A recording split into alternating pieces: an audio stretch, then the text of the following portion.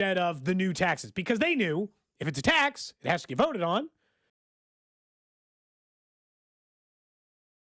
For sure. And people have varying opinion on just that process, right? Oh, yeah. And not having a public vote. From a strictly get the stadium downtown perspective, if that's what side you are on, and you're just saying whatever it takes, this is the best path for that.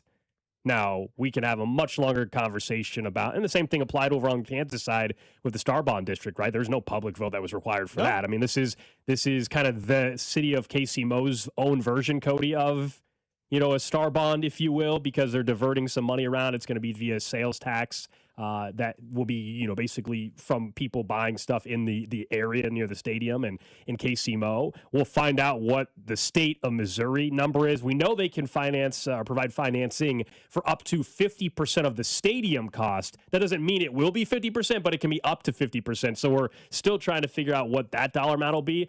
And remember, as Todd Palmer told us yesterday from 41, when he joined us, and initially he broke the story, that, yesterday was introducing the ordinance.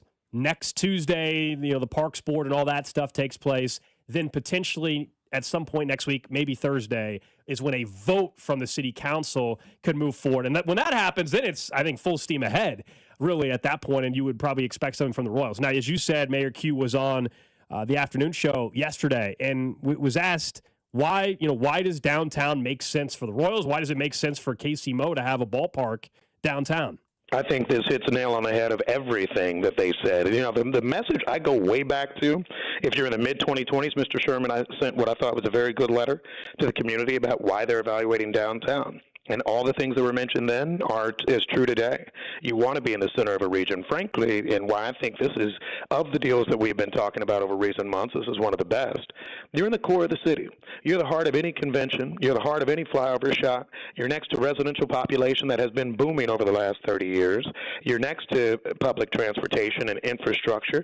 For better or worse, I know some people don't like downtown, but literally every highway in the region comes in and out of downtown Kansas City. This is central to our region. This isn't an edge. This isn't everybody hopping on I-70 after a football game, which may happen on either side of the metro, by the way. This is something that I think is great for Kansas City and the Kansas City region.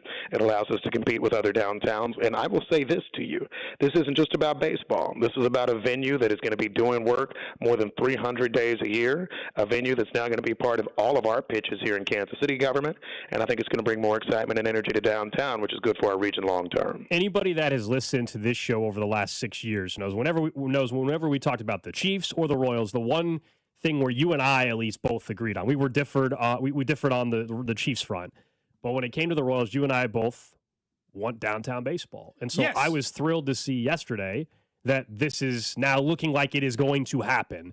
We're a long ways away from what it looks like and renderings and in the exact setup and what development actually goes in and do they work with Crown Center. All that stuff has to be figured out. But the downtown baseball, the Royals playing downtown in 2030, is what it sounds like, by the way. I'm excited for that. It sounds a little bit worse than the Kansas one because they let them vote once and they were like, yeah, no thanks. Decidedly said no thanks, right? Not like lost by a razor-thin margin and, things could have gone the other way. They decidedly 16 said, points. Thanks, but no thanks. And so to, circumvent feels a little worse, but at the same time, the Kansas one gave them far more money. So it's like, and I've told you before, it's the single largest subsidy a stadium's ever gotten on the Kansas side. And so it feels weird, but yeah, when we hear all the logic still makes sense to me. I'm not going to come on here and try to tell you, the logic doesn't make sense. Gold, you and I live in decidedly different parts of town. Downtown is roughly 20 minutes, 25 minutes for almost every single person in the city. Not every person. I understand that there's people that are just outside that range, but it's pretty close. And so to build up the central part of the city and for, I don't know, just sprawl reasons, I like when more things go in the central part of the city so we don't feel the need to keep expanding out. I like the idea that this could be good things. Plus, I just wanted downtown baseball and the convenience of it. It is a smaller footprint. I still think it's a smaller plan than the original one they had pitched of this entire ballpark village where they own the whole thing and it just prints money for the team and it brings in more. And I'm going to hold them accountable to the things they said. If this is going to make you more money, put it back in the team. Put it back into the team. I expect more investment in the Royals. I expect that to relate to wins and being competitive every year. So, like, but that's a 2030 problem, 2031 problem, you know? Something that always comes up whenever we talk any stadium project is where are people going to park? I know. I don't care what. I don't care what size town, what part of town. What market. I've told you this came up even when I was doing radio in Boise, Idaho, when they were talking about building a minor league baseball stadium. Okay, we're talking about at that point a minor league stadium that was going to hold I don't know 10,000, Cody, 9,000, something like that, and people were freaking out about where to park and the ingress and egress and all that, and it was like it's always the number one thing. So of course the mayor was asked about, hey, downtown baseball, where's everybody parking? Yeah, well, if you come to, first of all, let me just, this has been tested. A whole bunch of people, maybe not your listeners, maybe your listeners, I won't judge, but Chapel Roan played 2 shows in downtown Kansas City, both of which had above 30,000 people. Basically the exact size of what you will expect of a strong attendance at a Kansas City Royals game downtown. And frankly, the ingress and egress, as I saw, was good. We closed the street to help people get in and out. The streetcar now goes in 2 directions. And the thing that downtown is special for, as compared to building something by a highway, is that, yes, you still have the highways coming in every direction, but you also have the core of the city. So you have people who are leaving just through the city streets, and you're on the street grid like normal, and you have public transportation. And, by the way, you have 19,000 parking spots within a 10-minute walk at Crown Center, at Union Station, which adds about 3,000, and, of course, all the lots all around the Crossroads area in downtown. This is always a hot button topic. People get very passionate about the parking situation. I will say it will be different than what people are used to in Kansas City. Right now, we've all grown up here. We drive to a giant, massive parking lot, and then we just walk to the stadium. And it doesn't feel like a long walk because you can see the stadium. But if I tell you, it is a long walk. But if I tell you, Cody, you got to park 7 blocks away. It's like, oh my gosh, I just don't know how I can do it. And that is the reaction I see from people all the time. We're a car city. That's why. Let's just face the reality. Very few parts of our city are walkable. We don't have tremendous public transportation. It has not been tremendously walkable up to this point, and that's why. The reason why people like parking going there is because that's what we do. We don't really walk around. So this will be different for people. So it will be different. But it's like someone on the text line says, I'm not walking anywhere for 10 minutes. I'll be honest with you. I don't think respectfully, that's not that long of a walk. I genuinely don't think you understand that if you are one of, if they make you park in where you got to cross that grass berm or whatever to get up to Arrowhead. No, if you're in the gravel at Arrowhead, that's a 10+ minute walk. Trust me, that's where when we go to cover it as media, I park out in the gravel there, and it takes. I haven't timed myself, but it is 10 minutes. It is very close to 10 minutes for me to walk from there to the gates at Arrowhead Stadium. But it doesn't feel that way because you're walking through tailgating and you're doing all that. It will be different for people. I think the walk also is part of the experience, that even if it's downtown, to your point, Gold, because it's not tailgating, but it's everybody flooding the streets to go to the Royals game. Like, it's an experience in a way. Yeah, that's just different. And look, there will be closer parking, and some parking is going to cost more than others. This is just the way it works, right? The closest parking is probably going to be more money, and if you're willing to walk a little bit more, it's going to be cheaper. It is going to be different for all of us. This idea that it just won't work and nobody's going to be able to find a place to park, that's just fear-mongering. But it will be different for all of us that grew up in Kansas City going to Royals and Chiefs games and what we're used to, which is really just pulling up in a giant parking lot. You know what I want back? I want the Royals bus I used to take. As a kid, we went to Chiefs games on the bus. Hell yeah! Let's get someone mentioned Worlds of Fun in my neck of the woods. Park a tram or a bus at Worlds of Fun. Let's roll. I'll hop on that thing and take it downtown. Why not? And look, this goes back to let's hope that for the people who live UMKC or closer, maybe the streetcar becomes a real option for them to get down to the game. Now, I would hope that would mean, as we increase the downtown presence, maybe we can, because it's going to get all the way to Riverfront here pretty soon. Mm-hmm. So, for me, Gold, I'll be honest, parking at Riverfront and taking at this point, the streetcar, that might be my play. That might be the way I get to the stadium most of the time, at least in the time being. It very well might be, because I went to the current game last night. I think it's like a 12, 13-minute drive for me. Now, you could park it. There's, as you said, there's so many scenarios. You could park at the plaza and then take the streetcar to the game at that point in time. There's a variety of ways for you to get to what we think will be the future side of a Royals Stadium, Washington Square Park. Yeah, all the momentum's that way now. It certainly was interesting to hear more about Washington Square Park yesterday. And the real question I still think it's pretty optimistic to say we plan on being in that stadium in 2030, which is what Q said. I'm like, First quarter, breaking ground first quarter of next year is what he said yesterday at City Hall, I believe. That's crazy to me. Shovel in the ground? Now, they've been working on the idea of this site for a long time. So I imagine they're much further along in the planning process than we probably want to give them credit for. So maybe that's it. But still, at the same time, it is surprising to me. He was also asked, I think, one of the very important questions. Okay, $600 million coming from the city, no new taxes, diverting money. Where exactly? How is that happening? This $600 million, where is it coming from with the city?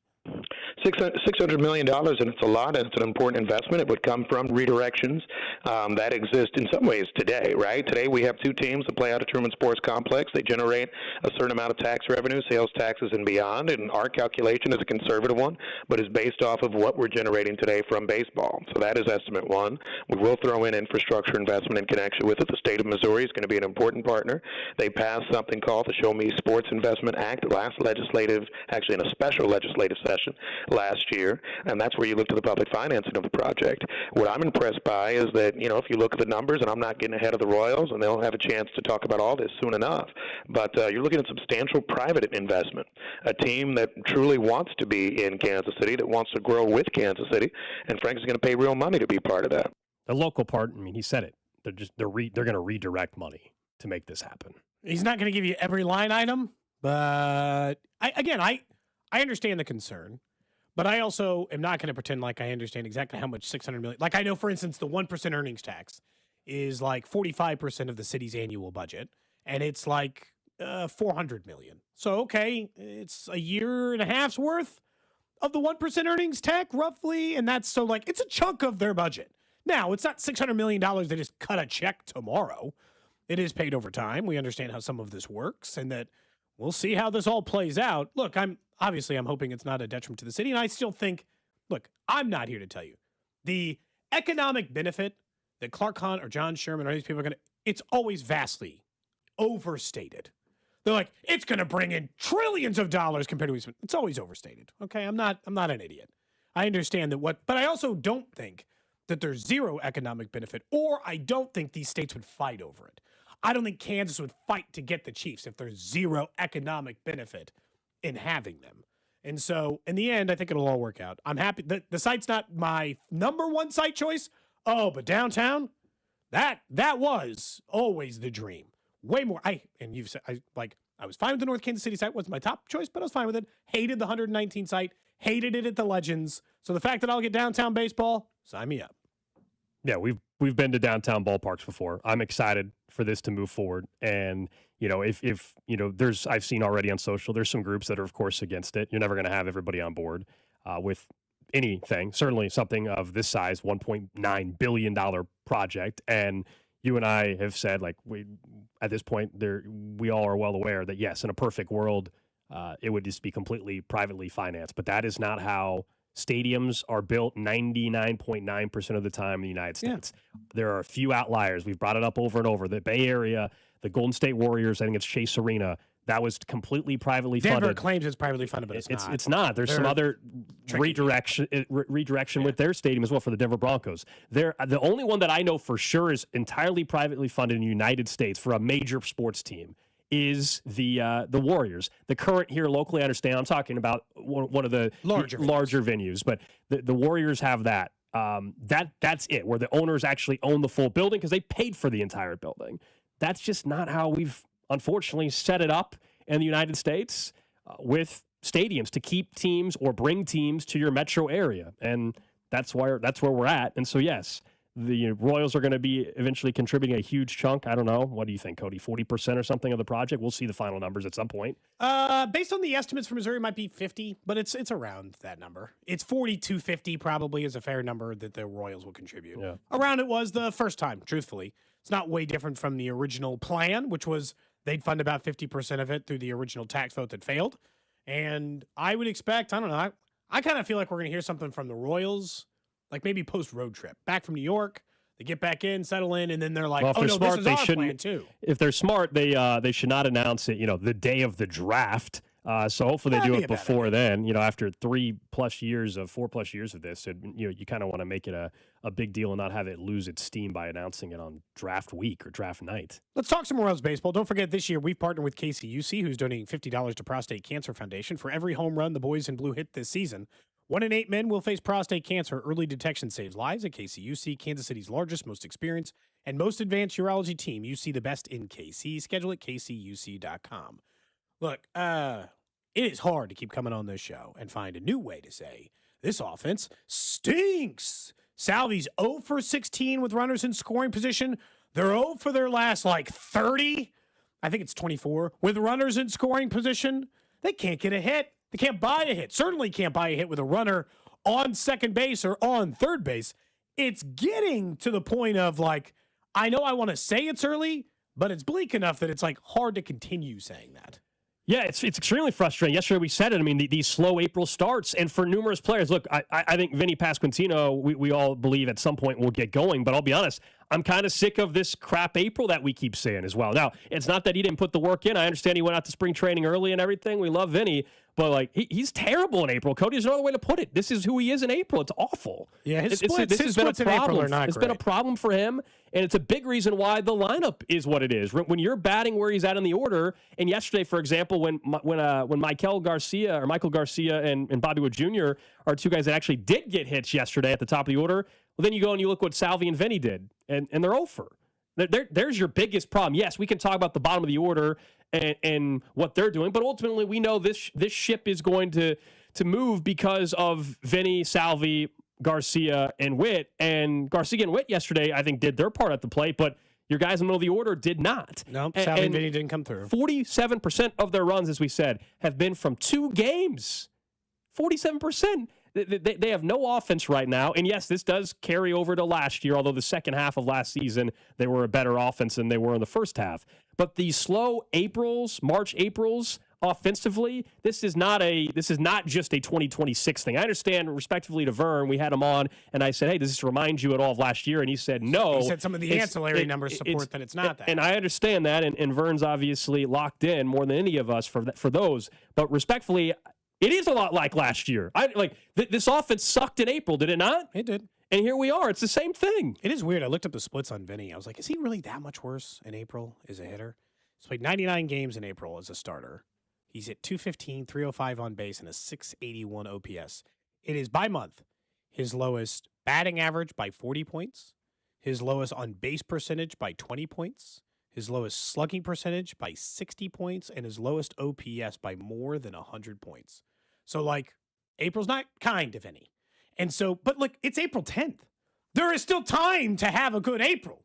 There are 20 games left in this month. I understand. There's more. I'm not saying first. I'm saying it's not too late, Vinny. It's not too late, Salvi. It's not too late for all the offense. But when I went to the current game last night, so I wasn't watching the Royals game as closely as I normally would. I'm all right, let's go check in on that old Royals game. And I saw 6th inning, 1-0. I'm like, what the hell? This again?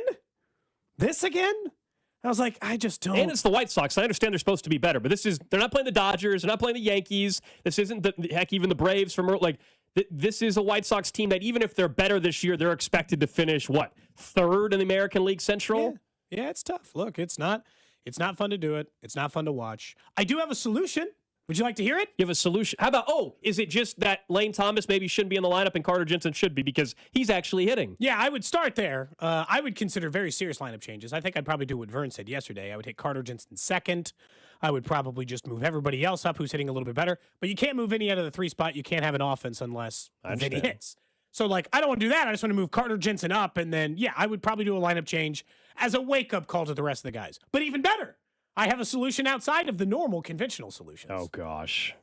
No. On this show, when there are problems with a Royals player and offense, we musically fix them, I think is what we've come to learn. Oh, boy. Okay. And so, look, the truth is, because I was at the game last night late, didn't get home till 10:30, I didn't have time to produce a full song. But you know what? I didn't think they needed a song.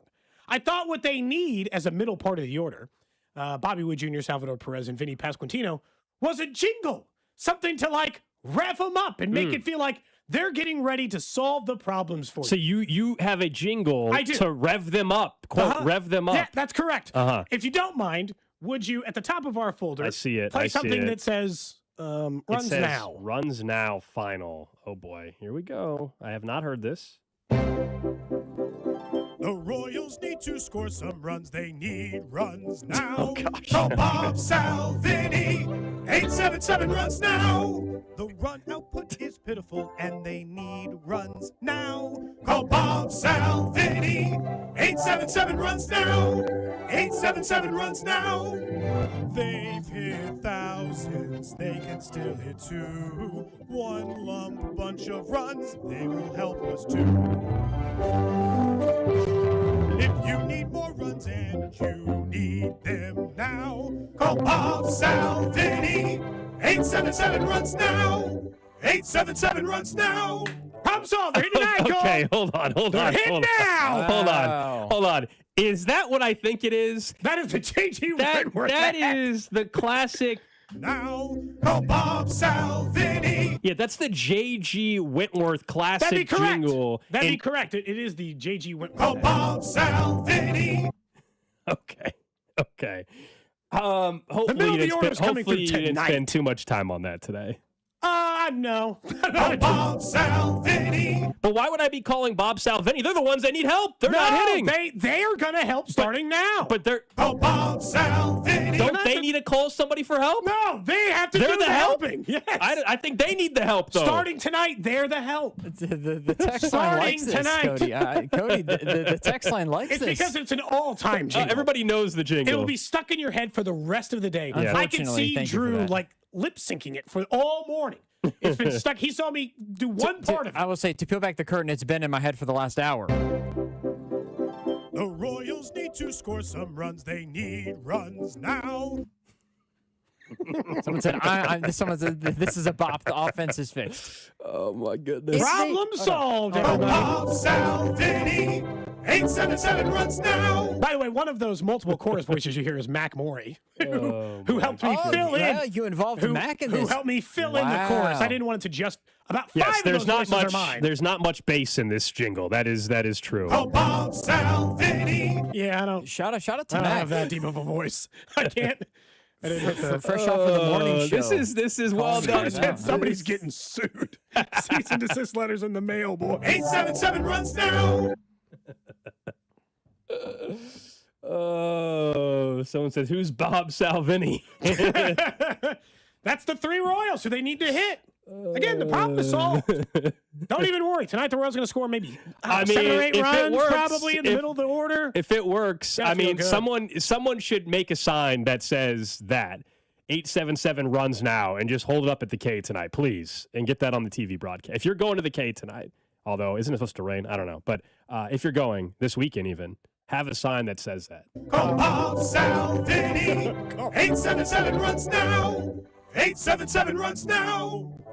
I will say that would be just imagining if we had a conglomerate of people similar to the MacArthur event that we did. If we did something like that where we created a sign and before Bob, Sal, and Vinny came up to hit, everybody in like the outfield held up a sign and it was just like you had like, I guess you can't bring a megaphone into the K probably. Have you figured out what phone number that actually leads to, Cody? 877 runs No, now? I briefly looked at if, because you can create like phone numbers through like a Gmail account. I tried to see if that number was available. It is not. Oh, someone You wanted just to create a new hotline. someone Yeah, sent us yeah. a link. Someone sent us a link that the Mets fans had a 877 runs now Oh, man, back in really? 2019. Well, I didn't know that.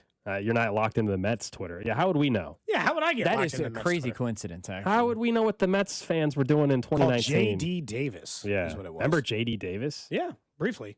He didn't. I mean, Now, he I don't know if they was made. I don't know if they J.D. actually made a new jingle or they just were saying to do that. Someone Someone said- sent us a link for SNY TV. Drew can play the audio. I'm just curious if it's similar. Somebody said, I love the new Oh. jingle, Cody. The only thing, though, it reminds me when I was locked up in Platte County, so that commercial played endlessly on TV. I'm sorry to send you locked back. up in Platte County. I don't see this link that you're talking about at all Here, I'll in the text line. There is here. not a single So- solitary No, link. it's on Twitter. Oh. Here, I'll send you it. We can play it in the next segment. I don't know what it sounds like. If it's even a jingle, I don't know. Was it just a sign, or did they create a whole song? that's what we're gonna find Someone out. said they're We not are- creating a parlay with Bob Salvini. There you go. Somebody says There you go. a sticker at the dispensary they go to says 877 hash now. Cody, we also don't. It's an all-time jingle is what it is. I would be a little bit worried, though, that if let's say the Royals do turn around and they have a great weekend, that you're going to take single absolutely. solitary credit. We know how this. this goes. Not solitary credit. know The how players this still have to goes. do the work, but You're going to say there was some motivation they involved. scored 20 maybe. runs over 3 games this week, and I'll be happy to re-air this song on Monday. We know. So don't you worry. Someone says putting in the parlay now. Bob, Sal, Vinny, all getting a hit tonight. All right. That might be a fun one. Maybe I'll put a parlay bet on that. Up next, let's talk a little bit about the coaches in the NFL, some updated views on each one of them. And we were talking about the slow offense, but specifically what player in particular concerns you the most. We'll get to that next here on Cody and Gold. What's up, Kansas City? This is Cole Reagans, and you're listening to Cody and Gold. Weekdays starting at 10 on 96.5 The Fan. Brought to you by Heartland Men's Health, the leader in men's sexual health. Thousands of men have been successfully treated for low T, ED, and more, all with discretion and compassion. Make your appointment at heartlandmenshealth.com. I'm Boomer Esiason. My mom died from cancer. She was only 37 years old. She didn't have life insurance, and that was devastating for my family. That's why having life insurance is so important to me. Ethos makes it fast and easy. Get a quote in seconds, apply in minutes, and get same-day coverage. You can get up to $3 million in coverage with no medical exam. Get your free quote at ethos.com/play. That's ethos.com/play. Paid spokesperson. Time spent on application may vary. Online health questions required. Drew McIntyre here from WWE. Wielding the Claymore can be a life of chaos. When I'm not dominating in the ring, Chumba Casino is how this warrior takes a wee break. With hundreds of online social games and new weekly releases, there's always something fresh to try. And those daily boosts, next level. Even my free time feels like Valhalla. So when life feels like a battle, kick up your feet, have some fun, and let's Chumba. No purchase necessary. VGW Group. Void where prohibited by law. See T's and C's. 21 plus. Sponsored by Chumba Casino. DQ presents the Blizzard Double Flip Deal.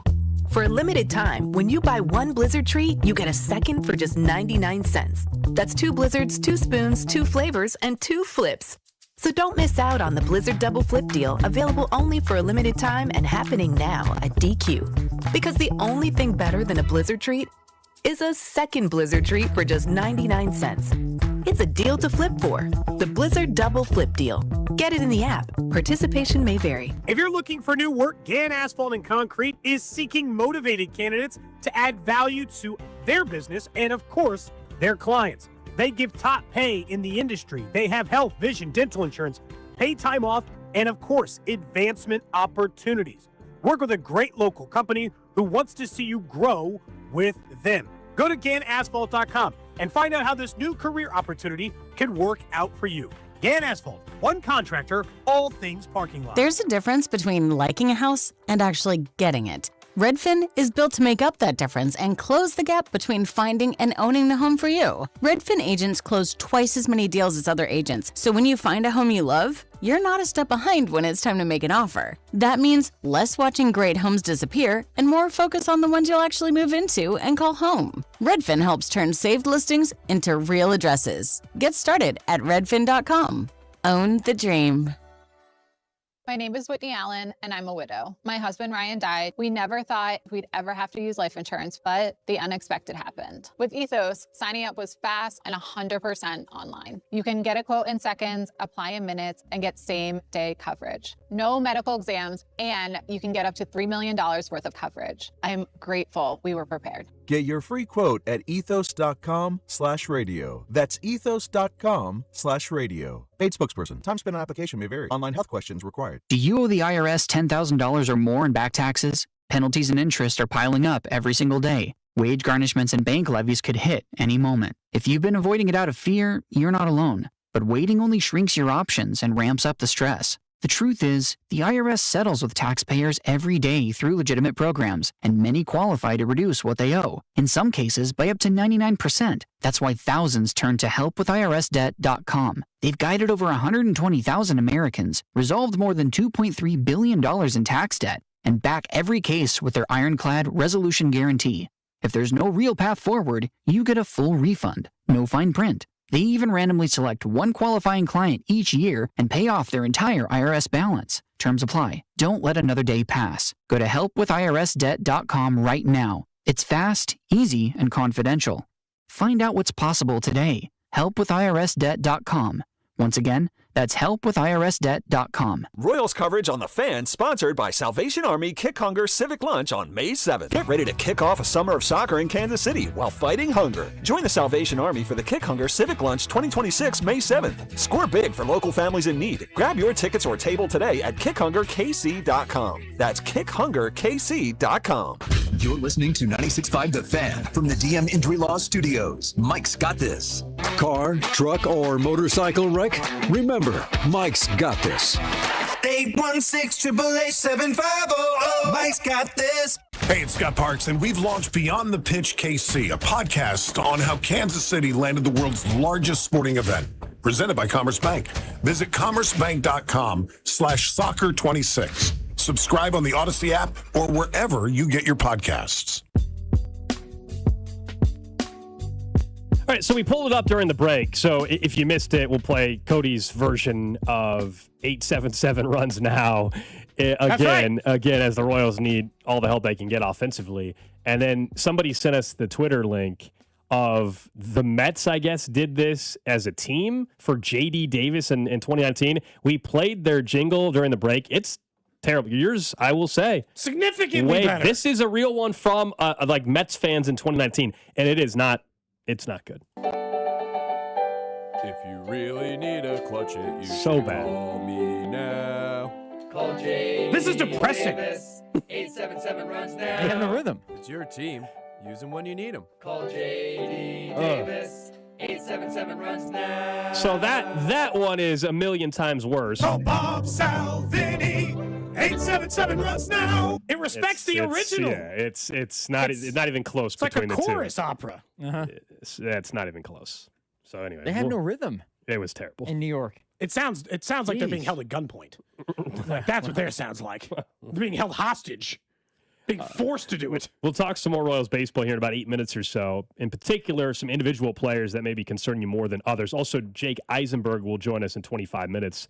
Of course, you hear him on 96.5 The Fan, broadcasting for the Royals. Sometimes over on Royals TV as well. He'll be on the call this evening as the Royals continue their series against the White Sox. Do want to pivot briefly to the NFL, though. As we know, we're about 2 weeks out from the NFL draft, and we talk all the time about what coaches do you trust, which coaches would get a job immediately if you don't believe they're doing a great job, who would ultimately get hired right away. We kind of play this test with Nick Sirianni a lot, where it's like, hey, if Nick Sirianni were to get fired, would he get hired immediately for a guy that's won a Super Bowl, been to 2 Super Bowls? Is he the type of coach that would automatically get a job? And I'm not so sure if he would. Well, NBC Sports and RotoPat put out their updated head coach rankings for all 32 teams. Do you want the top 5? Because I think you'll agree for the most part, although one person at 5 I have a feeling you're going to take issue with. So at number 1, they listed Sean McVay.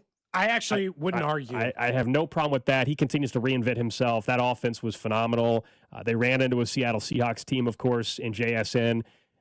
Matthew Stafford and that offense was clicking all year. Sean McVay's an offensive mind. He continues to have guys poached from his coaching tree to go get job opportunities. Number 2, they still have Andy Reid as number 2 in the NFL. Last year, he was number 1 on this same list, if you're wondering. But he's one of the greatest coaches in the history of football. I know we have questions about whether or not he's going to adapt, and we talked about that a lot with Nate Taylor yesterday. But yes, he is absolutely there. Kyle Shanahan was 3. He's complicated, though, because I'm a big believer, but he hasn't cashed in yet. He's a great play caller, great run scheme. Players love him, but in big moments, in the fourth quarter in particular, he has struggled. Right? Like that's been a problem for him. Yes, there's been injuries that are not in his control, but they have struggled in the biggest moments at times. Mike McDonald, all the way up from being 19th last year to number 4. The guy just won a Super Bowl. That'll do it for you. Should he have vaulted all the way up to number 4 in the league? He's definitely the hot name. We looked at that early, that graphic. I get it. That graphic of young coaches to win a ring. He's in the company of Mike Tomlin and Sean McVay. Those guys all turned out to be some of the best in football. Number 5, this is where I think you're not going to agree. Okay. They have Sean Payton 5, Jim Harbaugh 6, Vrabel 7. I don't think so. And it's not even like Vrabel I would have ahead of both of those guys at this point. Won at multiple places. And Sean Payton obviously was the number 1 seed in the AFC last year and has won a Super Bowl with the Saints. So I can't deny the fact that he is a good coach. And for wherever I might have had him ranked before he got things up and running in Denver, once they gave him his choice of quarterback that wasn't Russell Wilson, things have gone significantly smoother. Harbaugh, what the hell's he accomplished with the Chargers? He made it to one Super Bowl with the 49ers. He's won everywhere. I'll give him that. But he's never accomplished anything with this team. He's got one of the 5 best quarterbacks in the league. He's 66, 31-1 in the NFL, and he was 6 last year. He's 6 this year. Here's what they said. They said Harbaugh coached 6 NFL seasons. He's won fewer than 11 games once, never finished below 500. He has won with, they go through his accolades, the San Diego Toros and the team that used to be the San Diego Chargers. As is the case with many of Harbaugh's all-time great compatriots, it can accurately be said he would do anything to win right up to and including crossing the line. See the end of his time at Michigan, but if every Harbaugh and Belichick is sometimes willing to bend the rules for even the slightest of advantages, one thing they're not always willing to do, think outside the gilded box they've built for themselves. This was Harbaugh when he first arrived at L.A. They're praising him for hiring Mike McDaniel, I'm sorry. Yeah, I do like that hire. As his new OC. He's a hell of a head coach. Is 6? I don't know. I mean, honestly, like Dan Campbell and Mike Vrabel will be higher on the list for me right now in the NFL. Not their entire career. I understand what he did in college. I'm just viewing this on their active NFL. Because if it was entire career, well then Andy Reid's number 1. It's not even close. Why is he number 2? Yeah, it's not career. It's like if you had to start a team right now and you were going to choose a new head coach, which way you going? Most teams would choose Sean McVay. Most teams would go Andy Reid, even for the 5 years they think they're going to get, or Kyle Shanahan. The problem I have with Peyton and Harbaugh specifically is I don't think he's done anything inventive in forever. The most inventive thing he's done is hire Mike McDaniel, and I haven't even seen if that works yet or not. Well, he hasn't won a division since he came back in the league. And I understand it's only a couple of years, but like to be number 6, you need to have won a division title here recently. He's never even been on the doorstep of anything significant in the playoffs. Ever. Like they haven't even like gotten to an AFC title game with the Chargers. Yeah. It's like, and so from that perspective, it says, but although in fairness, when they started going through the rest of the list, I realized there's a lot of coaches I just don't know much about. Or you just have to put ahead because you think that they're good. Kevin O'Connell, Ben Johnson, who are all stuck in the middle, Liam Cohen. Like, you have to decide, do I think these guys are good? Do I think they're going to take a step forward? Because then I would have them ahead of Sirianni at 9 or LaFleur at 10, maybe, if I believe this. The one guy who's way too high is D'Amico Ryans at 11. What about the job he has done has indicated he is the 11th best coach in the NFL? That one's insane. The other ones, at least I'll hear an argument for. That one makes no sense. I mean, he's made the defense. He might be the 22nd. He might be the 22nd best coach in the NFL. No. D'Amico Ryans is the head. He runs the defense that's maybe the best in the NFL. We can argue whether or not maybe you want to have Kevin O'Connell or somebody higher, but D'Amico Ryans 3 years, 3 playoff appearances, won a couple division titles. To Drew's point, defensively they've been the top unit or one of the top units in football. His issue, I will say though, and this will fall back on him as the head coach, is They have not got the OC hire right to go. No. Like, he has not been able to get the right OC hire. And ultimately, his time as head coach is going to either continue or he's going to be out soon if they don't get C.J. Stroud figured out. So I'll give you that.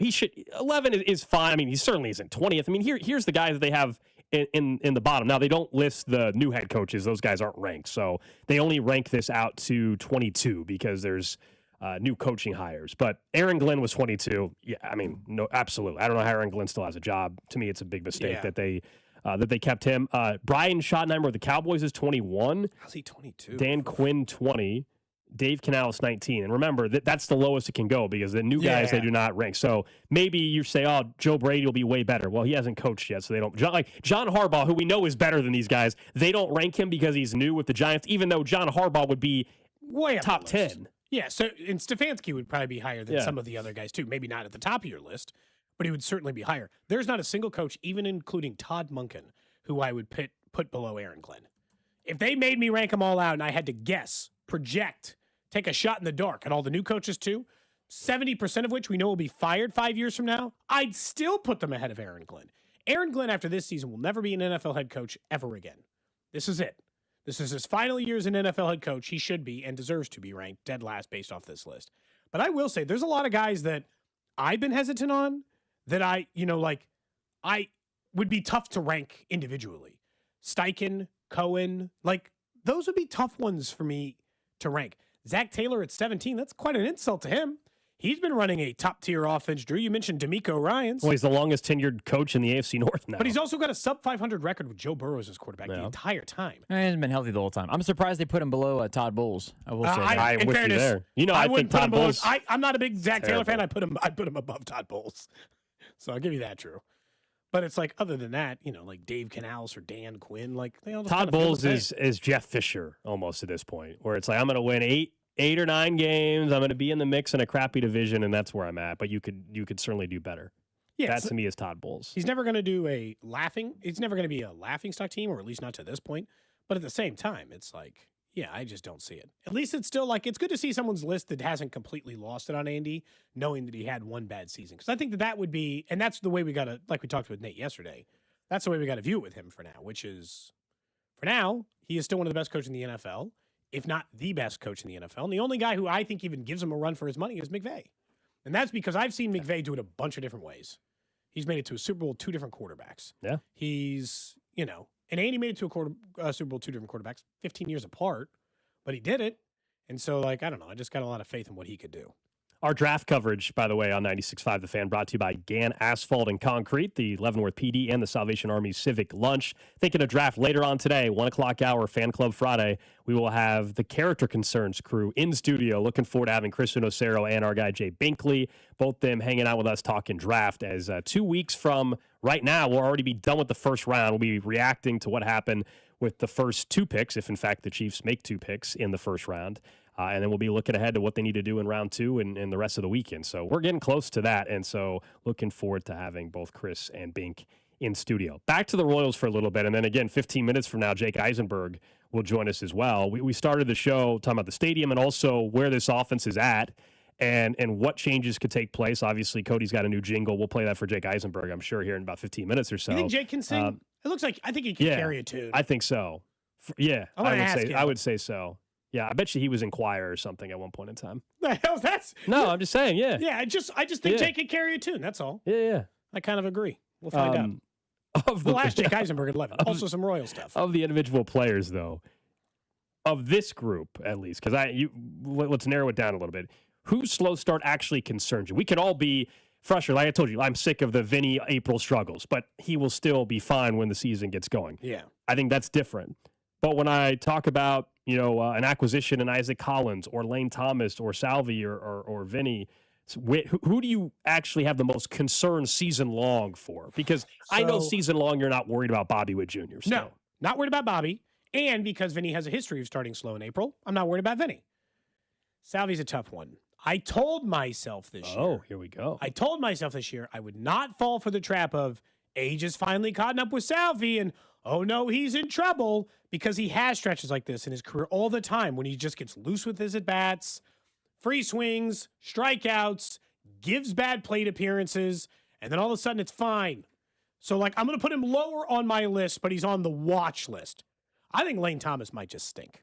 I am genuinely concerned about his slow start because it was easy to be like, oh, he was hurt and he didn't play very much. That's why his numbers were bad last year. But now I'm watching him hit and I'm like, And I think he was pitched to me as a slightly better defender than what I've seen so far in the outfield. So that's a doubly concerning thing. He doesn't look comfortable in the outfield at the moment, and he's not hitting. Of the slow starts, even more than guys in the bullpen like Cruz or Isaac Collins, who they traded for. Lane Thomas is my number one most concerning start because I'm having a harder time seeing the pathway to get out of it at the moment. That's all. Yeah, it's not so much the fact that whether or not you think he will get out of it and last year was real or not real. For me, the reason why it's the top of the concern list, honestly, Cody, and while the simple solution for a lot of people is, well, just have Carter Jensen in the lineup yesterday instead or whatever. The problem is when we discuss the solutions for the outfield, there were a couple scenarios where you could say, where can I find some pop? And one was Jack Caglione, okay? And the pop hasn't been there. He's been better at the plate, although actually in the last 2 or 3 games he has not been good at the plate. But struck out twice and walked last night. He was good the first, let's call it 7 games. Yeah. So, okay, that's one scenario. What was the other scenario to get power in the outfield? It was Lane Thomas, a guy that in his career has shown he can be a 25-plus, 30 home run guy. But I'm with you. There's reason to be concerned with what we have seen from him. And so the reason why that's more detrimental than some of these other names is A, track record, and B, because he was one of the guys that you were hoping to find pop in the lineup. Kyle Isbell's off to a very nice start, but he's not going to go hit you 25 homers. Cags has potential to do 25+. Lane Thomas has shown he has the potential to do that, but if he's going to struggle the way he is so far, Where's the power coming from? Because Isaac Collins is not going to be that guy. Well, and it's been deeply concerning still the fact that Bobby and Vinny and Salvi aren't putting the ball over the fence and nothing from Jack Caglione. I'm not sure why all their power is missing right now. The problem is that it's not just power for Lane Thomas. He just looks uncomfortable. Like, he's not hitting. He's walking. I'll give him that. Everybody on the team is walking. It's like the one thing on offense they're doing well. They're doing a nice job getting on base. And then once that happens, the runners in scoring position stuff has become a huge problem. Look, Isaac Collins, he's looked a little uncomfortable to me, certainly, and some bullpen guys have looked a little uncomfortable to me. There's not a single starter I'm worried about at all. Even with Reagan's getting knocked out of the game early after he got hit with a line drive. The starting rotation continues to be the only reason they're in some of these games. I think they've lost, and I'll have to look it up. I think they've lost a 1-0 and 2-0 game for sure in the last 3 days because they lost one late last week, 1-0. But it feels like they've lost 3 games that if they had even a little bit of offense, it would be enough to win. They lost 2-1 on Tuesday. They lost 2-0 yesterday. Those are games you have to win, by the way, when your pitching gives you that kind of effort and that kind of output. They lost, they lost to and then they scored 0, of course. They've scored 0 more times than they've scored 5, I think, at this point. It's just like when you go back through their schedule, there are multiple games now, Gold, that they should have won based on pitching alone if they had even a modicum of offense. And so all my concerns are more in the hitting. I am going to watch Salvi. Too early to say, Father Time has gotten there. Because again, I've fallen into that trap probably 3 straight years. So I'm not gonna just dive in right away. But he is going through one of those Salvi stretches where he needs to take a pitch or two and figure out a way how to make contact again. Because once he does, he's obviously very dangerous. But everybody's got to find the power swing, as you mentioned, not just Lane Thomas.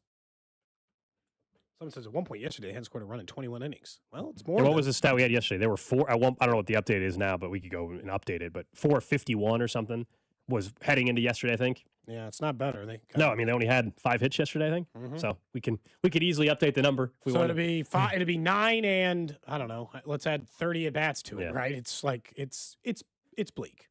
It's been a bleak start. Even the guys who are like, I think they've started pretty well. Carter Jensen at 219 with a 278 on base percentage. But at least someone says they're still hitting very hard, the hard hit rate. Gold, you and I talked about this. It's my biggest thing that I can't stand. Now, it's April, so I told you I allowed in April. I allowed a little bit in April, and it's only April 10th. But on Memorial Day weekend, please do not tell me, it's just bad luck. They're hitting the ball really hard. I'll give it to you still in April. I'll listen in April. But I don't want to hear about how hard they're hitting the baseball and just they're the most unlucky team ever when we're in May and in June and July, please. Salvador Perez is currently the highest ranked barrel percentage player on the Royals. He ranks tied for 19th with Aaron Judge. Michael Garcia is 28th.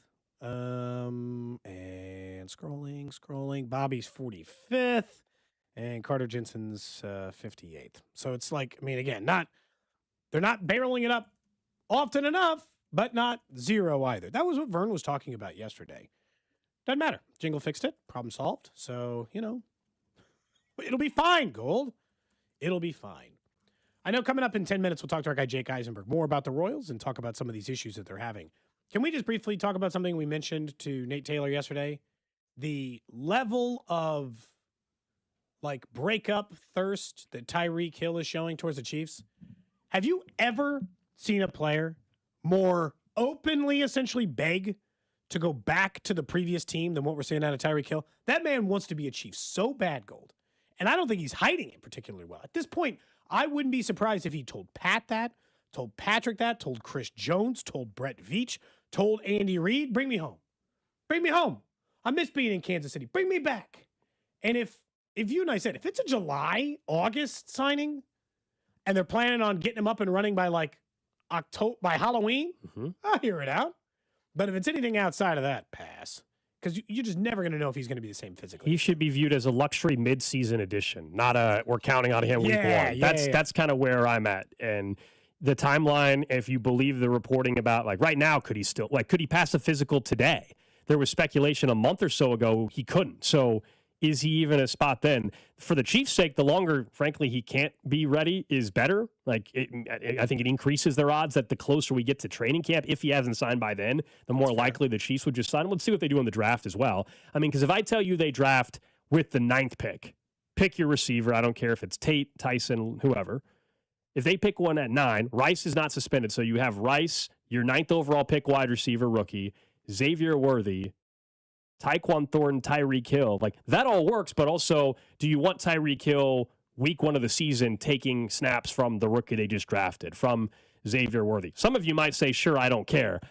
Do you want that heading into the season where he's more a part of your plans coming off an injury than the guy you just drafted? I just think he needs to be viewed as that luxury item. And if he's the same guy post this devastating knee injury, then awesome. And we're talking about a wide receiver room that's actually completely legit. But I don't think you want to rely on him and think that he's a huge part of your offensive scheme. That's all. No, a luxury is a really great way of describing it. Like, he should be viewed as, and I expect him to be, if he becomes a signing, a luxury. He has got to be the kind of player that you're like, oh no, we got Rice and Worthy and Kelsey. This offense is humming along, and now you're telling me we can just toss Tyreek Hill into the mix? Just as long as the grouping of players can accept a reduction in time. And based off last year, right, where they tried to, very briefly as it died, everybody gonna eat work. Remember that? I'm tired of that of the wide receiver room giving expectations and talking, because you know what the They're talk not saying that. No, I understand that, but you know what the talk was before the season. Yeah. It's similar to what Rashee Rice was talking about in the live stream with Tyquan. Man, can you imagine our offense, man? And we got Carnell Tate or AJ Brown. I don't want to hear any of that stuff, because you said the same thing last year about how good the deep ball was going to be, and you couldn't connect. Barely even threw it. No, that's why Gold says luxury. I don't want to hear it. I need to see the offensive weapons. I need to see the wide receivers working before I'm like, before Tyreek, because if they genuinely, let's say they sign Tyreek September 1st, and then they're like, oh, we're going to get him on a slow run up because of his injury. If he ends up getting stuck in like the Jack Caglione spot from last year, and he's like, oh, the offense isn't working, Tyreek, come save it, this season's going south. It's not, and it's not saying that Tyreek couldn't magically turn into that. He might. If he comes back from the thing healthy, he was still a number 1 wide receiver, the snap before he got hurt. Yeah. And so, like, it's not saying that that's I think them signing question, him, though, if they sign him, that introduces the possibility. I don't even know if you want. Oh, if him becoming the one? Yes. Oh, it does. It absolutely them does. signing him and bringing him back, all of a sudden, oh, man, Tyreek's looking okay. Pat falls in love again a little bit with throwing him the ball. Yeah, I mean, I think my reliable weapon's back again. I think you're more likely to fall into that than they are of just letting the offense flow as it is prior to bringing him in. I think maybe they would. Like, I don't know if I would go that far. I told you my reason why I want him not really even available till midseason, because I don't want him to be a huge focus of the offense.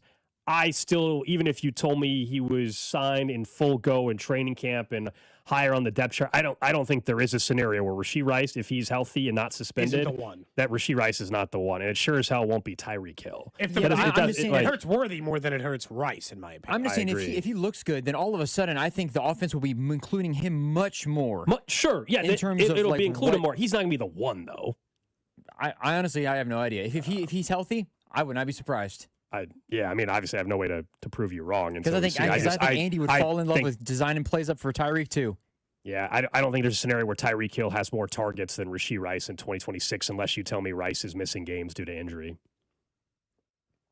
32-year-old Tyreek Hill coming off a devastating knee injury as your number 1 target guy. Happen. I think Andy is at least smarter than that. I think it's a non-zero chance, Drew. I just don't think it's the most likely outcome. I'm just worried that if he's healthy, Andy would fall back into my guy's back again, and he looks good. So let's do what got us to the Super Bowls and what made us the best offense in the league, and that included Tyreek Hill, of course, being what he was. I feel like he would be involved to the point of being that number 1 wide receiver. I think maybe he'd be involved as much as Rashee, in my opinion, if he's healthy. They would fall into that. Yeah, I just wouldn't go as far as the one. I told you my concern would be what you're saying, but with the rookie they draft. My concern would be he would supplant the guy they drafted at number 9, and all of a sudden we're talking about probably that. I think is really realistic, and that would concern me. I just don't think it'd be the extent where he all of a sudden is the one, but it absolutely would concern me that he would potentially harm some of the development of the number 9, and if they draft one at 9, and Xavier Worthy. That's the thing. We'll see. Yeah. we'll see. All right, up next, guys, let's get back to the Royals and this struggling offense. They continue their series against the White Sox tonight. Jake Eisenberg joins us next. This is Cody and Gold on your new home for Chiefs football. 96.5, The Fan. Brought to you by Heartland Men's Health, the leader in men's sexual health. Thousands of men have been successfully treated for low T, ED, and more, all with discretion and compassion. Make your appointment at heartlandmenshealth.com. Warmer weather, longer days, and a juicy steak sizzling on the fire. Ah, smells like grilling season is here. Stock up and save big this Friday through Sunday at Hy-Vee. Choose bacon-wrapped chicken grillers for $3.99 each. Marinated chicken breasts, $1.99. Thick-cut pork chops, 3 for $5. And specialty brats, just 8 for $10. Don't forget your favorite marinade, rubs, and sauces, and fire up the grill this Friday through Sunday, only at Hy-Vee. Hy-Vee makes our life easier every single day. Not only do they have great quality customer service and value every single day at Hy-Vee, they help us out and they take the pressure of shopping off our plate. We've got our Perks Plus membership. We upgraded from the regular Hy-Vee Perks membership because with Perks Plus, we get free grocery delivery or express pickup, plus even more exclusive benefits and savings like fuel saver deals all day long. So enroll today at Hy-Vee.com/perks, only at Hy-Vee.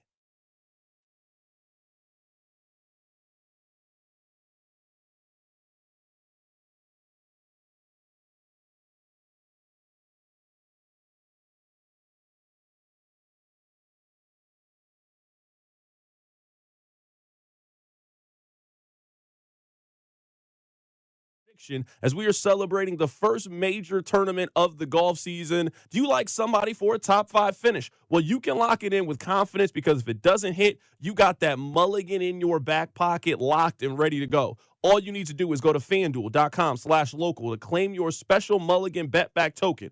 FanDuel, America's #1 sportsbook app and the official sportsbook of 96.5 The Fan. 21 and over in President, Missouri. Opt-in required. Refund issued as non-withdrawable bonus bets that expire 7 days after receipt. Max refund $5 unless otherwise specified. Restrictions apply, including token expiration. See terms at sportsbook.fanduel.com. Gambling problem? Call 1-800-GAMBLER.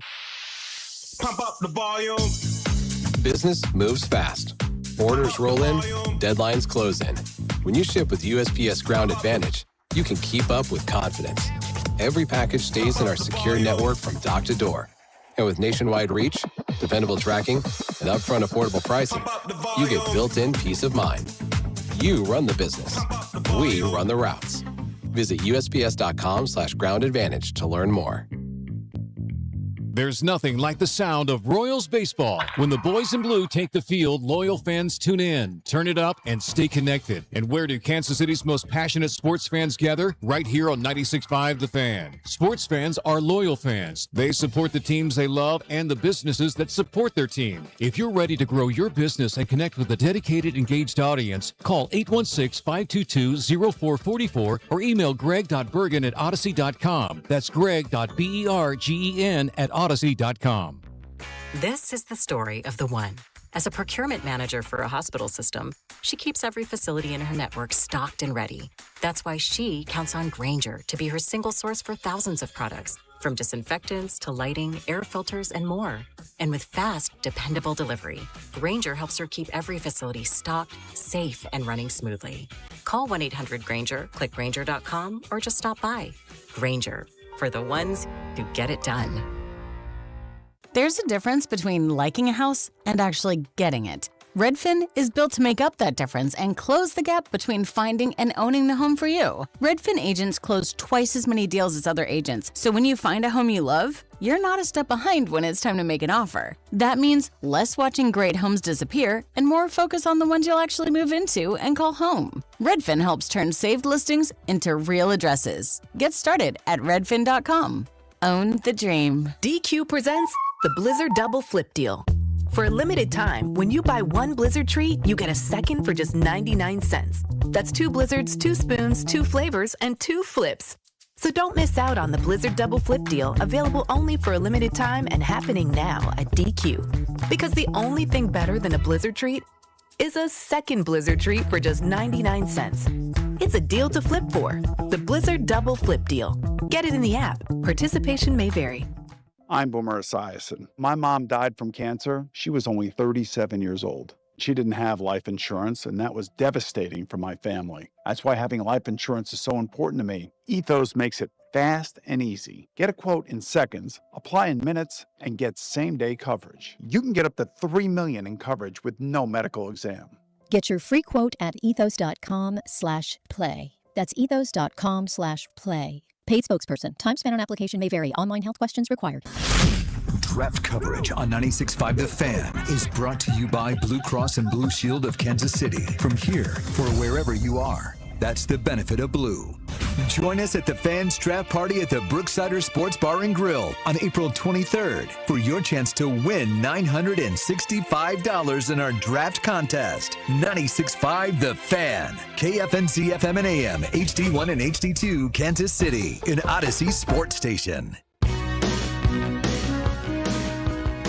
11 o'clock hour here on Cody and Gold. Alex Gold, Cody Tapp, Drew Nixon producing the show. We're going to have Jake Eisenberg momentarily join us to talk a little Royals baseball. They continue their series tonight against the Chicago White Sox. You guys can watch the show, don't forget, on YouTube, Twitch, X, and Facebook as well. And the Jay Southland Tow Service text line always open, 913-586-7965. We'll get to the trash of the day here in about 15, 20 minutes or so. Also, the Chiefs Red Half Hour is a half hour away, and some more thoughts on what Dane Brugler actually said on the morning show about David Bailey, a name that I think for a while we've all said, hey, if he's there at 9, you got to go take him. But you want to hear maybe what Dane Brugler had to say, and also Mina Kimes about another defensive lineman at 9 for Kansas City. But let's talk some more Royals baseball, and we go out to the phones and welcome in Jake Eisenberg. Good morning, Jake. I don't know if you had a chance at all to catch any small bit of the show so far today. We all know the offense has been struggling. Cody thinks he found a solution. Do you know by any chance what that is? I don't. I'm waiting with bated breath. Please enlighten me. Well, take a listen. I think you'll be able to hear this. Oh, do we have another song? Well, it's a jingle, Jake. Jingle. And you're not. I know you're not from here, but you probably still know. Do you know the J.G. Whitworth jingle? Absolutely. Okay. Well, here you go. The Royals need to score some runs. They need runs now. Call Bob Salvini.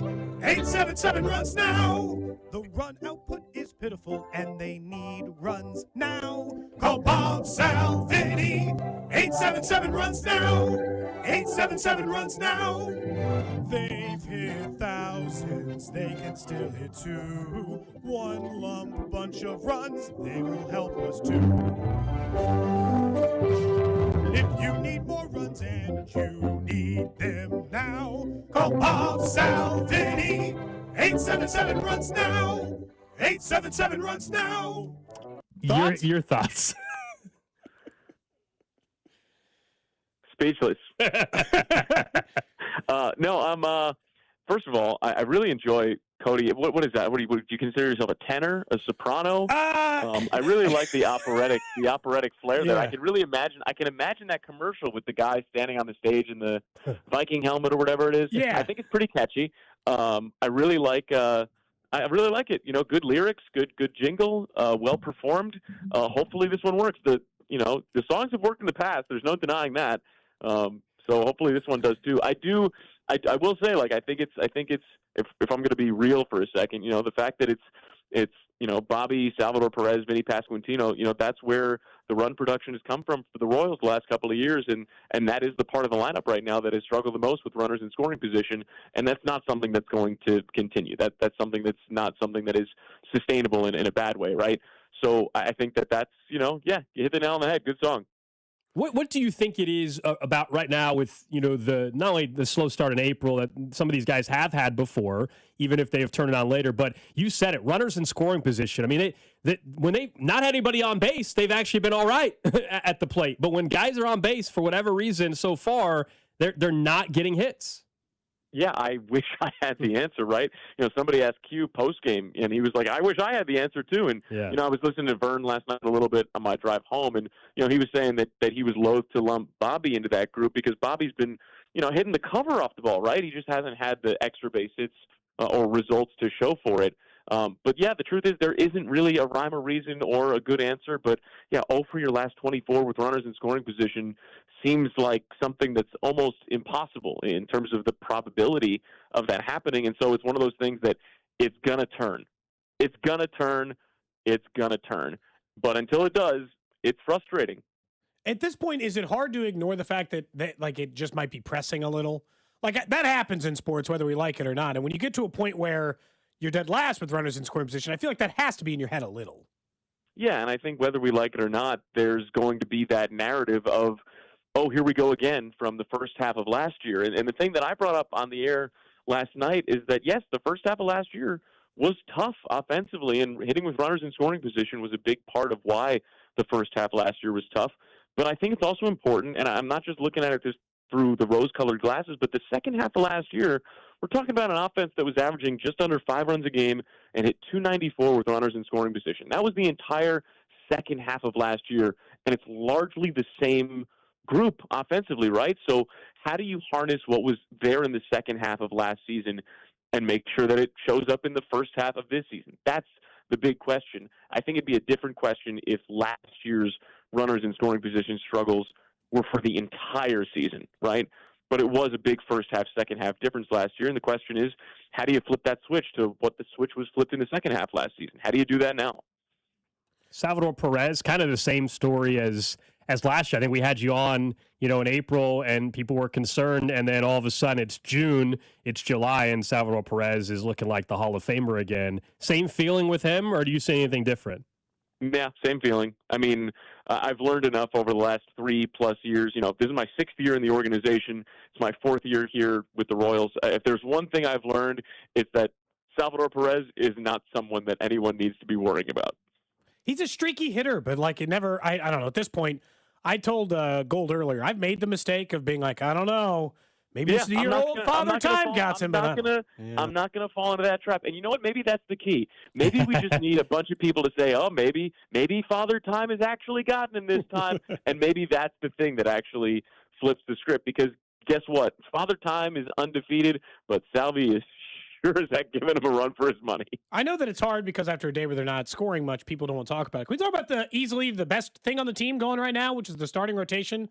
Seth Lugo zipped another gem. Walker's off to a tremendous start. I know Reagan's start didn't go the way he wanted it after he got hit by the line drive, but outside of like 1 or 2 misses, it's been near perfection from the rotation. Yeah, and that was the expectation, right? And those expectations are high, understandably. There's a privilege of having those expectations. But yeah, this rotation has definitely lived up to those expectations. And I feel like since the start of spring training, the big question was Seth Lugo going to look more like he did first half last season in 2024?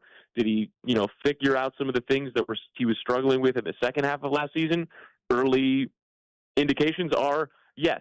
Cole Reagans, that first 2 batters the other game, he looked like he looked in 2024. He looked like he looked at the end of last season when he was striking out the world. That was the best that he's looked in a while, and that's the shame of him getting hit with that line drive on the hand. And thankfully he's fine, and he's going to make his next scheduled start. But he looked like Cole Reagans. And then you have Michael Wacha, who has been criminally underrated as I think one of the highest floor pitchers in baseball the last 4 years.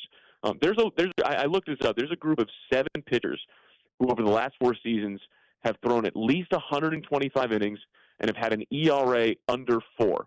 Michael Wacha is part of that group. Forgive me if I don't rattle off the other 6 off the top of my head. I'm going to do my best. Framber Valdez, Logan Webb, Luis Castillo, Kevin Gossman, and Zach Wheeler. And there's one that I'm blanking on. But the point is, it's a pretty good group of pitchers. It's a pretty good list. And Michael Wacha is right there in that list. And I don't think he gets the recognition that he deserves for being as consistent as he's been over the course of his career, but especially with the Royals the last couple of years. And then Noah Cameron has also looked great to start the season. So, yeah, it's been a really good rotation so far. Chris Bubic on the mound tonight, 6:40 first pitch here on 96.5 The Fan. If there was one pitcher where it seemed like maybe the first inning or so has been a struggle for Chris, and then he's been able to settle in a little bit. What have you seen from Bubic so far coming off the injury last year? Yeah, nothing specific coming off the injury last year. I thought he looked pretty darn sharp in the home opener, right? The last start, he's facing a really tough Brewers offense that the Royals pitching staff struggled to, just kind of finish off. Every single inning that Bubic pitched against the Brewers, he got the first two guys, and then it was just getting that third out. And the Brewers have literally the best two-out offense in baseball so far this season. So it's sort of a tip of the cap to them and what that offense is able to do. And so the key for Bubic is get those first two outs, but then also obviously get that third out before there's a batter and a walk and, it spirals a little bit. But, I thought Bubic looked pretty sharp other than not being able to really finish off those innings the way that he would have liked. We're talking to Jake Eisenberg here on 96.5 The Fan. Bigger picture baseball stuff, not directly related to the Royals. I guess we haven't had you on since the Connor Griffin call up for the Pirates and the contract extension. And now, we saw Colt Emerson get the deal with the Mariners. He's not even been called up yet to the big leagues. Do you think this is going to be, whether it's the Royals or other teams as well, how people are going to approach their prospects, especially in the small to mid market, where they're going to go ahead and, it takes two to tango. I understand with the player wanting to do it as well. But is this the future of where we're at in baseball with these guys getting deals much earlier than we've ever seen? I mean, I don't know that I would say that it's the future. I think it's the present. I think we've seen this going back to, I want to say the first one that I really remember was the deal that Ronald Acuna Jr. signed with the Braves early on in his career. And sure, that wasn't before he debuted, like Cooper Pratt or Colt Emerson with the Mariners and the Brewers. Those are a little bit different examples. But these extensions early on in a career for a player that is obviously a superstar and gonna be, and having some cost certainty, I think is the term that I would use. Look, this is a lot of money that we're talking about, and obviously it's not my money, nor is it your money, but there is a lot of value in understanding what the expense is going to be as opposed to what it could be or what it might. I think that is something certainly value. So yeah, I wouldn't say that this is the future. I think this is already the present. And I think it started with Acuna, and kudos to the players that have earned those contracts. Kudos to the teams that have gone to those players with this idea of these contracts and locked up their futures and had, long-term plans that they want these players to be a part of, that they're encouraged by what they've seen. I think it's really great. I really do. I think it's terrific. Do you think that if Jack Caglione or Carter Jensen have a big season, the Royals would be tempted by that similar pathway? I wouldn't see why not. I think it would certainly be something worth exploring.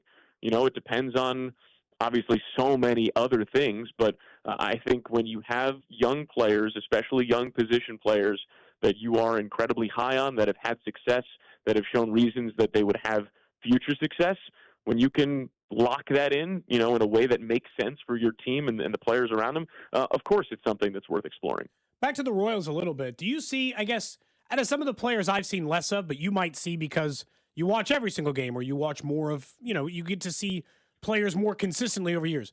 Lane Thomas, what traditionally, when he has been at his best, do you see out of Lane Thomas that maybe we're not seeing yet so far for the Royals? Yeah, and I haven't seen as much of him as maybe some other players because he's been in the National League for so long. And when he was with the Guardians, he, was dealing with some injuries, so he didn't play all that much. But when he's going well, he's able to do all of these different things. He's able to hit for power. He's able to steal some bases. He's able to, run balls down in the outfield. Unfortunately for him, none of those things have really happened so far. But that doesn't mean that they won't. It just means that they haven't. Jake Eisenberg, I guess you'll be out there City Connect weekend as well. What do you make of the unis? Are you going to have the pink and purple polo this weekend on the TV broadcast at some point? So I'm on the radio this weekend, but I am excited to describe all of these new uniforms and everything. I'm literally wearing the jacket right now. Which one, the pink one or like the one that they were wearing? Which one? There were a few options, I think. The bright pink one. It's pretty snazzy. Nice. I'm pumped about it. You're going to be standing out in a crowd. Oh, that was the other thing we were asking before you later. Can you carry a tune? Can you sing? Oh yeah. Yeah. See, we thought so. That's what I can sing a little bit. Figured maybe you can be part of a future song or jingle for Cody. No, that's okay. Jake Eisenberg, appreciate it, man. There you go. All right, take care, That's guys. Jake Eisenberg. You'll hear him on 96.5 The Fan throughout the weekend. Their schedule is different, so I don't ever know when he's on TV or on radio. I guess 90% of the time I feel like I should just say radio. We'll just see or hear from you. One of the two, maybe both. Yeah, tonight is one of the giveaways, though, right? City Connect flag. It is the City Connect flag. It's the first of, I think, many planned City Connect giveaways for the Royals this season. But yeah, the City Connect 2.0. And that jacket he's talking about, it's like full magenta. Like the whole thing is bright. like, oh yeah, you should. I mean, if you look it up, you know which one he's talking about. It's like that top color of the ombre, like are the colors down. It's like the solid color of like the brightest color, purpley pink that exists at the top of it. So All right. Plus, they're giving away those like oven mitt, sliding mitt things for Bobby Wood Jr. Oh, for the kids on Sunday. Yeah, for the kids only. You can't get one, Well, Cody. You can't get one, man. I don't well, plan you on heard sliding you ever heard again in my life. You heard oven man. You thought it was for your baking. That's not what that one's for, man. I have That's oven Mr. mitts. Baker. Do you own an oven mitt? Yeah, I just have like it's like the kind that just the slide, like the pad almost. It's like Yeah. where you just kind of. Is it just one? Yeah. Okay. Yeah, but I don't bake very often. No, but you might throw some chicken nuggets or something in the oven. No, I don't like know. potato skins or something, you know. Yeah, But the air fryer now, I don't have to like a lot of the stuff. I you just do the go air fryer. if I'm going to do that kind of thing. It's way easier. I mean, if I'm doing potato skins, I'll just go air fryer. Why the oven? You know what I mean? Drew, how often do you use your oven? What's the frequency? We use the air fryer more than we do the oven, or we use like the stovetop. Okay. More than the actual oven, but more now than we in the last couple months, I would say. Been eating out a little bit less? Eat at home a little bit more? Home a little bit more. The nicer healthier weather, man, means options, you yeah. can start grilling way more too. Because nobody wants to grill when it's January and 10 degrees outside. So, but when it's we No, get but these yesterday nicer- it was like 80. Yesterday was really nice. Yeah. Did you get some time outside? What did I do yesterday? We were. What did I do after the show yesterday? I'm trying to remember. I don't even know what I did after the show. Show ended at 2. Yeah, I even went to know- go teach, and then I went to don't the know what I current did. game. My kids, by the way, they got the full Casey Kern experience. Yeah, last night. how was that? Well, so it's a Teal Cup game, so like they're a little bit less attended. Obviously, they Right. probably got like 25% of the normal attendance. Of Yeah, it's not Casey part of the Kern. season ticket Yeah, package. and I it's the think. semifinals, not the finals of the Teal Cup. So, not like you, but they got to. So we had warm up passes, so they got to go stand on the field, Drew, and watch them like Yeah, I remember warm you up saying and that do all that yesterday, stuff. But then while they were standing there, they needed some extra kids to walk out with the players. So they got to like do the intros and walk out holding the players' hands and do like the national anthem too. So they got to win. Nice. Pretty good, pretty little good day yeah, at the that's office, awesome. I'd say. We'd stay all the way to the end. I don't normally keep my kids out till like 10:30 on a school night. I but- bet you they really liked that. Oh, they didn't care. Yeah, they would have stayed up another 2 hours. If I let them. Oh yeah, of course. They were having a great time. They made some signs. It was a good time out the current game. I guess go on Saturday if you've got the time. Trash of the day. All right, this one involves science a little bit, huh? This involves dogs and science and a clinical stage vet company. So, all of us at some point in our lives have owned and had pets, right? And we've talked a lot about would you be willing to do this if it meant, your dog lives X amount extra years or whatever. Okay. Yeah. Well, this is like a real thing that might be happening in the future. There's a new drug that could add a year to the life of your dog. LOY-002 is said to be on the verge of being submitted for approval by the FDA. This Loyal is a veterinarian medicine company. Says the pill, when combined with a strict diet, causes dogs to eat less food, thereby extending their lives. That's the simplification of it. Trials for the drug have involved more than 1,000 dogs, and they have shown positive results. Now, I don't know the cost or anything, but within reason, yeah, obviously, an extra year, that's the one thing that sucks about having a dog is they don't live long enough. A year? What's the cost of Well, it? obviously, I'm not going to spend 10 grand, 20 grand. I mean, but if you're filthy rich, you might. Sure, let's talk about just the average person here is not going to spend 10 or 20 grand probably. But if I told you it was, $100 a month. $100 a month for for the life but I'm of the pretty dog. much though. on average Yeah. guaranteed to get an entire extra year. Yeah, That's I think hard most to turn people down. would do that. I will say it is hard to like keep a dog on a strict diet or some of the things and my dog's I don't give my dog human food. Gets human food sometimes because I got kids and stuff. So can't promise you it's a 0% success rate. But I don't give it to her intentionally, and yet that would be the case. My last 2 dogs didn't make it to even 15 or 16. They didn't even get to be older dogs. They made it to 110, 111. That was it. Your dog's older than that now, right? She's 13, man. You probably fire it up now if they let you. Oh, for sure. $100 a month, and you were guaranteed. I mean, the at least medicine another that year? I'm giving her now for something might else be is $100 a I'm month. paying that a month anyway. So, sure.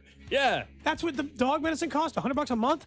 Yeah, so my dog, I told you guys, so she had a procedure for this growth she had on her leg, and she's doing fine, but she also has Cushing's, and so that medicine's not cheap, and so that's why when you mentioned the cost, I was like, well, yeah, I'm basically paying that now to begin with. I've given my dog allergy medicine before when they get super itchy. Somebody mentioned that over on Twitch too, like Apoquil or whatever you give them, where they're just their skin gets so dry and flaky that you got to give them allergy medicine. It was probably something like that.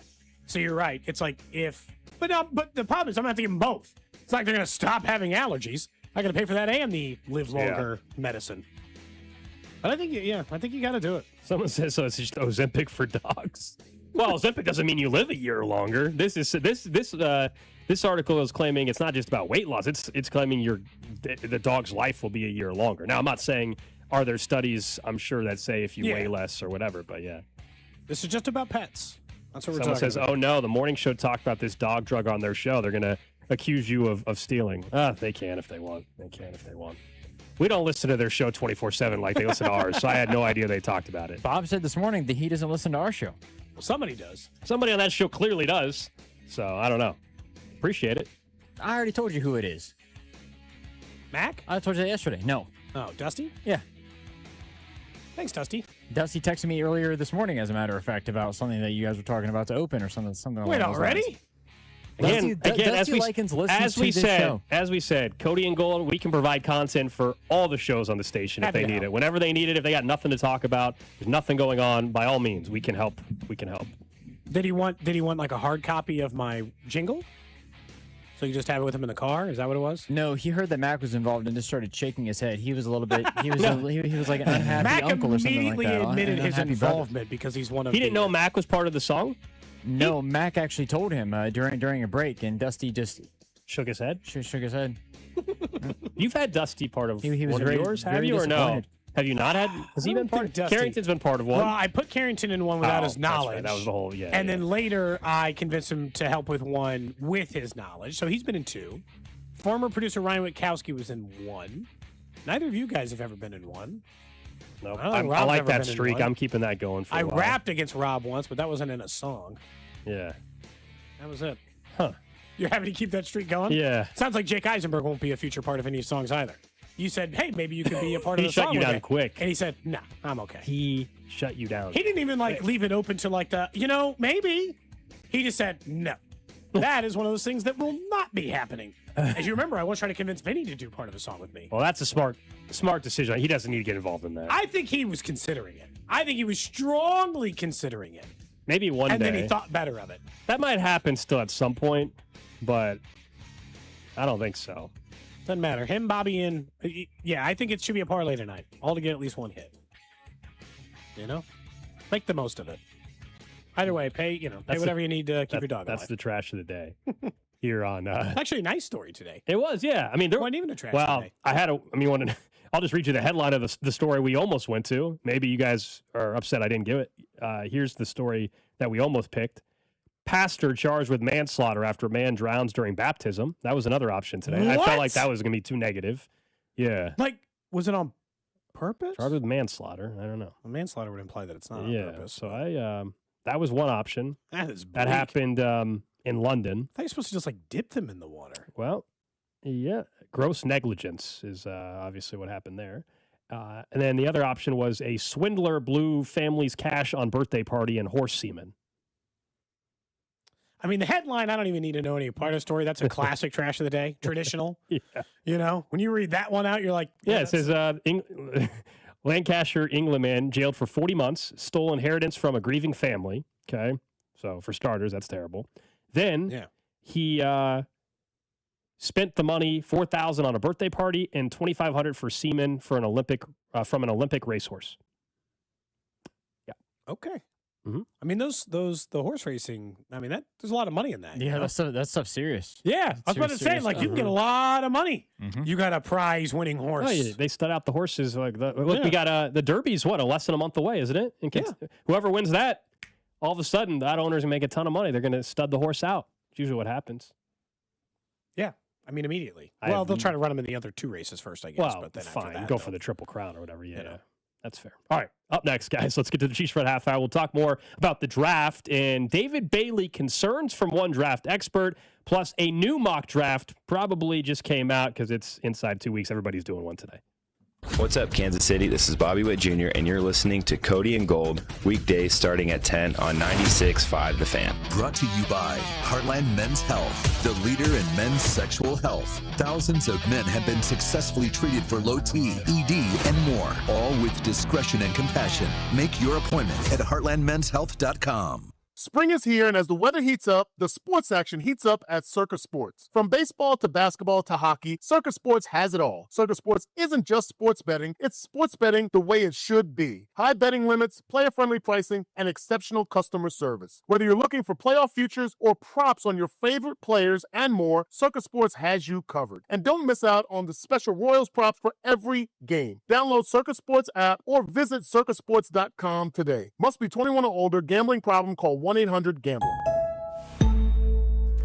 When shopping for a new auto insurance policy, AAA could help you customize your coverage to fit your unique needs and budget.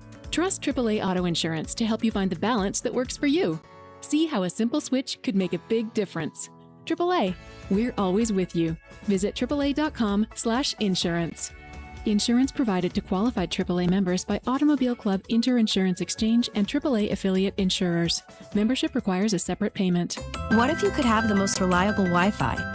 And get this, what if you could keep it at the same price for 5 years? That's the Xfinity 5-year price guarantee. Just 5 years of fiber-powered Wi-Fi that boosts speeds to the devices that need them most. That finds and fixes problems before you even notice them. Like super intelligent Wi-Fi with a 6th sense. And that keeps you gaming in the fast lane, even when the whole family's banking on bandwidth. And here's the best part. No annual contracts, no hidden fees, and our best equipment included. Plus, get online in minutes with same-day Wi-Fi. Hey, let's face it, a lot can change in 5 years. Kids grow taller, dreams grow bigger, but your Wi-Fi? It would stay reliable and the price would stay put. The Xfinity 5-year price guarantee. Lock in your price and unlock the possibilities. Xfinity, imagine that. Select plans only. Restrictions apply. Powered by fiber, connects to the premises by coaxial cable. Actual speeds vary. Men, we all know how important sex is in a relationship, both for you and your partner. But erectile dysfunction ruins sex, which can often have serious impacts on your relationship as well. This is Jeff for Heartland Men's Health, and if ED is a problem in your life, you understand the impacts it has on you and the one you love. But I'm here to tell you that ED is a treatable condition, and almost without exception, you can have really good sex again. At Heartland Men's Health, we're experts in treating ED. We've treated tens of thousands of men with protocols that are effective in well over 90% of cases, which means if you're like most guys, good sex will be the norm. You could even last up to an hour or more and bring a level of intimacy for you and your partner that might just astound you both. It's time to have really good sex again. So call us. Just $99 gets you blood work, a medical consult, and if medically advised, a test dose. And if that test dose doesn't work in the office, your visit is free. Call 844-447-6600 or go to heartlandmenshealth.com. We have 3 offices, Overland Park, Independence, and North Kansas City. The world is coming to Kansas City. Is your parking lot ready? Over at Gann Asphalt and Concrete, they want to make sure that your business is inviting, that it's safe, and that, of course, your project is cost-effective, because they want to make sure that you're ready and that your business is ready before the world comes here. That's all possible over at Gann, who can handle any type of project your parking lot would need. That's because they're one contractor, all things parking lot. Check out their projects at GannAsphalt.com or give them a call at 816-688-3512. DQ presents the Blizzard Double Flip Deal. For a limited time, when you buy one Blizzard treat, you get a second for just 99 cents. That's 2 Blizzards, 2 spoons, 2 flavors, and 2 flips. So don't miss out on the Blizzard Double Flip Deal, available only for a limited time and happening now at DQ. Because the only thing better than a Blizzard treat is a second Blizzard treat for just 99 cents. It's a deal to flip for. The Blizzard Double Flip Deal. Get it in the app. Participation may vary. Straight Talk Wireless presents Pickup Truck Wisdom. Trust is earned. That's why I've stuck with Straight Talk. Same price since 2009 on Verizon's 5G network. Cause shoot, anyone can make a promise. Keeping it for years, that means something. Now plans starting at $25 a month with 4 lines. Find us at straighttalk.com and Walmart. Straight Talk Wireless. Straightforward. Always. Same price claim applies only to the base monthly price of our $45 plan from October 2009 to present. At Uline, the prevailing opinion is, if you don't live it, you don't believe it. The people at Uline believe in hard work, and they live it by being there 24/7 to answer your call, having 41,000 items in stock, and offering same-day shipping from 12 locations across North America. Business owners, sellers, buyers, shippers, and packers believe it. Uline is the hard-working, dependable source for your shipping and industrial supplies. Visit uline.com. There's a difference between liking a house and actually getting it. Redfin is built to make up that difference and close the gap between finding and owning the home for you. Redfin agents close twice as many deals as other agents, so when you find a home you love, you're not a step behind when it's time to make an offer. That means less watching great homes disappear and more focus on the ones you'll actually move into and call home. Redfin helps turn saved listings into real addresses. Get started at redfin.com. Own the dream. Royals coverage on The Fan, sponsored by Salvation Army Kick Hunger Civic Lunch on May 7th. Get ready to kick off a summer of soccer in Kansas City while fighting hunger. Join the Salvation Army for the Kick Hunger Civic Lunch 2026 May 7th. Score big for local families in need. Grab your tickets or table today at kickhungerkc.com. That's kickhungerkc.com. You're listening to 96.5 The Fan from the DM Injury Law Studios. Mike's got this. Car, truck, or motorcycle wreck? Remember, Mike's got this. 816-888-7500. Mike's got this. Hey, it's Scott Parks, and we've launched Beyond the Pitch KC, a podcast on how Kansas City landed the world's largest sporting event, presented by Commerce Bank. Visit commercebank.com/soccer26. Subscribe on the Odyssey app or wherever you get your podcasts. Welcome in to the Chiefs Red Half Hour. Every day at 11:30 with Cody and Gold on your new home for Chiefs football. 96.5 The Fan. Chiefs Red Half Hour is brought to you by Leavenworth PD. Be a cop, be yourself, build your career at Leavenworth PD. Apply today at leavenworthks.gov/police. We will also get a Masters leaderboard update coming up here in about 10, 15 minutes or so. Check in on what's happening on day 2 at Augusta. Find out who's moving already maybe a little bit. Check in on some of the big names. Of course, Rory and Sam Burns were atop the leaderboard at the end of yesterday. So Drew will have us with the latest, including, I guess, some controversy happening at Augusta with one golfer in particular. Not exactly sure what happened, but I know people are fired up about what one golfer was doing. So Dun, dun, dun. We'll find Knowing out. golf, it could have been like he picked his nose or coughed too loudly while somebody was putting. That's true. That's true. Very serious, that golf. Can't be doing it with any distractions, unless it's the Phoenix Open, in which... Oh, well, the Waste Management Open is Waste phenomenal. Yeah. Then it's do whatever you want. You and I were there, man. It was a fun time. It was. We did have a great time out there. It was beautiful weather. It was a perfect deal. It was a bucket list type of thing to go to. Another thing that is pretty cool is the draft. That is in Pittsburgh. Coming up 2 weeks from yesterday will be the opening night. And Mina Kimes was talking about a defensive lineman, and also Dane Brugler, who came out with his big draft kit, I guess you could call it, yesterday or 2 days ago. He was on the morning show, and they were asking him about David Bailey, because that's been the name, I think, probably since the college football playoff, that if you would ask me in January, and even still today to a certain extent, although we'll hear what Brugler had to say, if he's there at 9, like, that's who I want them to take. But does this change your feeling about that? I'll stick with Ruben Bain. I think he fits their profile with what they want as an edge rusher. We know that kind of want to get better at that area. I think it'd be tougher if Carnell Tate's on the board. It makes it maybe a tougher decision. But Ruben Bain, I think, makes sense for this team. Sorry, that's who he's saying they'd pick at 9. In talking about David Bailey, which I must have just pulled the wrong clip. That's on me, Drew. He had talked about how there were character concerns, of all things. We're going to have the character concerns crew come in later, Gold. We can talk about Bain in a minute. That there's some stuff that people are a little bit worried about. I don't think he said anything about David Bailey, but in his guide, he did. In the Beast Guide, he references a concern for off the field. Teams apparently want him to be more consistent off the field regarding off the field things. One thing that he referenced was in a game against Arizona State, he was basically face-to-face with a photographer post-game.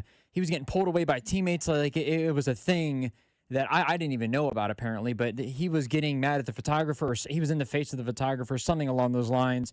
Was getting held back from teammates and separated and everything like that. I think the Arizona State photographer sued or something along, filed charges, whatever. It didn't accumulate to anything. But that coming up is something that isn't necessarily killing his draft stock, but Dane Brugler did mention it in his Beast Guide. Yeah, so if we're talking about these two guys, Bain and Bailey, Gold, it does feel like what I've come to figure out is Nate Taylor's talked about this and some others. There's a little bit of character stuff with Bailey. That's why some people have him falling outside the top 10. Not everybody. Some people have him going number 2 to the Jets. but it's also why, like, he doesn't necessarily fit the style of the Chiefs the way Reuben Bain does. Reuben Bain is a tailor-made fit for the Chiefs defense other than arm length. Style, play type, all of that stuff fits what the Chiefs do. And I think it's why more people were starting to, like, get the consensus being, I think more people think they're probably taking defensive line at 9, specifically if Reuben Bain is available.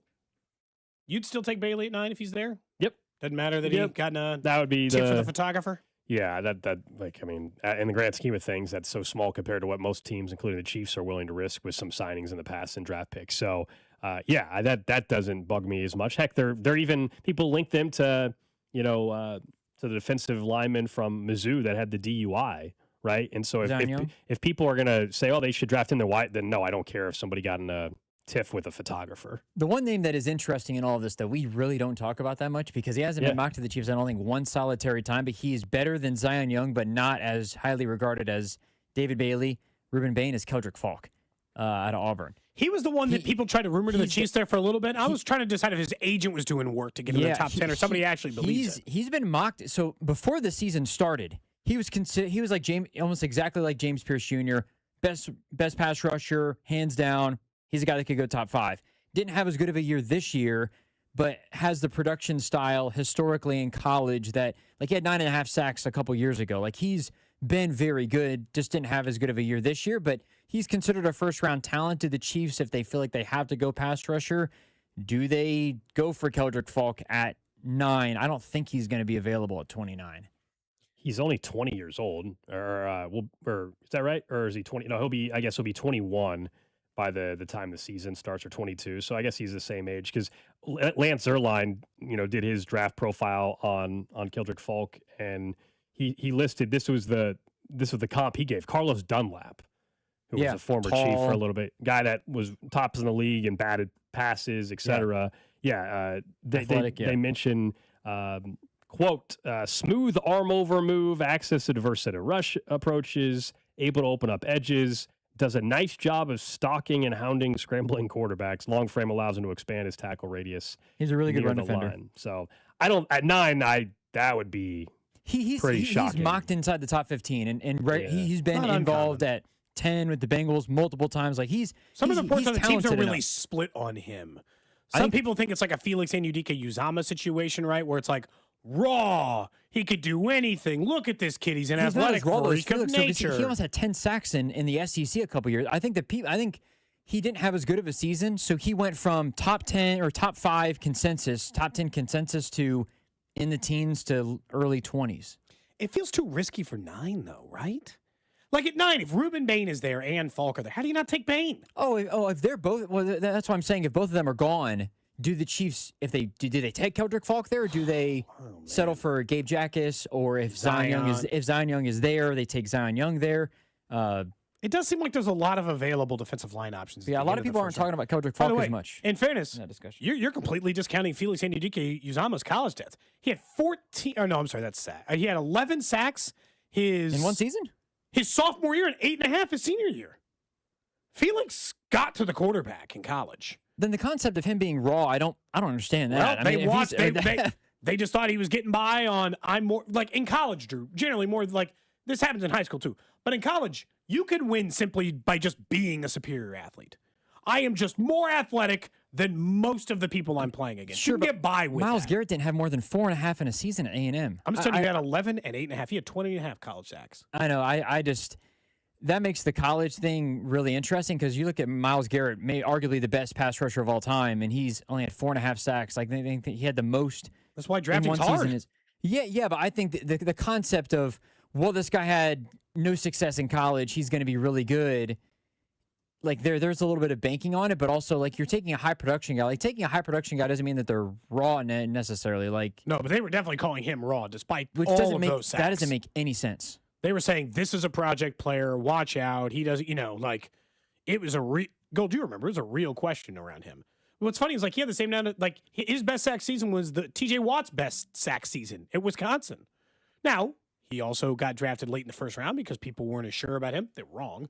He obviously is one of the most elite pass rushers in the NFL. it all comes back to the same thing, which is a number 9. They better get either 9 or 29 right. Don't really care which, but one of those guys better be what you said, pillar. One of those needs to be a foundational piece of your franchise for the next 3 to 5 years, at least. At least. The mock draft sounder. Only a few Shall we more of take a these, look you know? and see who Peter Schrager has as the pillars Sure. potentially of this team? So Peter Schrager, haven't done a mock of his. He only does 2 of them. Came out with this one a few days ago. So I wanted to get to it. Plus, we're going to have Bink and Chris on. This is only a 1-round mock. Haven't done a 1 single round in a little while now. But, of course, the Chiefs have 2 picks. At number 9, Peter Schrager has him taking Jordan Tyson, wide receiver from Arizona State. In this mock, Tyson is the first wide receiver taken before Carnell Tate, before Mekhi Lemon. In Peter Schrager's mock, he has Tate, for reference, going to the Dolphins at 11. At 29, Peter Schrager has him taking Colton Hood, a new name for the Chiefs. Corner, had a really good season. Of course, Jermai McCoy was not there. He stepped up very nicely. Also had a really good pro day. Colton Hood did for Tennessee, another corner. Different name being mentioned with the Kansas City Chiefs, of course, at 29. Popular pick, whether it be Avion Terrell, whether it be Mansour Delane at 9, Jermai McCoy at 9, and those rumors of conversation. But Colton Hood is a new name for the Chiefs. He played behind Travis Hunter at Colorado. He was a corner. With And then he Travis jumped to Hunter. Tennessee. Well, and that's a pretty he was reasonable very person good. to play behind. He was really good last year at Tennessee. And stepping up for Jermai McCoy, who, of course, was hurt all year. 4.4 speed. Yeah, he's fast. I'm convinced everyone's mailing these in. I have not seen a Chiefs mock draft in like 2 weeks that does not have them taking a corner at 29. Are there other available positions? I mean, it's a new Is there a well, wide they- receiver, an edge, a safety, a linebacker, a tackle? You're acting like that's crazy. I mean, of course it's in play in the first 3 picks. I mean, they traded away McDuffie and they lost Jalen Watson. They absolutely they don't need to necessarily draft one at 9, but at 29, 9, or 40, I think I'd be surprised. Guys. I would be very surprised if they don't spend a corner, pick on a corner with one of those picks. So anytime there's certainly in a mock draft, if someone's going to mock a corner to them at any, I mean, it makes a ton of sense. Now, is it going to be Colton Hood? I have no idea, but yeah, a corner at 29 in particular. If they don't trade up, we had Nate Taylor on yesterday that suggested that trade up twice. You know, maybe if they trade up from 9, then they would also trade up at 29 potentially as well. It makes no sense to me to just burn. Like, you finally actually get draft assets in a year in which you need to completely rebuild the roster, and then you just give all those assets up? Yeah. Just move up in the first round twice? It doesn't make sense. It doesn't make sense. Look, if they get it right, Drew, it won't matter. You're right. The your guy part of it. If you're right. But If they've Ruben traded up Benson plenty to of do a times 10-sack and guy, been then yeah. wrong. They've traded up plenty of times and been wrong. I would rather, and I do subscribe to the more picks is better than trading up. Occasionally trading up, I get it. You trade up, you get your Trent McDuffie. You do it here and there as a way of like assuring, not like he's your guy, as in he's the best player on the board by a mile. Not we like this guy. You know, that you just got to risk. There's got to be other players you like. Do you want more of a profile on Colton Hood, Sure. quarterback from Tennessee that Pete Schrager has then potentially taking at number 29? Fluid hips, quick feet, and his back pedal allow him to mirror receivers through their breaks without losing a half step. Press man technique at the line is where he lives. Gets his hands on you early with a forceful two-hand jam. Ball production speaks for itself. 3 career interceptions, 14 pass breakups. 4.4 speed, legitimate recovery gear. Competitive fire burns hot in contested catch situations. Weaknesses that they list over at Draft Buzz. Tracking the ball, receivers downfield beyond the sticks is a clear developmental area. Only 1 full year as a starter across 3 college programs. That's concerning. His uncle played in the NFL for 8 years as a defensive back. Do you buy in the, it's in your blood? I do if I'm recruiting you out of high school as a college player. I don't at the NFL so much in level. the I don't care if your dad played in the league. But if you're a high school kid and your dad played in the league or You got high level some hope college, that- then I actually think it matters. Yeah. In the NFL end, it's like, I understand there are plenty of success stories of guys who's, we just mentioned the Watts. That whole family played or whatever. But it's, I don't know, man. There's a point where it's like, yeah. If it's the cool, same I guess. position, I think it matters more. Oh, interesting. You think it matters more if it's like Antoine Winfield Jr., really good player. Dad was a DB. Or Surtain, same thing. Yeah. Pat Surtain. I think that's fair. If it's same position, like Shador and Dion, there's no comparison There's no between the two. correlation, Yeah, there's no comparison. 2 different positions, sides of the ball. Dion was fast. Shador's not particularly that fast. I like all of the. If it's the same position, I think it matters more. I would say. this goes back. I just don't want him spending a first round pick at corner. Don't forget our draft coverage is on 96.5 The Fan is brought to you by Blue Cross and Blue Shield of Kansas City. From here, for wherever you are, that's the benefit of Blue. When you look at, genuinely, when you look at where they are, it just goes back to the same theory. If I don't think I want every first round pick to have a high probability of getting a second contract. They're valuable picks for a reason. Well, sure. These are guys you want to be given second contracts to.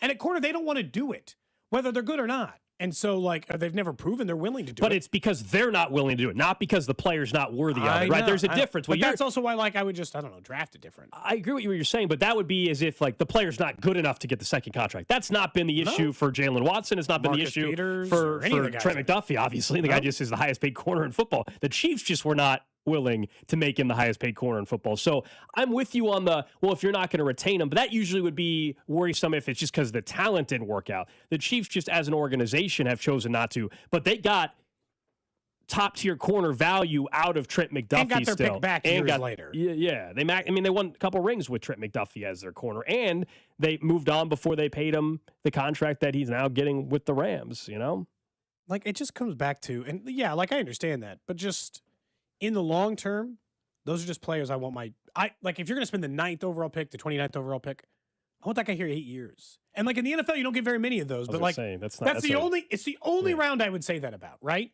In the second round, I'd be like, well, they don't pay corners. I don't care. I'll get 4 years and a draft pick back out of a corner and feel like I got all the value in the world out of it. Mm-hmm. At pick 9, that's why it's an absolute, if you take Mansour Delane, I don't care if he turns out to be an all-pro corner as good as Trent McDuffie. Pay him as the top corner in the NFL. This can't be another, we trade him for pick 22 after 4 nice years of service. That'd be such a waste of the 9th, not a waste, but it'd be a real sad way to spend the 9th overall pick. Especially if they're good enough and you're just ignoring it because it's a certain position that you aren't willing to pay. If they're good enough at that, after making that investment, if you will, of what you're saying. Yeah. I'm not saying just pay a guy 9 if it doesn't work out, because sometimes you're going to miss a picks. Look, half of the top 10 from last year probably stink.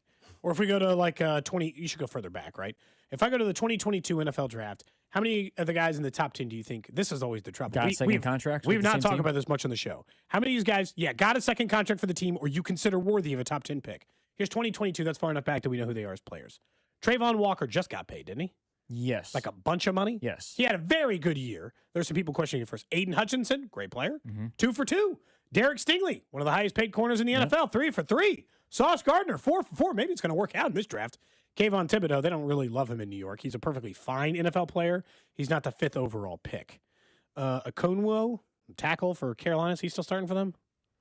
I can tell you. Okonkwo or whatever? Yeah, I don't know the Panthers tackle A whole lot of defense in this. Evan Neal, the Giants offensive lineman. He did not. No, Evan Neal Evan Neal did not work out at Drake all. London, 8th overall. Good wide receiver. I don't think you're mad that you picked it, but it's not exactly a home run either. Charles Cross for Seattle, and then Garrett Wilson. Those are the ones you're talking about. This was actually this was a pretty good draft. I should have found a worse one, I guess, because after that, it's bust after bust. It's full of the Jahan Dotson, Treylon Burks, Kenny Pickett's. It's a devastatingly bad draft after that. That's the same year they took McDuffie and Karlaftis and got those picks right. I am still weird. I don't remember who was that at me the other day. Dusty came out, and I don't even remember what he was comping it to. He said something like, "What's worse?" And he had listed one item, and then the second item he listed was the contract they gave to George Karlaftis. I was like, does anybody are you and I alone? What is bad about the George Karlaftis contract based on performance? It's going to look better every year. It just is if you compare it to his peers. And even, yes, I think production-wise, we'd like to see him get back into the double-digit sack range. But from a financial end, fast forward even another year, it already looks good, but another year it's going to look even better. He is going to be one of the most, I think, cost-effective contracts at his position here in about a year. For someone that will be, 25 throughout this entire season, yeah. Do I want more than 6 sacks, though, out of him? Absolutely. I think that's the thing that Dusty's coming from, is that angle of, it's not worth, I understand you're saving money, but it's not worth paying him that money when you could spend more money on somebody who is going to give you better production. Yeah. I think that's maybe the side that he's coming from. All right, let's get to another Masters leaderboard update and check in on what's going on day 2 at Augusta. Yes, good afternoon, fellas. Good morning. Good morning still, fellas. It's still Yeah, good morning. It's not 11:51. noon yet. It is past noon, though, in Augusta, Georgia. Brooks Koepka is making not necessarily a charge. There's a number of players who are under par for the day. Conditions a little bit different than yesterday. Not as dry on the greens. Brooks Koepka 1 under on the day, and for the tournament, Spieth the same way. Christopher Wrighton, who was up near the top of the leaderboard yesterday, fell off. He is back to 1 under par. Leader for the day in terms of scoring, Tyrrell Hatton at 5 under par for the day, 3 under for the tournament. Wyndham Clark at 4 under par for the day and for the tournament. He is in the clubhouse at 4 under, currently tied for third. Sam Burns just teed off. A little bit later on in the afternoon, Rory McIlroy will also make his second round officially start. John Rahm currently below the projected cut line of 4 over par. John Rahm is at 5 over on the day. He did not play at all well yesterday. J.J. Spawn, another name that is below the cut line. Patrick Cantley still has yet to tee off. He's at 5 over par as well. Again, the projected cut currently is at 4 over par. Bryson DeChambeau, Victor Hovland, Colin Morikawa, Matthew Fitzpatrick kind of on the back end of just making it. They're going to have good days in order to make sure that they end up making the cut for the weekend. Did you mention Scheffler? Scotty is... There's only 3 back to start the day. Scotty is 1 over on the day. One of the few players, actually, who is over par. He is at 1 under for the tournament, currently tied for 13th with Jordan Spieth, Brooks Koepka, Harris English, and more. What's the controversies? Golfers are out here flipping people off on the course. What's going on? So, the big controversy is the biggest, maybe disappointment of the tournament so far. Robert McIntyre, who is 1 under on the day, 7 over for the tournament, could still end up making the cut. He did not have a good day at all yesterday.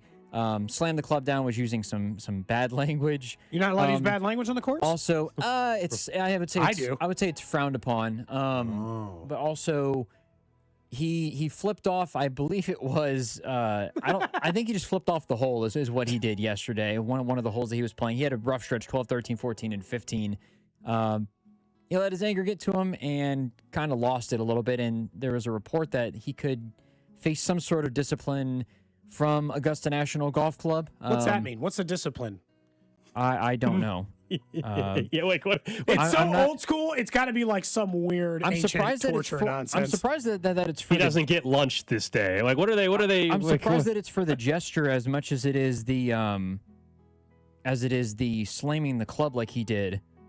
I mean, I've seen golfers slam clubs all the time. Is it just not allowed at Augusta? No, I understand that, but I think it's like they can get over themselves. I mean, come on. It's if you're technically, it's very frowned upon to slam your club in general, but I think especially at Augusta National and all these other things, I think they're an entity that is very protective, as you can understand, of the golf course and its conditions, which is why they don't let anybody play it. I think that. Well, there were other reasons why they didn't let people play there as well, but yeah. I think they would take some exception to that. But according to the story, he could face reprimanded. Disciplinary action. There's nothing beyond could face. He had a stern talking to, Gold. Of course, our Masters updates are brought to you by Gann Asphalt and Concrete. The world is coming to Kansas City. Is your parking lot ready? Gann Asphalt and Concrete ensures your parking lot is inviting, safe, and cost-effective. One contractor, all things parking lot. All right, up next, we'll get to what's trending, and we'll also get into now what we know about the stadium future for the Royals, including there's already an opposition group that is forming towards this idea of the Washington Square Park location. We'll discuss that, and somebody will not be joining Cody and I at the draft in Pittsburgh.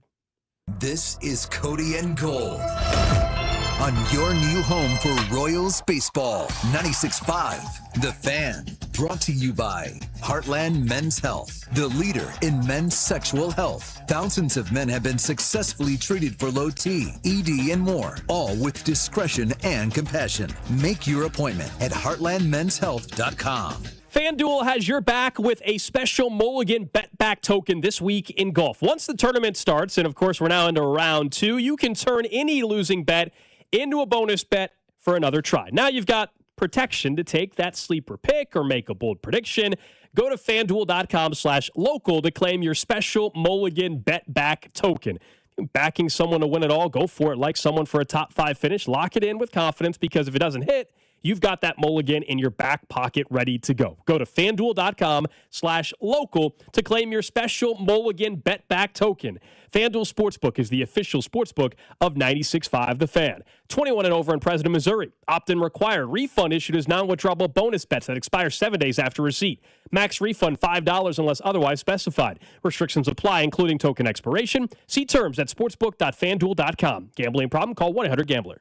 Hi, I'm Carter. And I'm Charlie. We'd like to share a quick story about a homeowner named Jack. Jack had a home he needed to sell fast. And Jack thought he had it all figured out. So Jack talked to multiple cash buyers. Jack chose the highest offer. But the day before closing, guess what?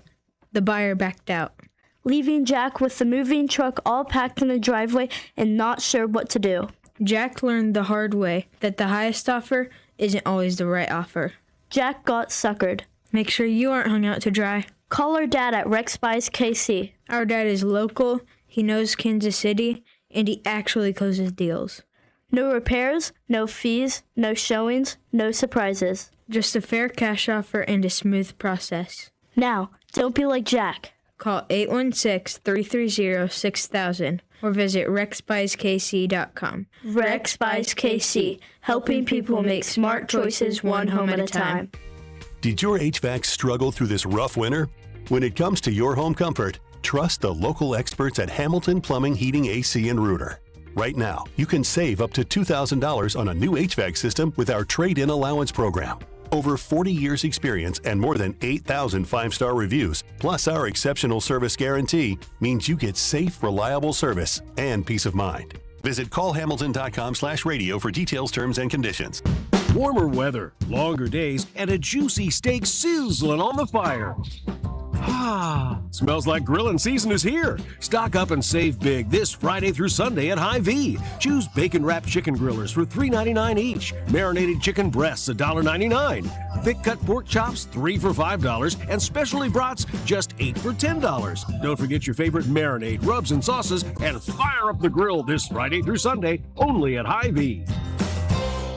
Hy-Vee makes our life easier every single day. Not only do they have great quality customer service and value every single day at Hy-Vee, they help us out and they take the pressure of shopping off our plate. We've got our Perks Plus membership. We upgraded from the regular Hy-Vee Perks membership because with Perks Plus, we get free grocery delivery or express pickup, plus even more exclusive benefits and savings like fuel saver deals all day long. So enroll today at Hy-Vee.com/perks. Only at Hy-Vee. Did you know about 1 in 3 people with plaque psoriasis may also develop psoriatic arthritis, which causes joint pain, stiffness, and swelling? Does this sound like you? Listen to what it sounds like to be a million miles away. Tremfya guselkumab, taken by injection, is a prescription medicine for adults with moderate to severe plaque psoriasis who may benefit from taking injections or pills or phototherapy, and for adults with active psoriatic arthritis. Serious allergic reactions and increased risk of infections and liver problems may occur. Before treatment, your doctor should check you for infections and tuberculosis. Tell your doctor if you have an infection, flu-like symptoms, or if you need a vaccine. Imagine being a million miles away.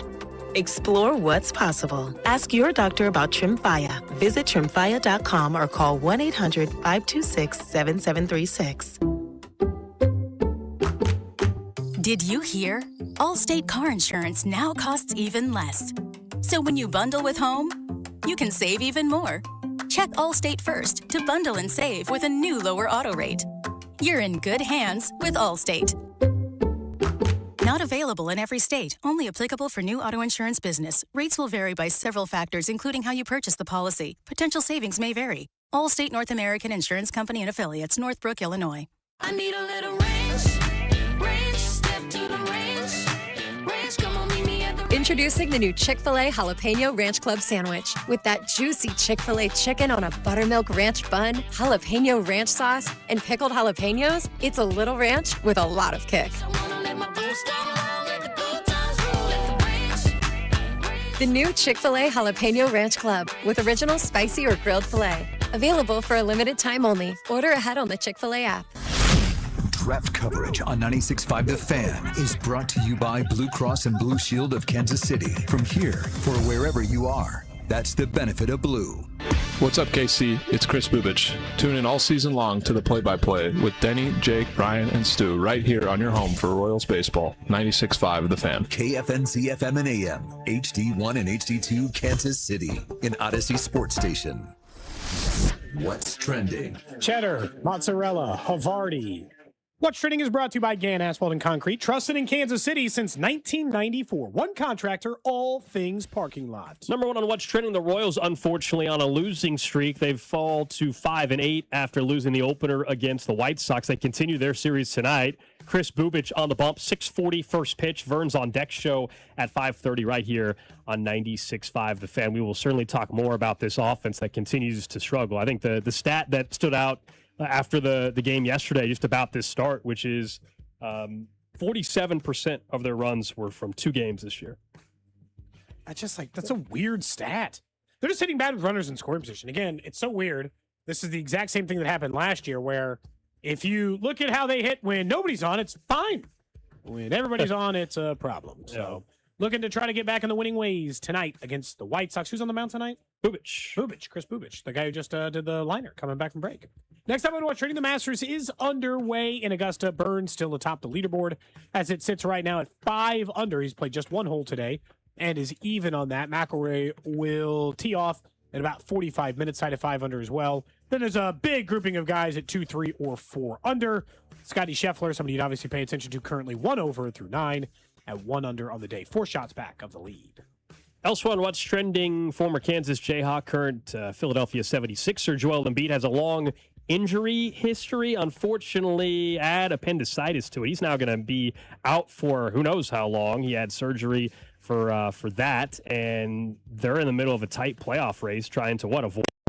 Is that right? So this is a significant blow to Joel Embiid and the Sixers. This guy just can never stay healthy. Curse, now, this even is like appendicitis is not like an injury. Yeah, but this is more of like, hey, it can happen to anybody. You can wake up in the middle of the night with some severe abdominal pain and have to rush yourself to the ER and have an emergency surgery. So this one's not really his fault by any means, but still, it's like, you got to be kidding me. Yeah, just can't even get away from it even when you're trying to get away from it. Next up on What's Trending, Michigan basketball. They obviously just came away with the national championship. Well, their star player, Cadeau, will be back for his senior season after reaching an agreement to return for his senior year. That'll give him another chance to compete for the chance to go back-to-back. That happened not that long ago, right? UConn went back-to-back, didn't they? UConn did? Yeah, just a couple years Florida back. was It trying had been to. a little while since then. But Yeah, Florida was the one before that, right? Yeah. In the NFL, potential corner on the market. The Colts and Kenny Moore mutually have agreed to seek a trade and a new home for the vet corner. He is entering the last year of his contract. Both sides agreeing it is time to explore a trade. This feels like one of those that's happening the day of the draft or draft night or something like that. Somebody looking for some corner help? Chiefs? Depending on where that pick might land. Somebody suggested Rice for Kenny Moore. That's nuts. But if they just want like a 4th-round pick for a 30-year-old corner, I'll have a conversation. But yeah, still, we'll see where Kenny Moore ends up landing as the Colts and him apparently have agreed to part ways. Lastly, on What's Trending, official game time locked in for the KU-MU football game this season. Okay. It'll take place in Lawrence. They've made it Friday night football gold. It'll take place Friday, September 11th in the early part of the season. That's when you can go check Kansas out in Lawrence. You going to go?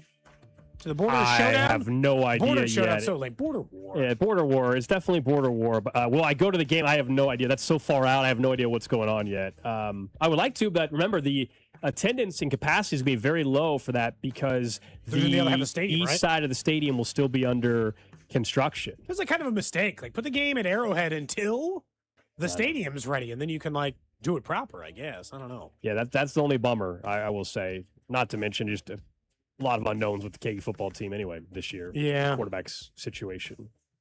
That's What's Trending here on Cody Gold.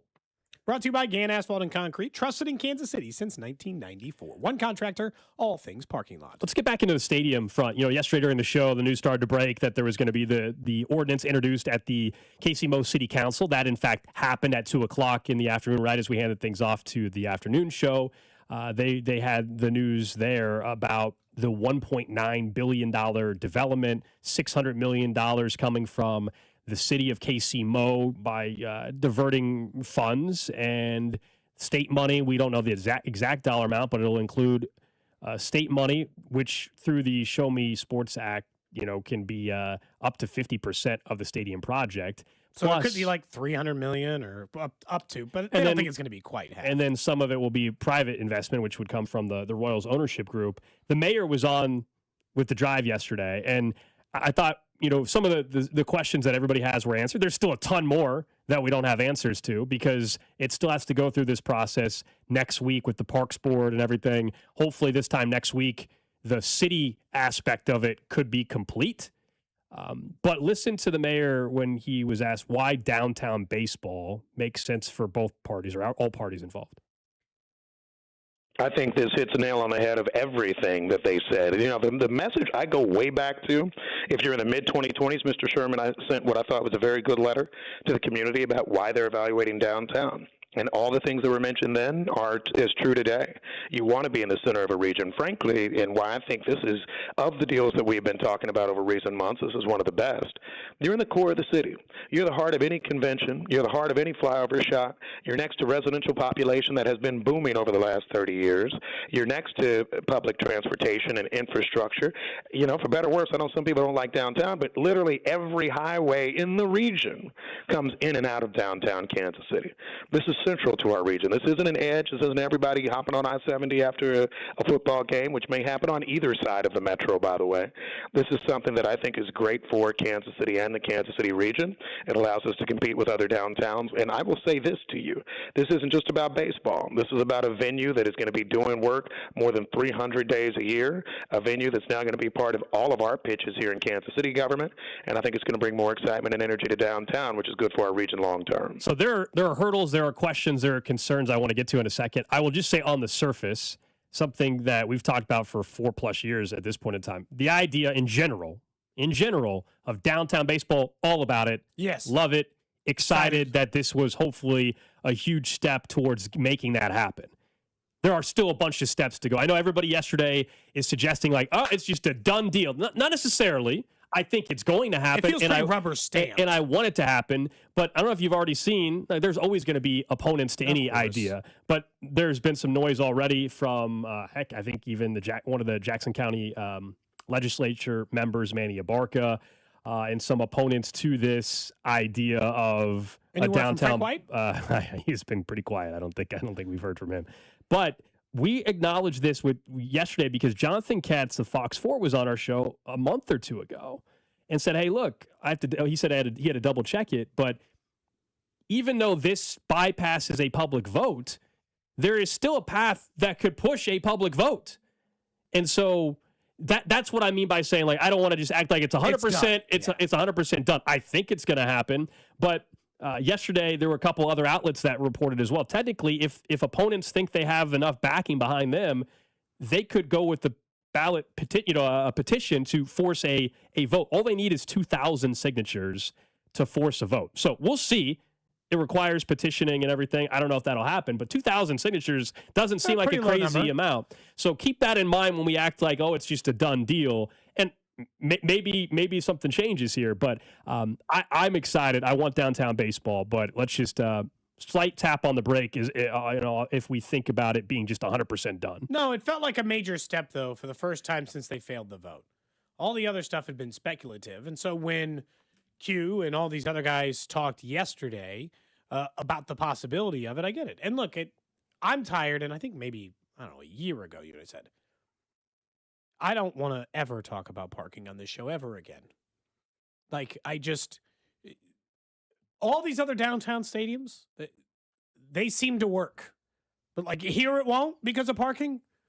Yes, you'll have to walk a little bit further. But as you pointed out, Gold, if I park on one corner of Kauffman Stadium, and then, my buddy comes in for a busy night at Kauffman Stadium, and it's, 20,000 in attendance, and I got to go walk to that one that's midway through to Arrowhead. That takes me 10 minutes to walk. Just a parking lot. It's the concept that people in Kansas City specifically, growing up here, we're used to parking in a giant lot and walking. And you're right.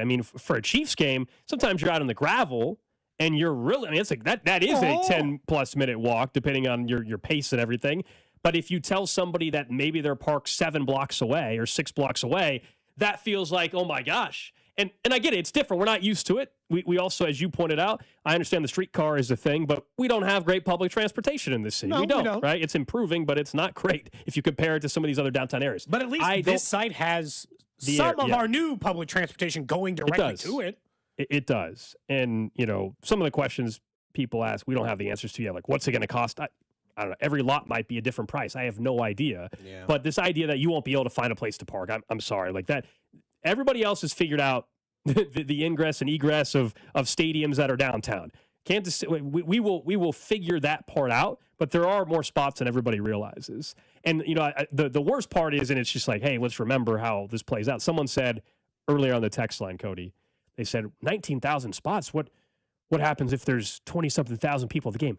Not everybody's driving a car and by themselves. Come on, guys. Like, what do we do? Arrowhead and Truman Sports Complex has 20-something thousand spots. 75,000 people go to games. Like, let's be smart about the situation here. You don't have to have 35,000 spots in order to have 35,000 people show up at a baseball game. Correct. Come on.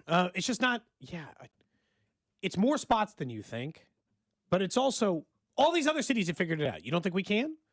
Like, all these other cities have, put a downtown stadium there, and people did find, somehow, a way to park. I understand the inconvenience of it. It is inconvenient. And sporting events are expensive.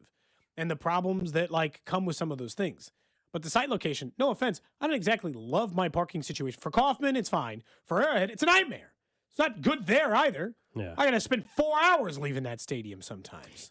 And they're not putting a football stadium downtown. That would be a whole different that's the issue. tailgating problem at that point. Like someone, 913-586-7965, someone said, is the loss of tailgating not mattering any more than parking to everyone? I don't know. Here's what Baseball, I just didn't think that ever mattered as much. I'm not saying nobody ever tailgates. We've seen it, okay? Oh, yeah. Like, we see it at Kaufman. Like tonight, there will be people tailgating. But I think we all know, anybody that's from here, anybody that's ever gone to a Chiefs game compared to a Royals game, we all know Chiefs games, it's all about tailgating. Mm-hmm. Royals games, I don't know the percentage, Cody. What, 5% of the parking lot is tailgating? Maybe. If that. I mean, it's just not zero depending on the day. You might walk down a row and there might be 10 tailgates. I'm not saying that some people don't like to or don't not like to tailgate or whatever. Of course they do. But the idea that Royals games are centered around tailgating is just not true. I'll also say that, and look, I appreciate tailgating culture and what it means to Kansas City, specifically to our sports teams, the Royals and the Chiefs. I understand it. I really do.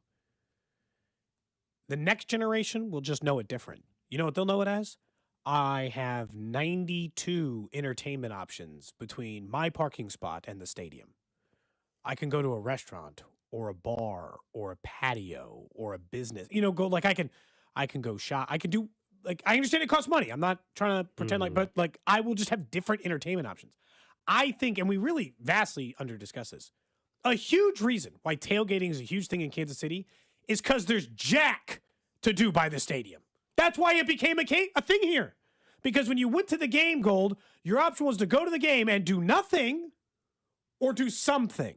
The reason why tailgating at Royals games happens at all is because there's nothing to do by the stadium. All you can do is hit up Cocoa Water Resort or, the gas station or the Taco Bell or the Denny's. The end. Those are the options as a kid. So you tailgated because there weren't other available places to eat. Like if you had a restaurant growing up in Kansas City, you might have just gone there. I'm not saying it's like a lock, and I'm not saying it costs money, but it's, I don't know. You're also telling me there won't be, whether it's the city or some other company won't, come up with some sort of other transportation option other than Uber, like a bus. Yeah. I'm not even just talking about from the city, but you're telling me some other company won't try to partner up with some business and offer a bus ride from the suburbs and it'll be to $8 downtown or whatever. I just think stuff like that will develop as time goes on too. I agree. There'll be one that picks up at, like someone pointed out on the text line, there'll be one that picks up at Oak Park Mall and takes you down. Hey, back in the day, you and I were talking about this earlier. I used to take the Royals bus to games. For someone you live on that side of town. Like for me, when I was a kid, we would go to even Chiefs games. I think it was Rosanna Square Shopping Center. There was a bus that took you to Chiefs games. That was a thing we used to do. Yeah, just so there could be stuff. I'm not saying guaranteeing that's what's going to happen, but I think the parking thing will sort itself I hope out. that this does increase the streetcar. I'll say, I hope that they just I wish it'd by state. I wish it'd go all the way your way, man. I wish I could take it across the whole city. Truthfully, I really do. But at least now we can get UMKC to River Market pretty soon. So I can get all the way from I can get all the way to where I teach. Well, pretty soon to the riverfront, to the current stadium. Yeah. That's so I can get to pretty soon here. I can get from Riverfront to Casey Street. It's about a 10, 12-minute drive for me. and I can take it all the way to like where I teach at UMKC or where I used to live, almost near Waldo. It's like it's not perfect, and it's not a dream scenario for public transit in the city. It's definitely better than it was. It's and incorporated a lot of people. It's just going to be different, and it's the same thing we talked about with the airport going back a couple of years. Right? People are used to what people are used to what they're used to, and change. People can be reluctant to see change happen, and it's different. And for some people, it will not be in their mind the better option. For others, they're going to like it more. Not going to appease everybody. There's going to be some people that are going to say this is way worse for me individually, and there's going to be others that say, wow, this is better than I've ever had it.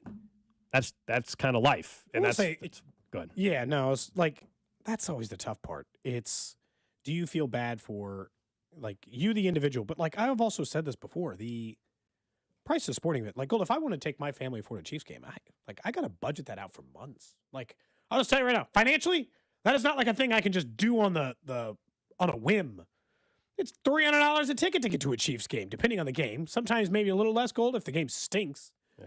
But like, $1,200 plus food, plus parking, plus that, it might be a $2,000. It's like going to Disney World to go to a single one. So I'm not saying it's all out affordable, but it's just for the central part of the city, it's good. And I think you pointed this out.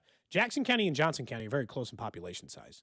So if it had ended up, they're not quite there. I think Jackson's still got a slight edge, but it's close enough that they're virtually equal. Had they put it at 119th, they probably would have been around as many total fans as they are in the downtown location. But downtown to me in Kansas City, and this is the benefit of it, some downtowns are different. Kansas City is designed in a way that Quentin Lucas is right in the idea that it is like I think it's a 25-minute highway drive to pretty much everybody in all of town. Anybody you would consider relatively in town, it's inside of a 25-minute drive, don't you think? For you, isn't it about a 25-minute drive maybe from your place? We looked at basically, right now driving to the sports complex versus going downtown. It's actually going to be a little bit quicker depending on the day. And you're in South Johnson County. Yeah. I'm in the Northland. It doesn't take me 25 minutes, but my brother who lives up like by Zona Rosa, maybe it takes 25 minutes for him to get downtown. It's not, and him living in Zona Rosa and you living in South Johnson County, you guys are on opposite dots. If you live in Lee Summit or Blue Springs, it's further than you had been driving, but it's still probably 25 minutes or so down I-70 to hit the downtown corridor. And there's a lot of, look, we got, assuming this all passes and everything, we've got, 4+ years till this happens. So there'll be a ton of different questions and answers that we got to get along the way in terms of some of the specifics of exactly how everything's going to work. But yesterday was a big step. We'll see if there's anything that happens with some of these opposition individuals and if they can force a vote or not. Yeah, they might. I don't know if that's feasible or not, but just something to keep an eye on. I imagine they thought of that. We'll see, I guess. Sure. At least on that. Yeah, I don't know if it's one of those scenarios where it's like, hey, if the city council passes it next week, if it's too late already. I don't know. If that's the case, then it doesn't really matter. No, yeah. You know what I mean? Like, because you're not getting 2,000 signatures by next Thursday. So I don't know how that plays out. If the city council approves it by next Thursday, might be too late. Too late already. I don't know. Don't forget, 2 weeks from yesterday, you and I will be out at the draft, which is, I don't know, pretty good feeling, obviously, as we'll be just around the corner from getting to spend a little bit of time. Our draft coverage on 96.5 The Fan is brought to you by Gann Asphalt and Concrete, the Leavenworth PD, and the Salvation Army's Civic Lunch. But one relatively big name, Gold's not joining us.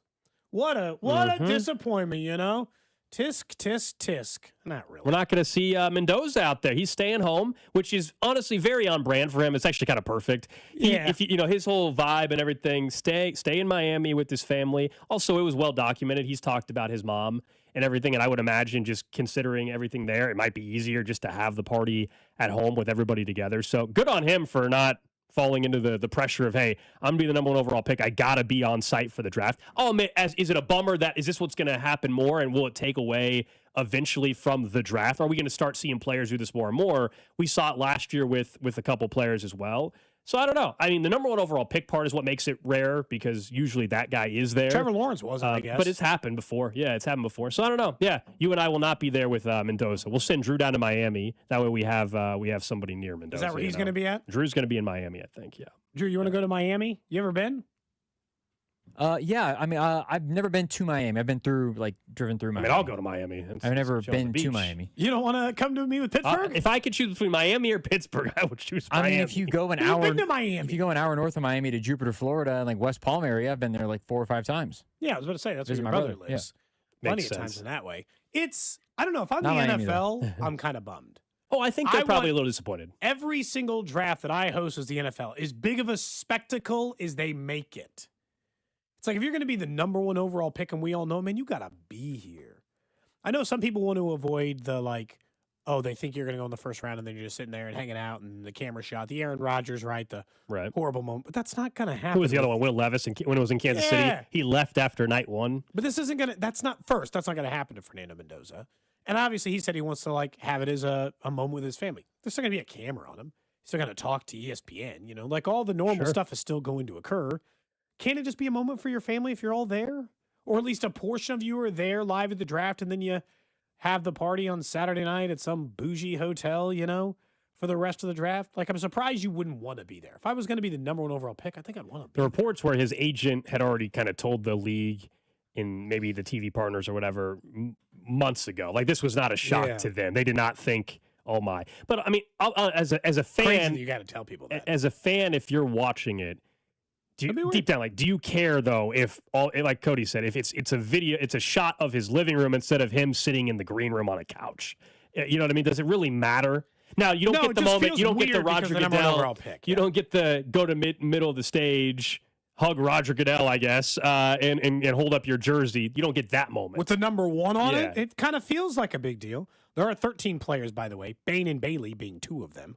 Mansour, Delane, Caleb Downs. These all sound familiar. These are the players that we've all They're all going to be at there? some point. Yep, all going to be there. Well, that's a good sign for us, I guess. Kendrick Falk, Colton Hood, Makai Lemon, Jeremiah Love, Mauga, and then a few others, names that don't matter, like Ty Simpson and Carnell Tate, Jordan Tyson, and Arvell Reese will all be there as well. So pretty much everybody on the Chiefs draft board.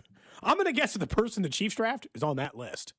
Don't you? Well, I hope so. We're going to be there, so I would like the player they draft to actually be on site. That'd be nice. I just mentioned the 3 wide receivers, the 3 defensive linemen, and the 2 corners we've all mentioned as a possibility for the Chiefs at 9. It feels like at least the 9th overall pick is going to be in attendance for them. Jeremiah Love's off the board now, I would assume, now that they've signed Kenneth Walker, but we'll see. Somebody's they don't really care. I don't know. I just thought it just seems like kind of if I'm the NFL, I feel like I'd have, please? Or is this a part of you're going to be in the NFL, so it's kind of your job to be here for this? It really is on brand for him, though. His whole mentality in style, honestly. If there was a quarterback that's going to go number 1 overall and he's not going to be on site, I'm okay, it kind of fits. That's his whole vibe. Somebody said the Trevor Lawrence year was COVID. Maybe that's why it wasn't. Okay, well, everybody wasn't there then. Yeah, slightly different energy. Remember Roger Goodell was in his basement in that chair? Oh my God. That whole thing? Wasn't that year? I'm assuming that was the Joe Burrow year. Okay. I'm assuming that this is a psychological thing. That is a logical progression inside of there. I forget so much about that year, that COVID year. I was like, oh my God. You were talking about Roger Goodell sitting he was doing the Jim Nance. He was in a quarter zip in his basement. And we're like, what are we watching? What kind of sports is this? Nothing's right. They didn't miss a single NFL game. I'll tell you that much, Gold. They didn't have people in the stands by the time the NFL started up, but based on the timing of when COVID ramped up and when it eventually became a little more under control, they certainly didn't miss a single football game. Missed plenty of baseball. Missed plenty of other sports. We had the NBA bubble, thus birthing the snitch line, but we did not have to get the other version, so we'll see. Somebody said over on Twitch, by the way, we were talking about the stadium stuff, just to wrap that up for 1 second. They said, when are they going to tell us what's happening with the Truman Sports Complex? Ugh. Well, based on the Jackson County executive press conference that they had, a week or so ago, or 2 weeks ago, and in August or in the fall, that they're going to have a plan put together, they say. So we'll see. There is none yet. I don't think it's going to be whatever that pie in the sky It's not going to probably be Ferris wheels and hotels. You know what I'm going to guess it's going to be? A bulldozer.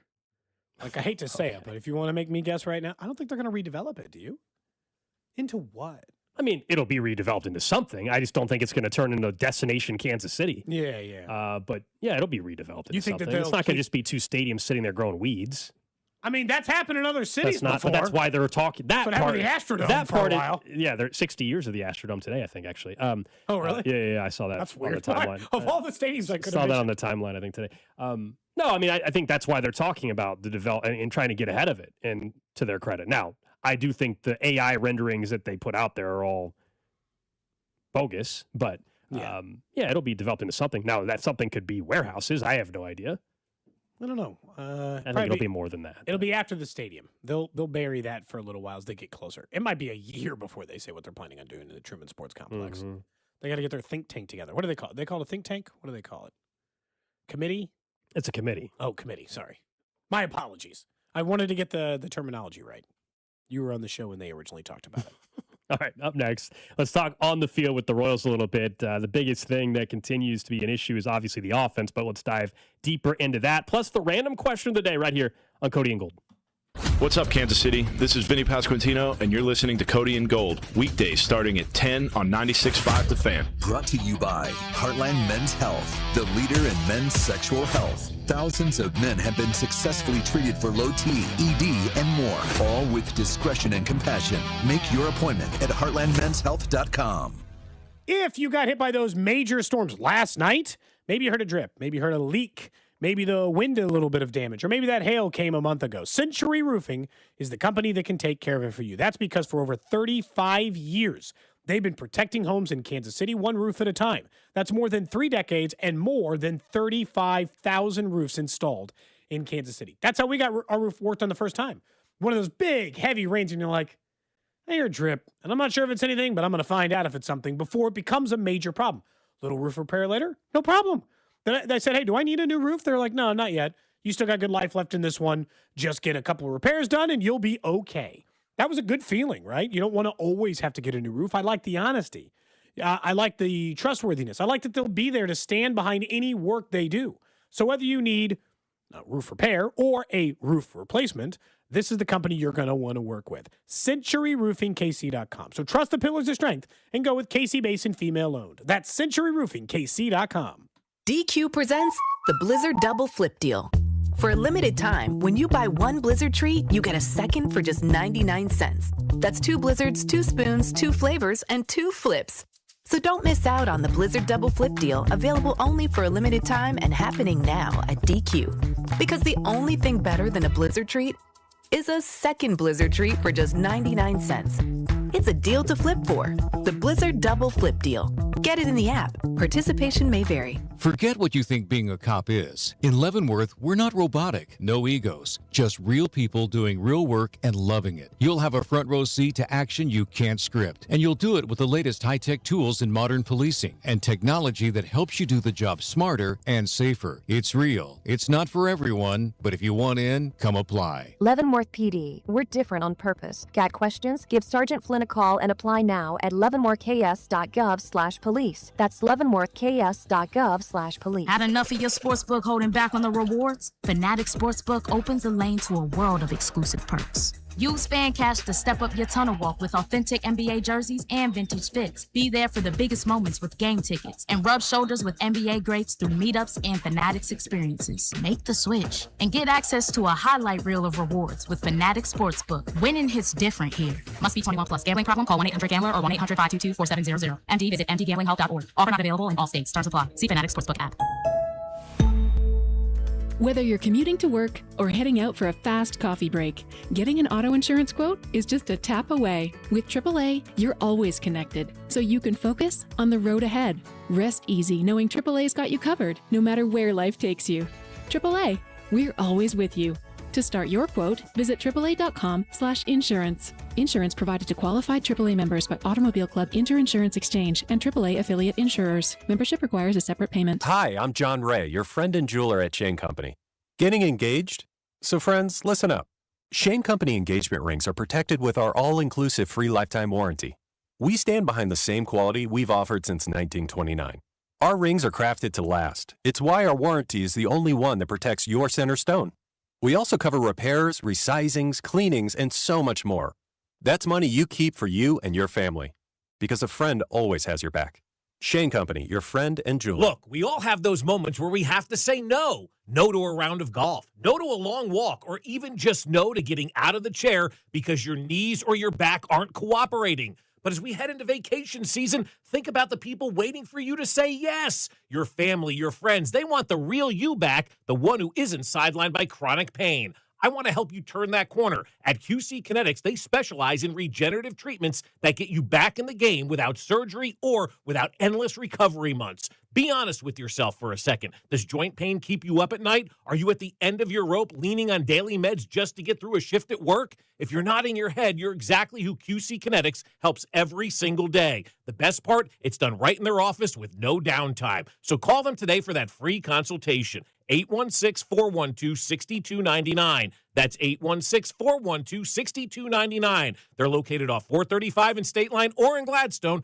816-412-6299. I'm Piera Palazzolo, VP of Digital Marketing for the American Management Association, a company focused on the management training skills needed to enhance the careers of business professionals. We did our research when it came to the best companies for website development and chose AmericanEagle.com. And we couldn't be happier. AmericanEagle.com worked closely with us to understand the front and back end requirements needed to launch an e-commerce website that could handle the complexities of running thousands of seminars nationwide. Our robust new website and improved SEO saw immediate increases in site traffic and web revenue. If you're in need of managerial effectiveness and success, visit our website at amanet.org. If you're in need of a website that provides an unparalleled consumer experience, I highly recommend AmericanEagle.com.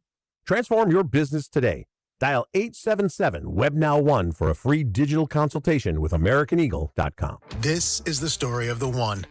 As a maintenance tech at a university, he knows ordering from multiple suppliers takes time away from keeping their arena up and running. That's why he counts on Grainger to get everything he needs, from lighting and HVAC parts to plumbing supplies, all in one place. And with fast, dependable delivery, he's stocked and ready for the next tip-off. Call 1-800-GRAINGER, click Grainger.com, or just stop by. Grainger, for the ones who get it done. There's a difference between liking a house and actually getting it. Redfin is built to make up that difference and close the gap between finding and owning the home for you. Redfin agents close twice as many deals as other agents, so when you find a home you love, you're not a step behind when it's time to make an offer. That means less watching great homes disappear and more focus on the ones you'll actually move into and call home. Redfin helps turn saved listings into real addresses. Get started at redfin.com. Own the dream. This report is brought to you by Bet365. Winning is everything. With Bet365 early payout, you win even if they lose. Get paid out instantly when your team goes up big, even if they blow the lead later. Bet365. Winning is everything. Gambling problem? Call 1-800-GAMBLER. 21 plus only. Must be physically located in Missouri. You're listening to 96.5 The Fan from the DM Injury Law Studios. Mike's got this. Car, truck, or motorcycle wreck? Remember, Mike's got this. 816-888-7500. Mike's got this. Hey, it's Scott Parks, and we've launched Beyond the Pitch KC, a podcast on how Kansas City landed the world's largest sporting event, presented by Commerce Bank. Visit commercebank.com/soccer26. Subscribe on the Odyssey app or wherever you get your podcasts.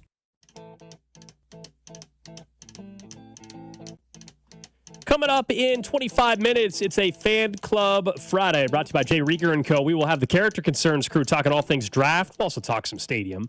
We're all from Kansas City. We'll have Bink, Chris Unocero all in studio with us. Looking forward to that. Bink is already here. I thought you told him 1 o'clock. I did. I said 1 to 2 today. I said 1 o'clock to Bink. I said, hey, man, 1 o'clock, come on in studio. And then He got here when? you've noticed Drew hasn't talked in a while.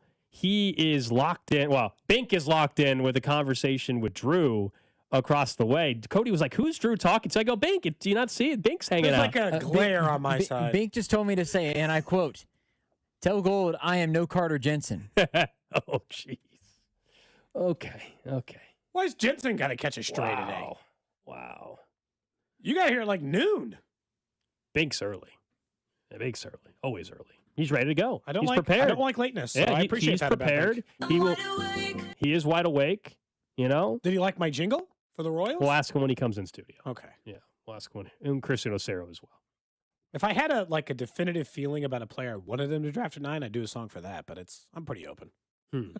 You know, I'm not like dead set on it. Needs My to be only this thing, player. and we could play it if you want. My only thing with it, it's great, is you're telling people to call Bobby, Salvi, and Witt for runs. They're the ones that need the help right now. Yes, but again, they're also the only help that the Royals are going to get in that department. For people who they don't know what we're talking about. So Cody made a jingle for the Royals to score more runs. The Royals need to score some runs. They need runs now. Call Bob Salvini. 877 runs now. The run output is pitiful and they need runs now. Call Bob Salvini. 877 runs now. 877 runs now. They've hit thousands. They can still hit two. One lump bunch of runs. They will help us too. If you need more runs and you need them now, call Bob Salvini. 877 runs now. 877 runs now.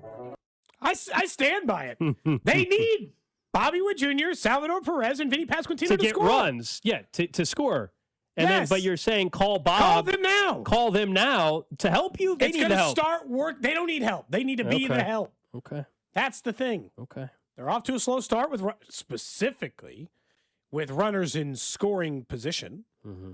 So, you got to take advantage of it. Plus, that is an all-time jingle. That might be one of the top 10 jingles of all time. It's one everybody knows. Everybody knows that jingle. It's been stuck in my head since 8 a.m. this morning, I would say. Every time we're sitting in break, it's stuck in my head again. This is these 5 texts in a row, the perfect example of how people feel. One text, this song is amazing. The next one, what in the hell? Cut them off. Someone else, oh, holy bleep, it's perfect. Someone else, just tuned in, WTF. Those are all perfect reactions. I actually think a song is best on this show if it gets like a really perfect mixed reaction of people who love it and hate it. Somehow, that's like right in our sweet spot. That's a hell of a lot better than the one the Mets tried. I'm taking the over tonight. Oh, the Mets one. We found I didn't out realize that existed. Somebody tweeted us earlier that the Mets for J.D. Davis did a thing off the J.G. Wentworth thing jingle in 2019, and we played it, and it's terrible. So I will say yours is a million times better than this. This was depressing. You really need a clutch it, you should call me now. Call J.D. Davis. 877 runs now. It's your team. Use them when you need them. Call J.D. Davis. Yeah, that was terrible. That one's Someone depressing. says lawsuit coming. The great thing about parody, you can get away with that. Yeah, they let you. That's covered under intellectual property. in Yeah, some we're all capacity. good there. All good. I think Weird yeah. Al got away with this all these years. I made a whole career out of it. I'm allowed to do. And by the way, this is not like the first song I've covered. J.G. Wentworth is finally going to be the company that. No, comes I told after me? you. I still think you're going to get sued by Boys to Men at some point in time, based off your song you made. A complete direct ripoff of what was the song? That was about needing more runs. Or just one more run. What was that one called? One more run. Something about like just one win. That was after they had lost 13 in a row. Just one more win. That's what it was. I don't have it pulled up, but yeah. I'd have to look it back. Up. Someone says at least Cody's on pitch. Thanks. I'll take that. That's a win. Someone says, can we play Vinny songs? No, this one's going to cover everybody for now. God, it really is exactly. Every other text is, I love it. This is the greatest thing I've ever heard. And then there's the top text says, holy F, that song was terrible. Well, it's just, it kind of perfectly encapsulates. It does. Where we are with this. Look, last night's game. This offense is was an terrible right epitome now, of man. Kind of the way they've started. They are very bad with runners in scoring position. Salvy's 0 for his last 16. They feel like they're 0 for the last century. They got to figure out how to get hits with runners on. They're walking okay. They're getting hits in other spots okay. But the second one base runner touches the base paths, the whole offense shuts down. And they're getting enough starting pitching right now. Last night, when your starter gives you 6 innings, 1 run, your entire staff gives you 2 runs over 9 innings, you got to win. You got to win that game. I'm sorry. You can't lose 2-0. Can't lose the game a couple days ago on Tuesday 2-1. If you win both those games, even if you're not scoring, the vibe around the offense is, it'll correct itself. And look, Jake is very optimistic, and I don't blame him for being. Mm-hmm. I do still think that the 3 guys we're talking about in the J.G. Wentworth ripoff are guys I expect to produce. Yeah, I think eventually. I think we're They will all produce. confident at some point that Bobby, Vinny, and Salvi will be huge parts of this offense and get it together. And history will tell us that they do.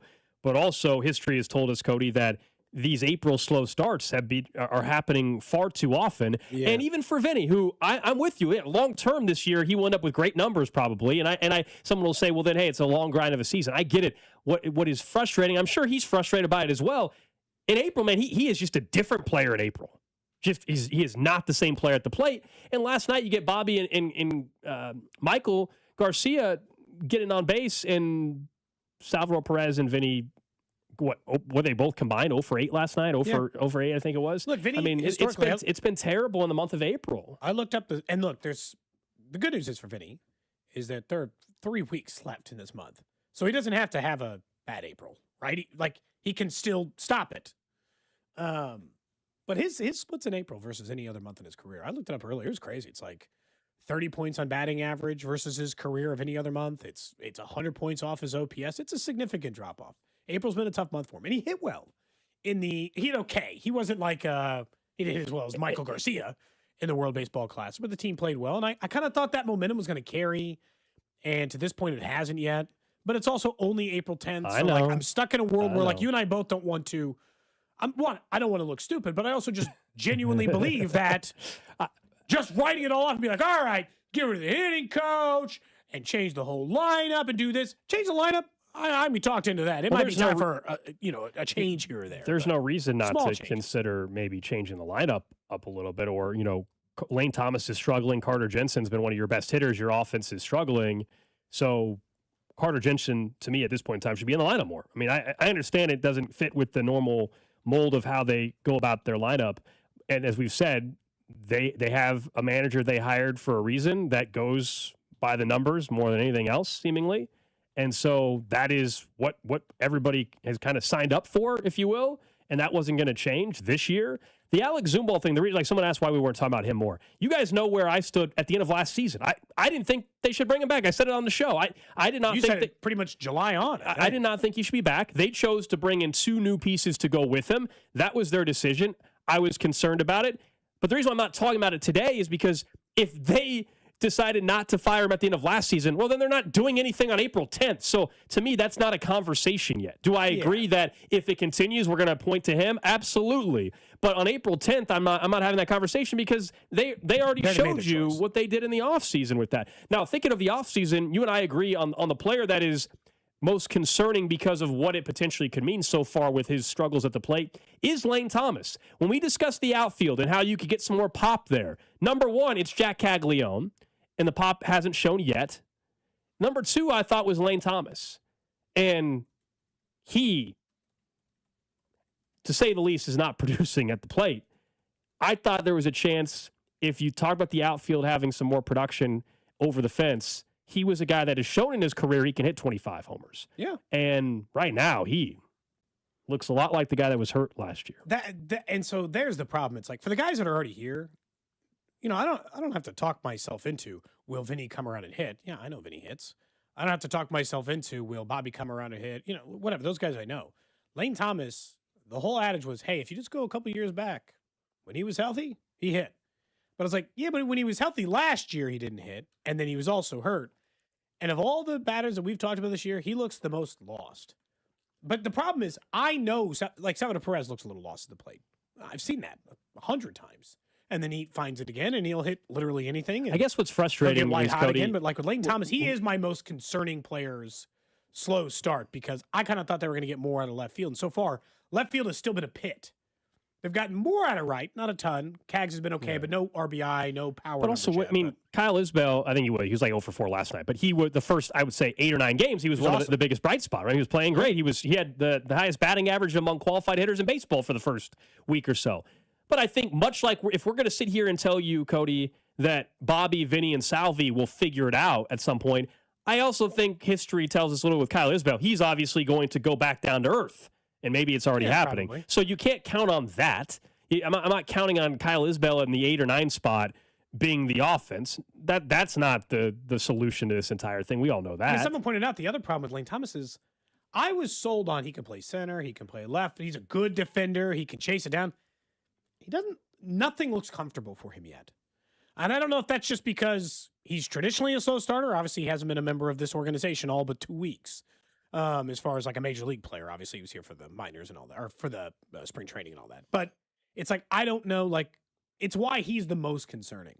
Like Jack Caglione, I just want to see the power numbers eventually happen. I think he's done a decent job, like, settling in better than last year, but he still struck out twice last night. But he's walking more.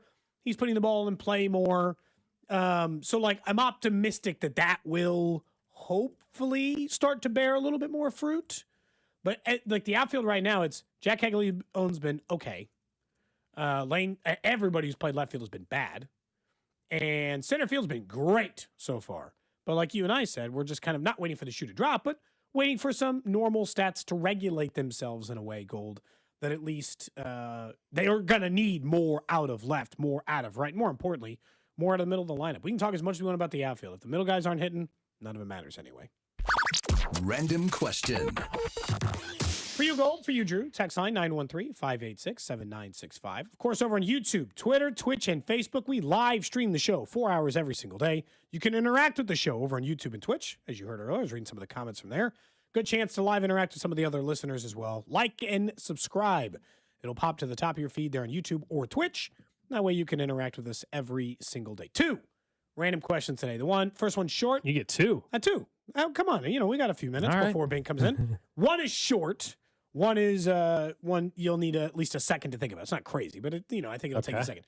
First one's short. So, as I told you, my son's obsessed with basketball. We have ordered a basketball goal. I think we can play some in the basketball or in the backyard, and then we can play some in the street. He just wants to shoot at home all the time. He needs a goal. Great. Okay. So we've ordered it. Better, it's supposed to be delivered in about an hour. Do you think it's better as a kid to, I've already built the goal and it's out there. You get off the bus, basketball goal. Or he sees it and we build it together. Does he know you bought it? No. Then have it up. Yes. Yeah, correct. So you think hoop up off the bus, check it out, basketball goal. 100%. Look, basketball goal, and now we can build it. You think the second he gets home, he can pick up a ball and shoot. Absolutely. He doesn't want to watch you put it together. He wants to shoot the damn basketball. Well, so I know, I think it's also nice to teach him to build some stuff. I think he just wants to shoot the ball. I know, but as a dad, I'm supposed to teach him other things. I understand. So you're saying, just like how you wanted me to come and sand your counter or whatever the heck it was. We were going to tile my match. Yeah, I did it all by myself instead. Uh-huh. Actually, my wife helped, but.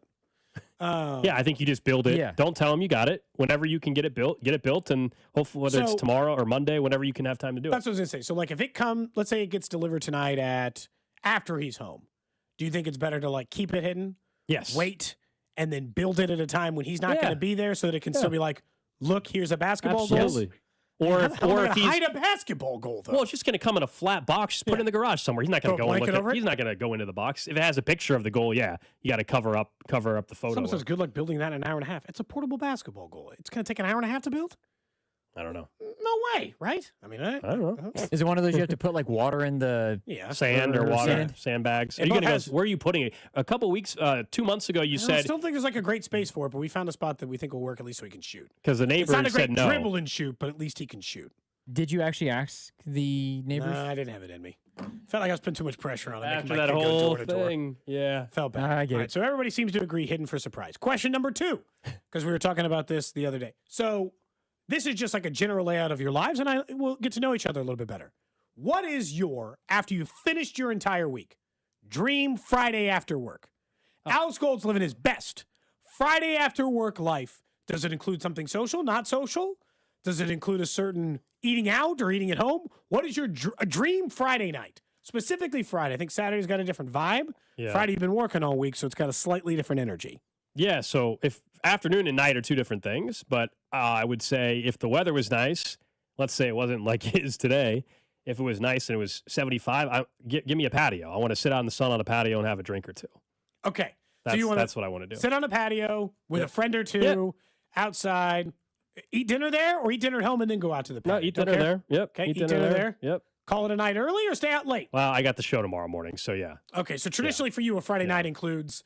Friday night, I don't stay out that late. Yeah, get out early for the patio, get back home at a reasonable time, call it a night. Yeah. Drew, what's yours? What's your ideal Friday night? I mean, we're coming up on when the weather's getting warm enough, the pool opens up. So, there you go. Get done with this, go on back to the apartment complex, go out to the pool for a little while. When does that open up? A month and a half from now or so? Probably. It opens up too late. Usually, the time needs to hurry up and fly by. Memorial Day. Or whatever, right? It's probably Memorial Day, but yeah, I would say go out, lay out, get some. You dip the toe in the pool for a little bit, enjoy the water, and then I'm a night person, so I can stay up as late as I want to on Friday. Get some what? Get the toe in the pool. D. Yes, some vitamin D with the sun. Get some vitamin D. So you don't mind staying out late on a Friday night? No, after a full work week? No. Because my ideal Friday is late night on Friday. Hell no. Genuinely, I want to be at home with food I didn't cook. Cook the rest of the week, right? Friday night, if I had my choice, no cooking. The house is clean enough, and I just want to like eat something that was made by another human at my house. I get it. And like watch a show or something. Like I don't even want to leave the house on Friday. Well, so okay, this was the argument. I don't mind leaving the house on Saturday or Sunday or those things. Friday night, that's my least desirable.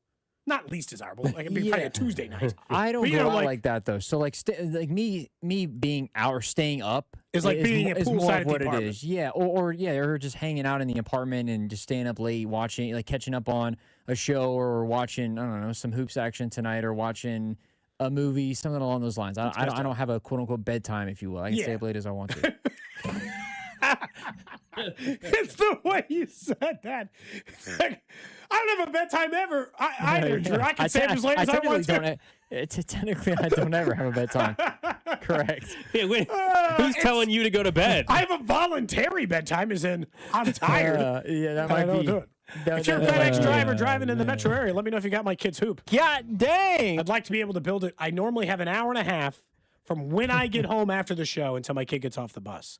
So if that thing's sitting in a box in the driveway, I bet I could get it built before we get there. There were a couple people who said build it. It's not that great. Somebody said watching the Royals score 1 run tonight. Classic Friday night. Come on. Why's it gotta be like that? I might avoid that. Why's it gotta be like tonight. that? I don't mind a baseball game on a Friday night. That is a nice way to spend an evening. I don't mind that, but if it's this scenario, I will. I'll find something else to. I'll watch the NBA. There's a greater chance that it does result in some pleasure. Text line says patio with fire pit and drinks. I don't mind a casual friend hangout on a Friday night. Like we're just sit outside, screen porch, talk, hang out, chat, maybe play a card game, nothing crazy. Yeah. Low key social interaction. Yeah, like a kickback sort of a feel for sure. Full blown going out does not interest me on a Friday night. Like I don't want to go to the bar. Yeah, I'm more of a People hangout are with saying friends sort of your thing Friday than night, Cody, bar. would have been having Drew over so he could be a father figure to him. Maybe teach him about the birds and the bees or something like that. Now Good somebody's Lord. over here. I still want to be a father figure for you, Drew. Just give me a chance. I know you have a father. And he's alive. Today's my dad's birthday, actually. So shout out to There my you dad. go. Really? It's his 60th birthday. It's my brother's birthday. So Hey. weird. Wow, that's amazing. It's my brother Seth's birthday. Happy birthday, Seth. And it's your dad's birthday. What's his name? Dean. Happy birthday, Dean. I wasn't gonna Shout guess out to that. Dino. September 1st, Kansas will launch sports betting. That's my birthday. The big 6-0, man. It's a big day for him. Can't believe your dad's only 60. That makes me feel old somehow. Yeah, no kidding. The fact that Drew's dad's only 60 makes me feel old. It's like, that's it? Drew's dad's only 60? Yeah, no My kidding. brother, I think, is 48. The one I was just saying. Wow. Well, I mean, we were born. I'm 6 out of 7. I'm on the I younger always end of my forget. siblings. I forget that. We're born between 1976 and 1987.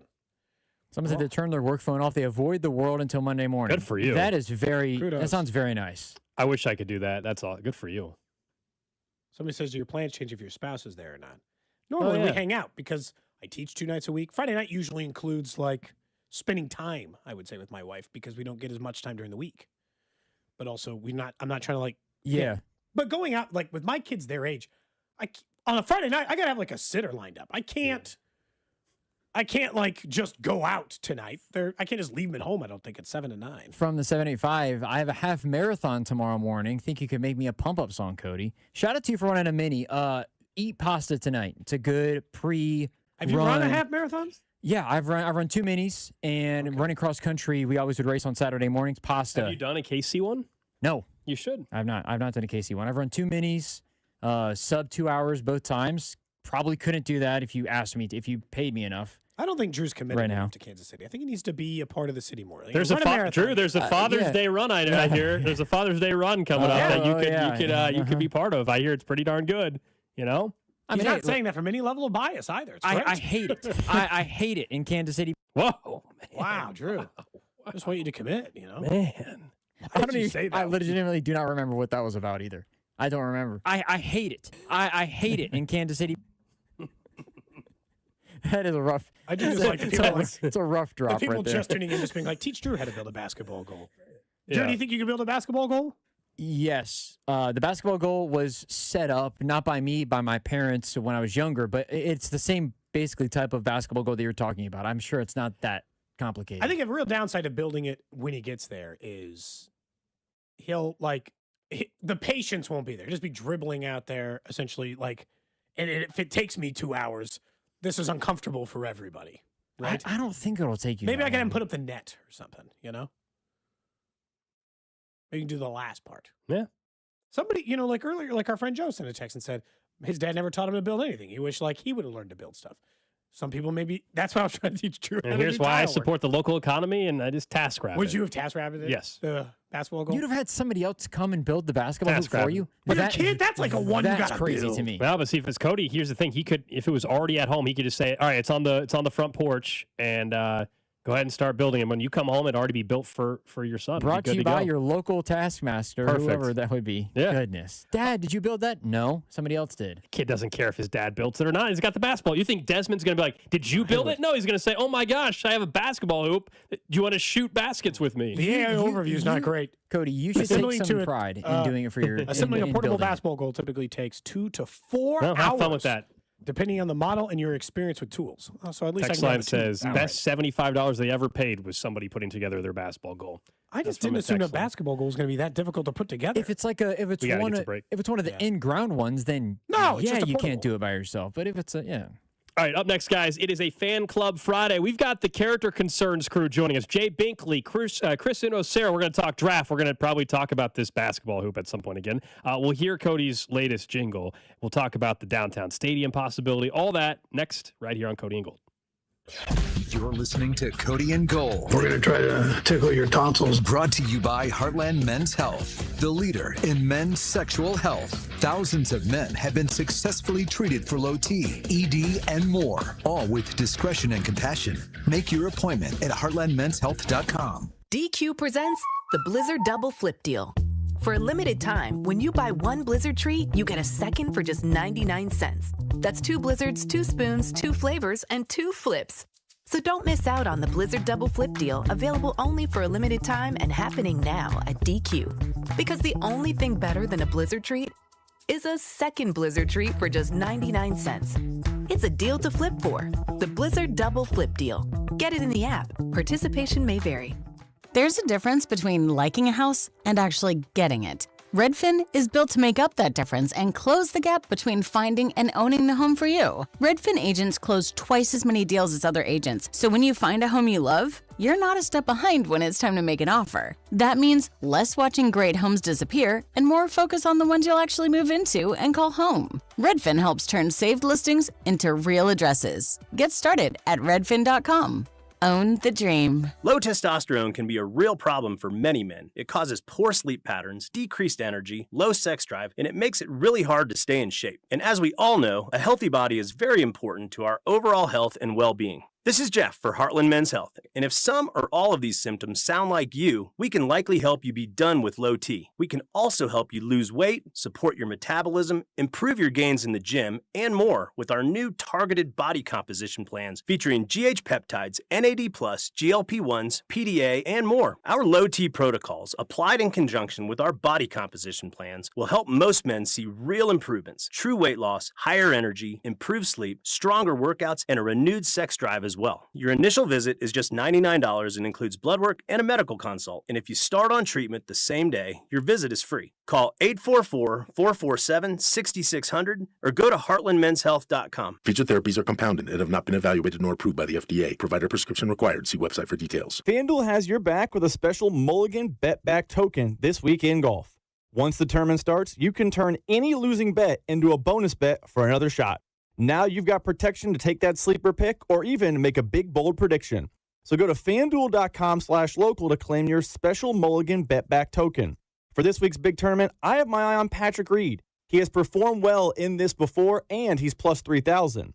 Backing someone to win it all? Go for it. Like someone for a top 5 finish? Lock it in with confidence, because if it doesn't hit, you've got that Mulligan in your back pocket ready to go. So go to FanDuel.com/local to claim your special Mulligan Bet Back token. FanDuel Sportsbook is the official sportsbook of 96.5 The Fan. 21 and over and present in Missouri. Opt-in required. Refund issue is non-withdrawable bonus bets that expire 7 days after receipt.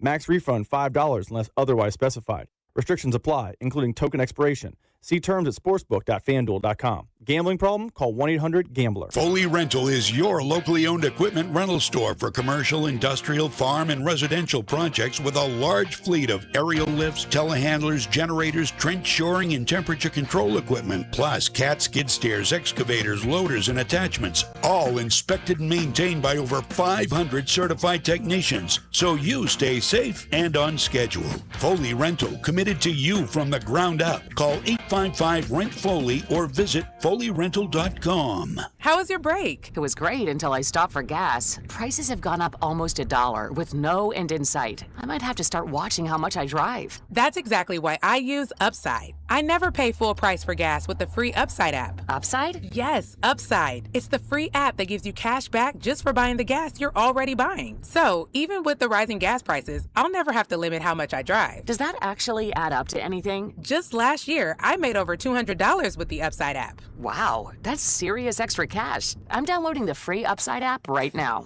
Download the free Upside app to earn cash back on the gas you're already buying. Use promo code WAGON for an extra 25 cents per gallon bonus on your first tank. You can cash out anytime, right to your bank account, or an e-gift card for Amazon and other brands. Just download the free Upside app and use promo code WAGON for a 25 cents per gallon bonus on your first fill-up. That's WAGON. Offers vary by user and location. Go to upside.com for terms and conditions. The playoff push is heating up. Tournament hoops are here. And if you're watching games anyway, you've got to check out Prize Picks, where it always feels good to be right. I started using Prize Picks, and honestly, I wish I had started even sooner. It is super simple. You just pick more or less on 2 to 6 player stat projections, and then you can build lineups across all kinds of sports. Basketball, baseball, even mix multiple sports in one lineup. What makes it even better is the new features, like early payouts, where if your player gets off to a hot start, you can lock in winnings early. And this social feature is great too. You can follow people, copy lineups, or share your own picks with friends. It just makes watching games way more fun because now every play actually matters. Download the Prize Picks app today. Use the code ROAM to get a $50 bonus credit in lineups after you play your first $5 lineup. That's code ROAM to get a $50 bonus credit in lineups after you play your first $5 lineup. Prize Picks. You do have to be present in certain states. Visit prizepicks.com for restrictions and details. Draft coverage on 96.5 The Fan is brought to you by Blue Cross and Blue Shield of Kansas City. From here for wherever you are. That's the benefit of Blue. The Fan's Draft Party is Thursday, April 23rd, live from the Brooksider Sports Bar and Grill starting at 6 o'clock. 96.5 The Fan, KFNZ FM and AM, HD1 and HD2, Kansas City, an Odyssey sports station. Welcome into the Fan Club. Step 1, we buy into this club. Step 2, we roll over to the club, either in your Mercedes-Benz or my pre-owned Acura Legend. It's not as much as a club as it is a couple middle-aged dudes in sweatshirts talking about sports. Bounce, bounce, bounce, bounce. Now all the ladies saying bounce, bounce, bounce, bounce, bounce. But you get the gist. Here's Cody Tapp and Alex Gold. It is a Fan Club Friday here on Cody and Gold, brought to you by Jay Rieger & Co. Of course, if you're heading out to the games this weekend, chance to grab some Rieger out there. We were just talking about our ideal Friday night. I had a Rieger night. cocktail at KC Current last night. Perfect. I had their, it was like a seasonal gin and tonic, and then there was like one other one. My brother randomly handed me a drink from them, and I don't remember. So he was buying. Some sort of whiskey drink. He was buying. There you go. Not the whole time, but I went to go pay. He slapped his card down. Good. Hit the tap pay before me. Good for him. You know, I'd never do that for him, so I'm glad he was there for me. You know, we're excited for this hour. You know, we've had Bink in, we've had Chris call him before. So I don't think we've ever had Chris and Osero, Jay Binkley on a Fan Club Friday with all of us. This is kind of cool. We're 2 weeks away from the draft, less than that, I guess. It's 2 weeks from second night of the draft, but we are, of course, at this point in 2 weeks, be already talking about what happened on round one. You guys have been doing a great job with the character concerns, mock drafts, the shows that you guys have been doing. And on draft night, you guys are going to be at the Brooksider, hanging out, broadcasting live. And my understanding, there's no Royals game, so there'll be no conflict. You guys should be on the air at 6 o'clock. Is that right? Yeah, I think this is our third straight year of not having to worry about the Royals interfering with our first round broadcast. Yeah, and you guys got 2 rain delays, I feel like, in there. One of them won. We did in it was in 23. The Friday broadcast got delayed because of rain, and then the next year, the Thursday broadcast got delayed because of rain. Yeah. So Yeah, we haven't had great. Hopefully, we don't have to worry about that because they play earlier. Are they off? They're off. Yeah. Okay, They they're play off. a day game That's the day great. before. That's great. Yeah, so it should set up nice. How are you guys? We were talking off air, like you guys are ready for it. I can tell. I mean, you guys, we've been talking about it a lot, I but would you like guys for the draft to be talking about the players. Like I would like for the draft to happen right now. I mean, we've talked about way more than normal, as we know, with the Chiefs season ending the way it did and not having the postseason. You guys have been tracking this stuff for months and months and months and months, going back really to last summer overall. So what do you think is the biggest change from what happened maybe in the feeling around some of these guys in September to where we are now? Whether it be with the Chiefs and who they're targeting, whether it's just a name that you didn't think was in play, what is the biggest change even in your guys' thinking from the fall to where we are now? And the funny thing is you see guys going up and sliding down. You see these character concerns coming out about certain guys or arm lengths or whatever. These are things that have been out for months. And people catch wind of it and start talking about it, but they haven't played football. That's the funny thing. You see guys sliding or, moving forward or whatever. They haven't played football. I get there's the combine and pro days and things like that, but I just think the slide of players or Ty Simpson where he's going to end up. I mean, there's a few storylines. The limited character concerns these guys have at this point, pretty limited. So, but guys are, sliding back, so to speak, but they didn't play. That's the problem. I think the thing from like September is like you look at the quarterback class. Quarterback class looked a lot better when it was August, September, and you had Arch Manning, presumably part of the class, and you had guys like Garrett Nussmeier, who was going to be like right underneath him and could arguably be. A lot of people thought he could be better than Arch, and he's a day two guy almost assuredly now. And you just look at how it just completely fell apart from the quarterback standpoint, and so now it's like there's all these other positions that have kind of popped up in their value. And also the top of the class isn't just, even without the quarterbacks, is just not as good as we thought it was going into the year. It still isn't like the worst. It's not like 2013 bad, but it's not great. Chiefs do love a player who gets in trouble. Is there somebody?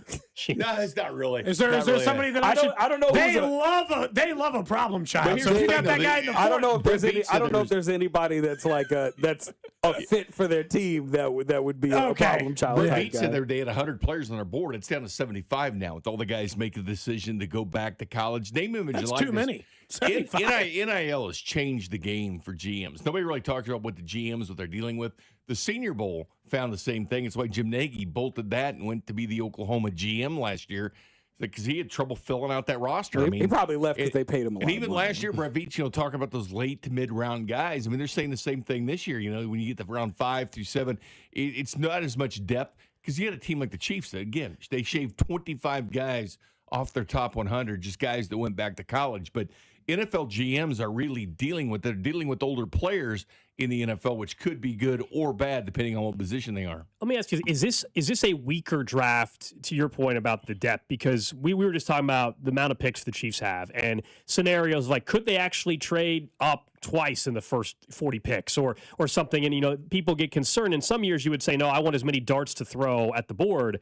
Is this the year, though, where if you were going to say, no, we're going to utilize the assets to trade up into the top, make sure we have as many top, let's call it 60 picks as possible, even if it means jeopardizing some picks, is it not the year where you actually want to have a bunch of picks? Would you rather focus in more towards the top? I wouldn't, just because, you're probably going to have to move some stuff from next year. You don't want to move stuff from 27. No, everyone says that's too many players. 27's are looking really nice right now. They've already got rid of one of those for Justin Fields. Yeah, you did. So it's like you got a little bit less ammo next year than you thought you would have. And it makes sense. You wouldn't got, what I think is a pretty good backup quarterback. Don't want him to start too many games. But but I think the big issue with this year's class is you lost so many guys who would be in that day 2 range. And that really hurts because now guys who would be day 3, some of those guys are now moving up into day 2, which it's not that great. But then you just want shots at it. You want players to just and I wouldn't lottery tickets. I personally, because I don't think the draft in the top 75, even with the guys that are staying in the class, top 75 is not full of a bunch of great players, but there's a lot of really good players that could be contributors for a while. And so personally, I wouldn't be. You have 4 picks in the top 75. I think that's a pretty good amount of top 75 picks because generally the Chiefs are used to having 2.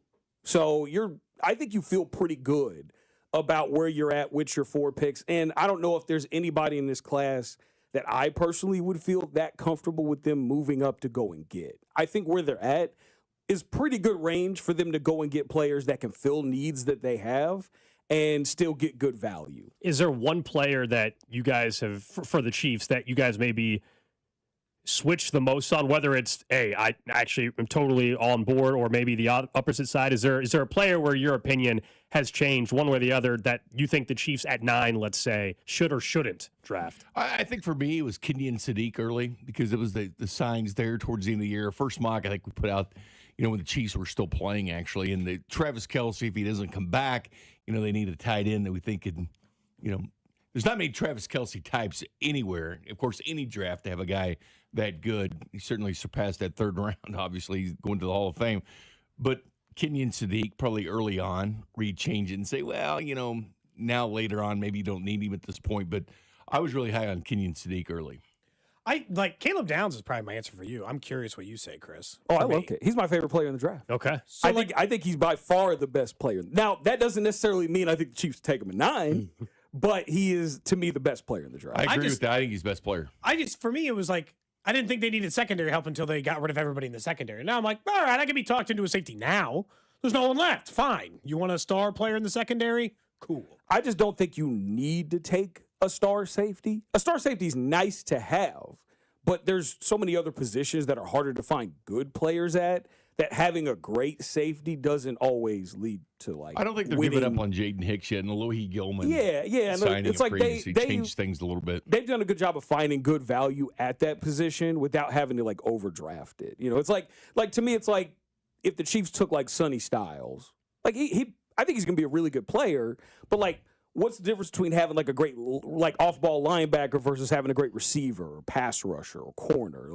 Those positions just are more valuable. A lot of times, that's always the tough part because at 9, I do kind of want it to be a premium position. Is that I don't want it to be right tackle. I don't want it to be. And you can make a case that tackle is a premium position. Not just right tackle. Just not as much of a premium position as edge rusher, receiver, corner, etc. But you can make it because I don't necessarily think that right tackle's way below left tackle. I do think it's still a tackle position, and there's not that many guys that can play the tackle at the NFL level. But I don't think you need to use not 9, not 9 at a right tackle. That's where I'm at. It's the 1 year for the first time in 4 years or whatever, that you're not backed into a corner where you have to use your top asset on an offensive lineman. Take advantage of that when you have all these other areas. I'm with you on the defensive line. If Bailey or Bain are there at 9, that's what I want the pick to be. I'm not anti-drafting Cardell Tate or somebody. I just think defensive end is more of a priority now that Rice, at least for 1 year, is still on the team. Yeah, but you can't count on that with Rice. You can never go into it because I agree. You get into a trap. 2024, everybody was happy with the wide receivers. Mm-hmm. Then down goes Hollywood Brown in week 1 of the preseason. Down goes Rashee Rice in week 4. All of a sudden, your undersized first-round wide receiver has to be number 1. Last year, boom, Xavier Worthy gets hurt on the third play in Brazil, out 3 games. Rashee Rice out for the first 6. So, yeah, the receivers look good on paper. But paper to reality, most teams don't have 3 number 2 receivers or 3 number 1. I understand the right tackle because the right tackles are the best in the draft. It's very unusual where there's not a left tackle that is better than right tackles, but the right tackles, guys that actually played the position, so it's not a switch from left to the right, but the actual right tackles are the best in the draft. So I understand why people are linking that and mocking that for the Chiefs, especially with Jawan Taylor gone. I understand that. I almost felt bad saying it, but when I saw the number Jawan Taylor got, I thought I'd have paid that. You'd have paid. That's man. I was very reasonable. I'm not saying if he would have come back on that deal for Kansas City, as much as people hate him here, I'd have been I'd have signed Jawan Taylor to that deal. I think the Chiefs would have too, but also you got to think about it from the Chiefs standpoint, and if you're him as well, it's does he really want to have to compete with multiple guys for that right tackle spot? And also at the same time, it's you got to worry about the knee issue because he did have knee issues all throughout the year. He had to have that knee drained, and it was stiffening on him. So it's if you're the Chiefs, maybe you want to look at long term. Let's see if we can develop a guy maybe they really like Esapole or Chu Godric as that position, or maybe there's someone in the draft that they like. Yeah, and so you're just not you don't want to create extra competition there for no good reason. I guess some of the wide receiver stuff really I think it all hinges on do you think Xavier Worthy is good? Like, how good do you think how Xavier good Worthy is better. Like, yeah, like, is he, because, like, if he's a 900, if he's even close, if he's 90% of Devonta Smith, and he's a 900-yard receiver, then your wide receiver unit's okay. If he is what he has been in his career so far, I still think you're coming up short at that unit. But then you're going, if everybody's healthy, if nobody gets suspended, there's a lot of what ifs when it comes to receivers. Then you look at the wide receiver room. You could say that about every position here's and the every thing. team. But here's the big picture. Yeah. You need to look at receivers, because if you want a receiver for 4 to 5 years, it's not paying Alec Pierce type $29 million on a guy with $50 million. You get him through the draft. That's where you get him. But here's the big picture for the Chiefs. After the season, if they don't extend Rice, he's gone. So you got Xavier Worthy and maybe Tyquan Thornton on that second year where he could come back technically. Kelsey, gone. So that's a big part of your receiving gone. So they have to look at 27 and say, well, who do we got in 27? We got Xavier Worthy under contract and maybe Tyquan, but we don't have a tight end that's led this team in receiving yards or been second for the last decade. Now, and me and Bink have had this discussion many times. I'm sure, yeah. I am on board with receiver at 9, but I'm not for the same reasons. He brings up all the time the injuries and they look good in training camp. Look, if you lose every team, if they lose their top 2 receivers, you're not going to be good. But I deal in reality. And I'm telling you, in reality, every team. In reality, it is not the same team that plays. You saw on every team, if you lose your top 2 receivers, your receiving core is going to be trash. That is just a fact of the NFL. It's been the Chiefs last 2 years. And that's, but the thing is you cannot just go, hey, we just have to take a receiver every year because we have to account for our top 2 receivers getting hurt every year. Now, I will say, the second point you made about Rashee Rice's future is the reason why I feel like you got to take one at 9. Because, one, even if Rashee Rice balls out this year, does a single person in this room trust that he's going to stay I wouldn't out of give him the contract. But I did acknowledge that I think fans that are against it now, if he goes out and has 1,200 yards and 8 touchdowns, they'll say, whoa. Yeah, they will. But no, I just don't trust the guy. And people, I understand people can have second chances. I would not give him the money. This is like a third chance now. Yeah, no kidding. Yeah, he got 1,400 yards, and I'd still want him to walk. Yeah, like my thing is just like you can't trust him, and so you have to think about getting some insurance there, because if the price is too high for someone that you don't trust, or if he doesn't have a good season, well, then he's going to leave anyways. And now who's your best option? Like, I like Worthy a lot. I think he could be a 900 receiving guy, but that's not number one. Who are your receivers at 9? Do you guys have a name? Do you like the same name? Different names? Makai Lemon. Man, we're all on Makai Lemon. Makai Lemon. That's my guy too. It was Tate originally, but it's been. Let me ask you. Well, take for him. Take for him.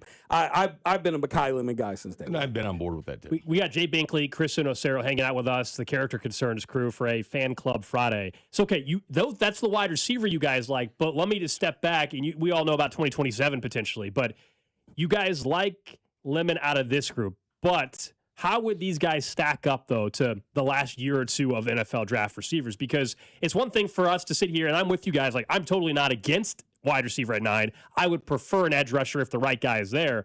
But with that said, do we know that? Do the Chiefs like these wide receivers? Are they? These are the names because these are the names this year. Would Carnell Tate be the 5th receiver off the board next year? Well, they brought them both in. Carnell Tate's been here on the visit. Makai Lemon's been on a visit. Now that doesn't mean anything if they're going to draft them or not. What they do? They usually take somebody off their. Sometimes they top 30 draft. Kingsley Suamatea was the top 30 visit. Nick Bolton was the top 30 visit. Josh Simmons was the top 30 visit. So sometimes they do draft guys on top 30 visits. I mean, sure, they've done their homework on both. Carnell Tate and Makai Lemon, the big thing with both of them is they don't drop it. Carnell Tate had 0 drops last year. Makai Lemon has 3 in his career. 3. The only big change would have to be Andy Reid and his philosophy with rookie wide receivers. And with O'Shea being here, I think that does make things a little bit different. But it would have to change that whole mentality to, sometimes it's worked like Deshaun Jackson worked. Xavier Worthy had to work because it was the only guy. At that point, that was a different situation, but he worked with Rice. He was a rookie wide receiver. He was. He did good. Second only to Puka in yards and receptions. So it has worked, but he would have to change philosophies. I think Makai Lemon is more like an Amon-Ra St. Brown type of guy, and I could just imagine what that guy would be like in this offense. I think they're both probably still first-round picks, but probably later in the draft, later in the first round. But still, Makai's probably, you could make a justification him still being like in the middle of the first round. So, and a lot of people have him ranked middle of the first round right now anyways. There's just probably like a guy or two that goes ahead of him. But still, he's still, I think, would be considered one of the best receivers. Who's likely to fall? Like every year there's a receiver like, oh my gosh, I can't believe he's still on the board at 18. Who's that? I think Jordan Tyson. Just because the injury concerns? Yeah. He's missed 18 out of 51 starts. That's a significant number. So 40% of his starts. That guy had everything, right? But collarbone and hamstring and as everything. far as limit, I think there's going to be 6 receivers drafted in the first round. And others think it could be 6. The record's 7. 04 and 24. There was 7 receivers taken. I think there could be 6 taken this year. Doesn't mean they're great. I'm just saying. Yeah, I've got 5. I got 5, but I could see 6. You could see 6. I guess like it comes back to the same thing, which is everybody keeps talking about how good next year's draft is and where the Chiefs are. And I think they're not in a rebuild year because with Patrick Mahomes, that's not really a thing. Yeah. But also you can't solve all your roster problems this year. I don't want them to trade up at all. Anywhere. Like specifically not at 9 and 29. I'm not interested. I got a limited number of draft picks. I'd far be more interested in trading back, acquiring picks in next year's draft, doing whatever I have to do. If you told me this year they picked at 9, but then at 29, they traded back and got a second-round pick in next year's first, I'd be like, great. Well done, fellas.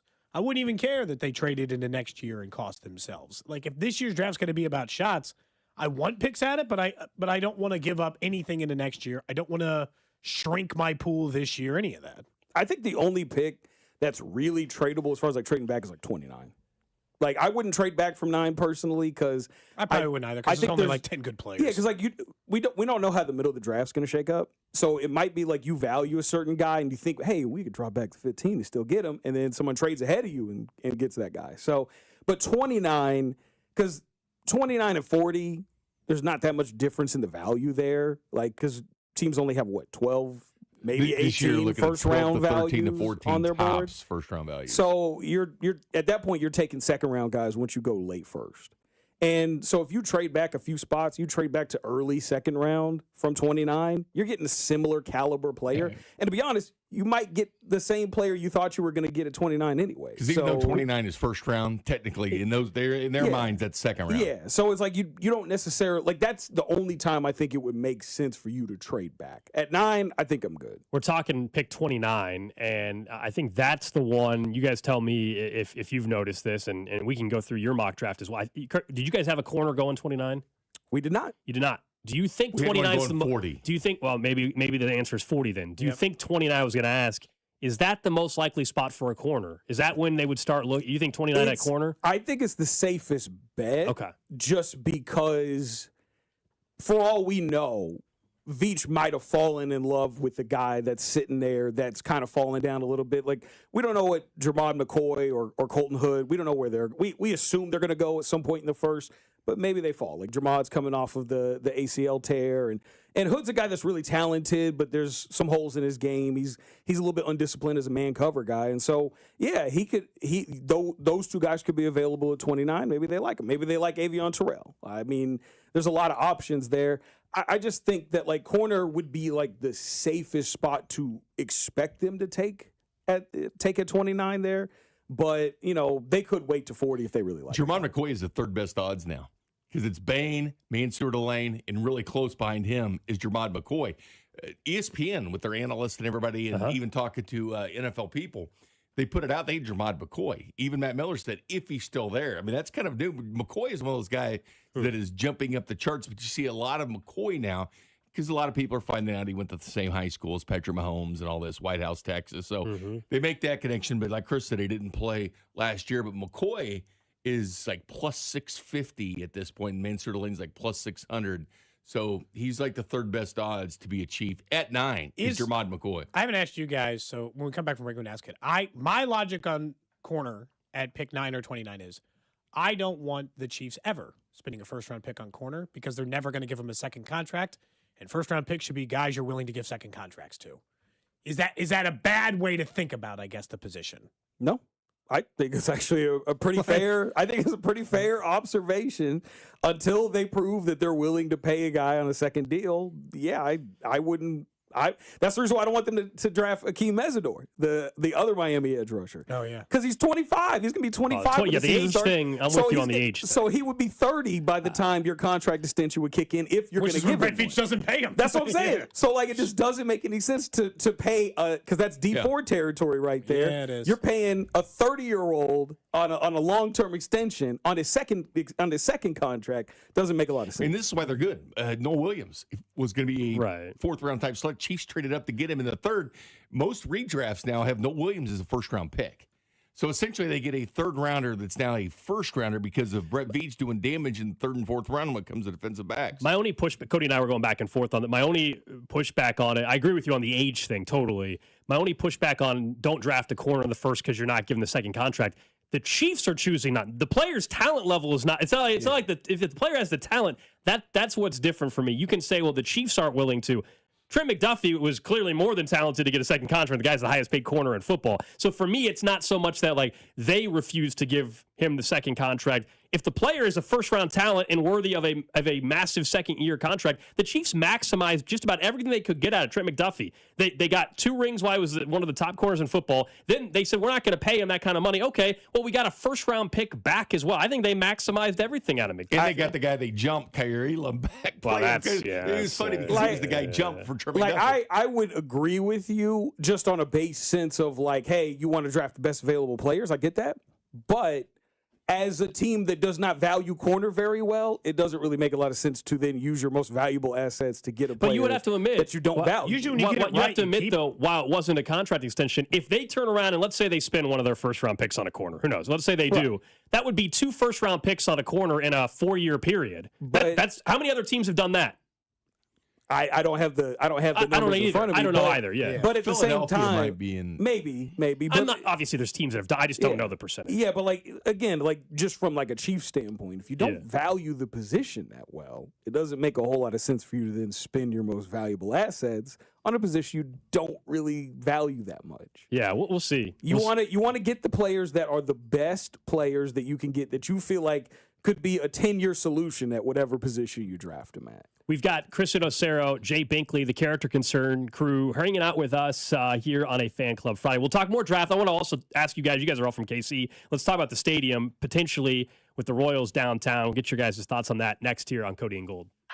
What's up, KC? It's Carter Jensen. You're listening to Cody and Gold on your home for Royals baseball, 96.5 The Fan. Brought to you by Heartland Men's Health, the leader in men's sexual health. Thousands of men have been successfully treated for low T, ED, and more, all with discretion and compassion. Make your appointment at heartlandmenshealth.com. 96.5 The Fan. When shopping for a new auto insurance policy, AAA could help you customize your coverage to fit your unique needs and budget. Trust AAA Auto Insurance to help you find the balance that works for you. See how a simple switch could make a big difference. AAA, we're always with you. Visit AAA.com/insurance. Insurance provided to qualified AAA members by Automobile Club Inter-Insurance Exchange and AAA affiliate insurers. Membership requires a separate payment. Warmer weather, longer days, and a juicy steak sizzling on the fire. Ah, smells like grilling season is here. Stock up and save big this Friday through Sunday at Hy-Vee. Choose bacon-wrapped chicken grillers for $3.99 each. Marinated chicken breasts, $1.99. Thick-cut pork chops, 3 for $5. And specialty brats, just 8 for $10. Don't forget your favorite marinade, rubs, and sauces, and fire up the grill this Friday through Sunday, only at Hy-Vee. Hy-Vee makes our life easier every single day. Not only do they have great quality customer service and value every single day at Hy-Vee, they help us out and they take the pressure of shopping off our plate. We've got our Perks Plus membership. We upgraded from the regular Hy-Vee Perks membership because with Perks Plus, we get free grocery delivery or express pickup, plus even more exclusive benefits and savings like fuel saver deals all day long. So enroll today at Hy-Vee.com/perks. Only at Hy-Vee. Hey, it's Rex here with Rex Buys KC. I get it. Selling your house can sometimes feel overwhelming or scary, right? I've seen it too many times. A homeowner thought they had a deal, only to have the buyer back out at the last minute. That's not how we do business at Rex Buys KC. I'm local, I know Kansas City, and I make sure every deal actually closes like it's supposed to. No hidden fees, no showings, no last-minute surprises, just a fair cash offer and a process you can count on. We buy homes in any condition and judgment-free. So whether your house needs repairs or you just want a fast, hassle-free sale, we can make it happen. If you want certainty, transparency, and someone local who actually delivers, call 816-330-6000 or visit rexbuyskc.com. Rex Buys KC, helping people make smart choices one home at a time. 816-330-6000 or rexbuyskc.com. Call Hamilton today for our $79 mainline drain cleaning special. The pros at Hamilton will inspect your drains with video camera technology to pinpoint exactly what is needed to clear those clogs and help prevent expensive drain repairs. The expert technicians at Hamilton are ready 7 days a week to solve your problem the right way, the first time. Over 40 years experience and more than 8,000 five-star reviews are great reasons to trust Hamilton. Visit callhamilton.com/radio for details, terms, and conditions. License number 2025-11121. My name is Christine, and I'm a widow. My husband, Ryan, was a healthy 34-year-old, and 3 months later, he was gone. Thankfully, he had life insurance. Ethos made it so easy. You can get a quote in seconds, apply in minutes, and get same-day coverage. 100% online, no medical exam. Life insurance didn't take away the loss, but it did give us the space to just grieve. Get your free quote at ethos.com/protect. Ethos.com/protect. Paid spokesperson. Time spent on application may vary. Online health questions required. Whoa.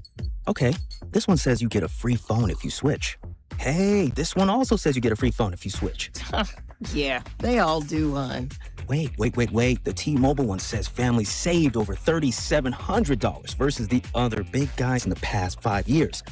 And their experience plans have Netflix included, plus a year of Dash Pass by DoorDash. Hang on. Let me see that. And a 5-year price guarantee? Oh, yeah, we're switching. That's what I'm talking about. Do we clap now, or? I'm thinking half-half. At T-Mobile, get savings that keep stacking up. That's value you can feel every day. Switch now at T-Mobile. Savings based on Harris X billing snapshots from Q3 2021 to Q4 2025 among accounts with 3+ voice lines compared to AT&T and Verizon, excluding discounts, credits, and optional charges. See harrisx.com/T-Mobile. Price guarantee on talk, text, and data. Exclusions like taxes and fees apply. See T-Mobile.com. This report is brought to you by Bet365. Winning is everything. With Bet365 early payout, you win even if they lose. Get paid out instantly when your team goes up big, even if they blow the lead later. Bet365. Winning is everything. Gambling problem? Call 1-800-GAMBLER. 21 plus only. Must be physically located in Missouri. You're listening to 96.5 The Fan from the DM Injury Law Studios. Mike's got this. Car, truck, or motorcycle wreck? Remember, Mike's got this. 816-888-7500. Mike's got this. Hey, it's Scott Parks, and we've launched Beyond the Pitch KC, a podcast on how Kansas City landed the world's largest sporting event, presented by Commerce Bank. Visit commercebank.com/soccer26. Subscribe on the Odyssey app or wherever you get your podcasts. It's a Fan Club Friday here on Cody and Gold, brought to you by Jay Rieger & Co. We're talking a lot of NFL. We're going to mix in some baseball here in a second as well. We got Jay Binkley. We got Chris Inocero hanging out with us. They, of course, will be hosting our draft coverage from the Brooksider coming up in less than 2 weeks. That's Thursday, the 24th? 23rd. Where you're going to win $965. Really jumped up when we switched over to the FM side. Used to only win 610. 610. Yeah, we did have to bump that one up a little bit. Yeah, that is very, very true. I want to get to the baseball stadium and possibility of downtown baseball with you guys in just a second as well. The text line is asking for it. Have you seen the controversy this week? Controversy is such. Yes, we know. Have you guys seen the controversy this week? Not around the stadium. I'm talking between the morning show and this show. Oh no, I thought y'all was talking about something else. No, I don't know. The City Connect jerseys? I thought y'all was talking about Rossini and Vrabel. We can go that. That's what talking about. That controversy. That's the controversy. That's the real controversy. The morning show has chosen to attack me in this show. Really? They have specifically Alex. They are after Alex. Why? What I don't know. Honestly, I actually don't know. But the latest was, you guys know we're excited that the Hotline Bink is happening on the 20th and 21st. Answering terrible draft calls. Every draft question. For 2 days. He'll have a phone line set up, and you guys can call in, and it's going to, I think, be phenomenal. And so we are obviously promoting that, right? And so a couple days ago when we were promoting it, I said, it's kind of funny, you know, we had Bink fill in a few weeks ago for Cody, and we made the comment that, like, it'd be funny if Bink just had his own, like, phone line and he just answered. We didn't even say draft. We just said everything. And so I said that, didn't even mention the morning show. No? The morning show played that back, and saying that we're taking credit Bob for their said idea. we stole his idea, and he said he told Spec. And I, by the way, I do know for a fact he eventually did tell Spec. But he said, I guess he wants credit. But he was the one to make sure we knew that he told Spec. So actually, I think he wants the credit. But anyway, but so Who came up with it first is the point. So, but yeah, so we're asking you, do you remember, number one, us talking on the show about this text line? That's. I'm not even saying I ever went to Spec to offer the idea. I never did. I've admitted that. The point is, we didn't try to, like, this idea that, like, we heard it from Bob and we talked about. That's not what happened. So I'm just asking you. No, we talked about just in general. Talk about whatever, beer, whatever type of stuff. Thank you. That's and all. with Bob, it was about the draft, specifically about the draft. So there was different between them. But we also, so both are right. We also talked about setting up a phone line, though, for people to ask you anything. Yeah. Okay. Was the draft included in the general anything? His was draft. His credit his was draft. Okay. Yeah. So he's giving you half credit. This Yeah. didn't solve the I controversy don't need at all. credit. I just don't know why it turned into a whole thing. I don't know. Yeah, this seems like a non-drama type situation. Like, if I was you, I would just keep it stepping. I wouldn't worry about that because I think you're good. I think we can. Well, I don't know. Listen to this. This was the morning show. Okay. That's exactly what's happening, but even better. Hotline Bink. Actually, it came from me telling Spectre I wanted to give out Binkley's number on the air, and Binkley saying no. And then Spectre thinking to the next step of going, why don't we set up a room for Binkley to take phone calls in? That's how it happened. Well, that's not the same idea you said, though. Thank you. That's not the same thing. 20, yes. I was in here. I go, I want to give out Binkley's phone number to take draft calls on the air. And Like, Spectre I- started real laughing, controversy. right? Play it again because one word. Our snitch line. What's Did you happening, but guys- even so- better. They're so creative. God, they really are, right? They're Yeah. innovative. Innovative. That's the one word for me. Yeah. Well, good. Innovative. I'll piggyback on that one as well. So we need to get shameful. It sounds like that was Spectre's idea. Based on what? That's what I'm saying. If he Bob suggested, said, I want to get on the phone. He said no. And he's like, what if we just set a big. that's Spec's idea. No, Bob had sent out a text and said, we're thinking about giving your cell phone number out. Where I After was Spec like, gave him the idea, I yeah. was like, no, that's a bad idea. But then So Spec came nobody in. can take credit for the idea but Spec. Well, Bob's idea was about the draft, so. No. No, he's saying that it was Spec's idea. But he's in his saying, own but words. his idea was he should give out your number. Yeah.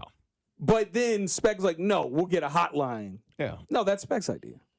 There you go. After all that, There we go. solved it. We It really wasn't did. actually We out. really- This is non-drama, guys. Keep it stepping. If Fesco's still mad, What do you think In it fairness, is? that's keep what Rossini moving. and Vrabel said to us too. They just said nothing to see here. Yeah, there's nothing to see here. This is a non-issue. I don't know. The What are morning we show. doing? I don't know. The morning show is already calling up Drew, asking for them to make cuts for the show so they can have stuff for Monday. It's already in the system. You're good. Hey, Drew. You're hey, good. hey, Drew. Why are you making cuts We're for on the a morning team. show? Yeah, why are you? What are No you? more cuts what for are the you morning doing, show. They're Drew? cut off. What are you doing, Drew? Dusty texts Drew in the middle of our show. Hey, save this for us. We're a He's team. sabotaging the show. Make Mac do that. Have him. Have him Matt come can get in a few hours or a few Yeah. minutes early, and he can make cuts of stuff that they want. Yeah, stop helping out the enemy, Drew. Yeah, what's going on with that? You're off there. If you help them again, you're going to be disowned on this show, the show you work on. You can't live like this. Hey, I'm all for this. We got to be pulling up dirt on. You should be pulling up dirt on them. What We're giving them dirt on us. What are you doing? In fairness, Gold kind of did this to himself when he went full heel and wore the High Point jersey to This go has against nothing to do with my the High Point Wisconsin thing. Badgers. So in a way, But I am. But here, why does in a that way, show I care? am- That has nothing to do with them, though. but in You a have beef way- with me, you can have beef with me, but I don't know why. Why does it matter for them? I don't. I'm just saying I'm making a cut for content purposes, just the same as the High Point thing. Your excuse was content purposes for the show. It's more I fun see. when you're like, now I we're think flipping it's. it No, around. I think it's a Very lot more clever. fun when we have a little bit of beef generated, and if I have to be the one to create some of that, then sure, why not? He's for content. He's got to create. Drew likes it's Drew, taking you gotta the be heat off Drew. Drew likes it because the heat's not on him. You I gotta get help it. your team out, Drew. That's not being a team player there by creating drama for your teammates.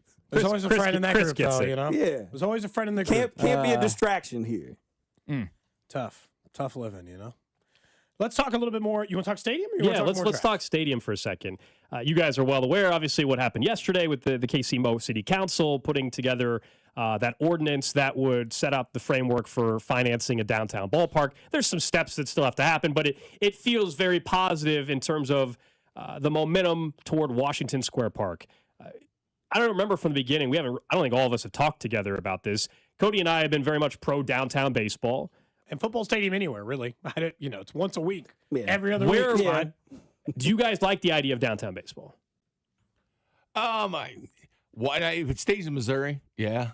Okay. I'm for it. All right. I'm selfishly being this way, and the amount of games I used to go to and stuff like that, it was easier to just hit 435 and just, hightail out of there. So it made it easier. But I understand the allure to helping out downtown because it is a literally ghost town if there's no events going on down there. So yeah, I'm fine with it. I like the idea of having downtown baseball. I think there's enough research to know that it could help out the downtown area and it could help out the Royals. They can get a little bit more money. And so I think that is a greater good for that area. I understand a lot of concerns that people have. Maybe you don't want to travel all the way down there. Maybe you're not a fan of the idea of having to take up that space in what is, it's a pretty crowded area over there. Yeah, it's going to be tight. So you're worried about the logistics of that. And, there's obviously a lot of people that think it could be a downgrade in the experience from like a tailgating standpoint, even though I was listening to you guys when I was driving in and you guys have brought up there's not that many people that tailgated Royals games. No, it's not like maybe on like a Saturday home game, but I think the only reason we tailgate we're like, no, we tailgate for baseball is because you didn't have anything to do. Yeah, it's 100%. You have something to do now. If there was like a ballpark village, if there was like a ballpark village around there that you could go to and eat at instead of doing your tailgate, most people are probably going to do that than try to find a place and tailgate at. And look, not everybody's going to agree. Like, the idea of having the bars for some people, because I see the texts come in. There's some people that are like, I don't care about the bar. I just want to go to the game, and that's fine. That's fine. By the way, That's you fine. can still do that. Yeah, you can still do. But there's other people that you mentioned Saturday, Chris. That it's a nice night, it's a 6:10 start, let's say, or whatever, and you want to go out with your friends or family or whatever, and you do want to get there at 3 o'clock and go to the restaurant before the game. I'm not saying everybody's going to do that, but there's a lot of people, myself included, that would like to have the ability to do that as well. By the way, our draft coverage on 96.5 The Fan is brought to you by Blue Cross and Blue Shield of Kansas City. From here, for wherever you are, that's the benefit of Blue. No, it's like a different flavor. Like if you are the person who literally just goes to the game and goes home, it's a worse experience for you. Although I'll say the stadium will be like state of the art. It'll have a lot of cool stuff. And this isn't even like a knock on Kauffman. I love Kauffman. I really do. I think it's a great stadium. And so like that'll be a challenge not going there anymore. But I've been to plenty of other beautiful ballparks, not the only one. And in baseball, the historic stadiums, the Chiefs Stadium in this too, they got stuck in historical no man's land. Historical baseball stadiums are built in like the 30s and 40s. And there's like, in football, they were like one of like three, but like only one's going to end up staying that way, and it's Lambeau. Every other football stadium's not going to be the old historic. They're all going to get torn. Well, they already said they're leaving, so that's the important thing. They said they are leaving, so it's not a matter of renovating where it's you're not about at choosing and fixing Kauffman, up. It's not about choosing Kauffman at all. So it is about what state you're going to keep the stadium in at this point. That's all it is, because they are moving. And I think a lot of concern is just more about change. It's like totally. Like a lot of people are kind of ingrained in things being a certain way, and they don't like when there is any wholesale change. And I'm sure a lot of people are worried about what the stadium's going to look like because the renderings of it don't look like Kauffman. And I think a lot of people love the aesthetics and feel of Kauffman. And so they want that emulated, and they're worried about that. And I understand that. I can respect that. Being averse to change, I get that. I can be sometimes with some things. But at the same time, I also think that the Royals have done a ton of research on this. Teams in general have done a ton of research on this. There's data that backs up that, having this kind of setup, having a downtown stadium is good for the ball club. And so I don't have an issue with it. Yeah, this top text is funny. Like we've all four of us grew up here, right? In Kansas City. Yeah. So we've gone to hundreds of Royals games in our life. Like this top text, wow, you guys are full of it. Thousands tailgate at Royals. Get out next time and see. With all due respect, No, they don't. No, with all respect, that is just a BS text. I'm sorry. How many people right field the 1980 I'm sorry. That's just not an accurate text. I sat in right field in 1980 World Series. Asked them if they did. I just that text is not accurate. How many people are tailgating thousands at a 6:40 start on a Wednesday night? Might be maybe a playoff. Might game. be 5 to 10. I'm talking about regular season of 5 to 10% top. Yeah, and at a 35,000, or the new stadium will be less than that. At 35,000 at the K in a playoff game, there might be 1,000 people out there tailgating, a couple thousand people out there tailgating. But to suggest there's thousands on a consistent basis tailgating before a Royals game is just not true. Oh, it's opening day, and I think I saw like 40 people. I think that's a little. I think it's a little low. I would say maybe 1,000 people. Like let's say what are they at? Like let's say it's like 20,000 showing up. Maybe 1,000 to 2,000 people are tailgating, but most people are pulling up about a half hour before the game. Right. They're parking their car and they're walking straight to the stadium until waiting for the national anthem to hit. Like that's what they're doing. They're not sitting around here trying to grill and do all that because like you don't see the long ass lines for people trying to get to Kauffman at any other game but like opening day. That's just not that kind of culture. How many stadiums in the American League are older actually? Fenway is. Where the Angels play is. Not Yankee Stadium anymore. And so it's like third in the American League? The 70s is no man's land. It really is for like historic baseball stadiums. Oakland was older, but it's not there anymore. So you're older than all the new ones, but you're like 40 years newer than all the old ones. You are stuck in historical no man's land, really, truthfully. You'd have to wait another 40 years. Stadiums in general, because any of them that would have been historic at that time are almost always not used anymore. Look, I hope they've been replaced by now. The only thing I would like them to keep something unique about the baseball stadium that makes theirs unique. You know, PNC that will be at in Pittsburgh, they got to overlook the bridge. Kauffman's thing has always been the fountains and the giant crown scoreboard. Gotta find a way to implement that. I think implement that in some capacity, and it'll still feel like a Royal stadium. From what I've heard, John Sherman has made that a demand for the new stadium. That feels like the reward is so like what you're actually giving up, if you will, of adding that in is nothing compared to making sure it's in there, and the reward that and making your fan base happy. That if you have some element of fountains, doesn't have to be. I don't think it's gonna be the exact same dimensions. For the scoreboard, it's probably gonna be smaller. I know, like it's probably gonna be smaller, but some version of that I think would win over a lot of fans. Could you just pick it up and move it? I don't think so, Cody. We don't move big ass buildings like we used to in the past. I don't think they used to have the house like that. They used to have the house on the big flatbed and move it, and they don't do that no more. Can we just saw off the bottom? Yeah, carry the thing over and the crane. Yeah, you'd have to lift it out. You would need a really Operation giant Dumbo air drop. seat. You know? Yeah, no, we don't, I don't think we do that. Although anymore. that scoreboard, aren't they each just separate panels? I mean, theoretically, they are. But you're gonna have a new stadium. You're gonna have a new video board. You're not taking the old video board over. I don't think. Now they'll have some other stuff. Get a state of the art video board next. That one's it's approaching 20 years old now. They put in new panels a couple years ago. Yeah. Do you remember the big scoreboard in left field when it was there? Of the course. Big box scoreboard? I remember the Watson's hot tub and everything out there. Oh yeah. If you ever had the truck up there, hit that truck. Oh yeah, they used to have the truck up there too. I remember. And the regular scoreboard was still like the old school scoreboard without the. Anybody ever hit the truck? That ever happened? I don't think it happened once. I don't recall it ever happening. Never. Somebody had to have won. For some reason, I'm thinking Angels did. I think back when the Monarchs were the T-Bones, I think they had a truck in their outfit. I think that got hit. Okay. I think that might have got hit for a game, but I don't know if it ever happened for the Royals. I still got a T-Bones jersey at the house. You think that's worth a vintage? $5. That's a garage sale item. You're probably getting garage sale. What can I get for it? You're getting actual cash for that. You're not. Nobody's Venmoing you for that. You're getting actual. You're getting an actual $5 bill. Yeah, like a hard $5 in cash. like it's wrinkled too. Like wrinkled. It's been sitting in that person's wallet. Yeah. No, it's in a wallet, but that's good. It's definitely been through some things. It'll be new City Connect uniforms by the time they move in. I like those. You think my jingle's going to fix the office tonight, Big? No. You like those? You like those uniforms? I do. The hat. The hat's awful. The hat's awful. I don't. I like the uniforms, the helmet. I don't like it. I don't like it. I told you my biggest issue. One, the hat. Two, and I know they can't do anything about this. Quick Trip's a great sponsor, but the bright red QT on the purple and pink uni looks awful. It doesn't contrast very well. I like the design of the hat. The logo is cool. The coloring. You just don't like the color? I don't like the color. I think their best hat is the one where they did like the cream colored hat and the pink bill, and then the. I don't like the multi. I'd rather that. I don't like the I don't like the multi. ombre, It's got to be solid gradient, color. I like a solid color. I like the Saturday one they wear. Saturday with the light blue, the Oh, white, the powder blue look or whatever. Yeah. Oh, Yeah. everybody I- likes powder blue. Yeah, I like a solid color. Cody was referencing the offense. We all know the offense is struggling, to say the least. This offense, in particular, the guys we are all counting on for them to have the big season are struggling, and that's why they sit where they sit. And they got the White Sox again tonight. Cody decided to make a jingle to help. Wow, yeah, true. I gotta listen to this guy. Yeah.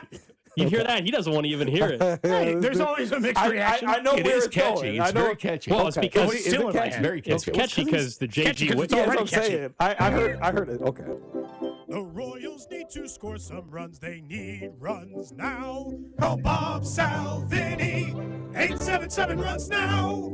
The run output is pitiful and they need runs now. Call Bob Salvini. 877 runs now. 877 runs now. They've hit thousands. They can still hit two. One lump bunch of runs. They will help us too. If you need more runs and you need them now, call Bob Salvini. 877 runs now. 877 runs now. What's that to like? Bink was not in his head. I think Yeah, he was you like actually it? digging I it. know. Bink was bit. liking it. I thought Cody did a nice job. Cody was like, yeah. He was like, yeah. That song's been stuck in my head now. That original jingle's been stuck in my head. That's my problem. Because how fast That's you do like these straight things. hours or something. That's my problem with it. Oh, it's I bet you didn't spend a First ton off, of time either. how You long did did it take you to write this? 20 It minutes. could not have taken Yeah. you more than 15. No, it could 20 not take- minutes. 20 minutes to write and record it. That's what I'm Not even saying. all Like, together. this, I guarantee you, this I was didn't in take tight. that long. No, But- 877 runs now is not that hard. So it'll be flooding rain runs tonight, right? Yeah, Okay. yeah. I got a parlay in for all of them do to get a you? hit. Call Bob Salvini.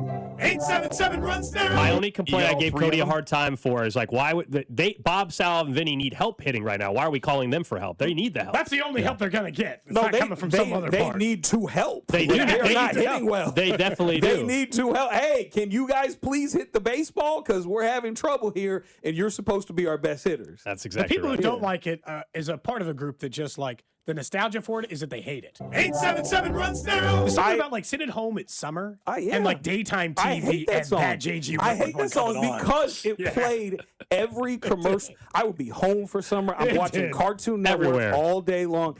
And then you get the JG Wentworth and it gets stuck in your head. And now it's going to be stuck in my head now. I'm going to be mad at you, Cody. You're getting you close played to a that. Carter Jensen song you need to do. No, don't getting don't very encourage close. him. Don't encourage him to make more. What's that one from? That's, what is that's the one they did for the bobblehead, wasn't it? Oh yeah, that's on the Royals release. Was Like, it? I had nothing to do with Was that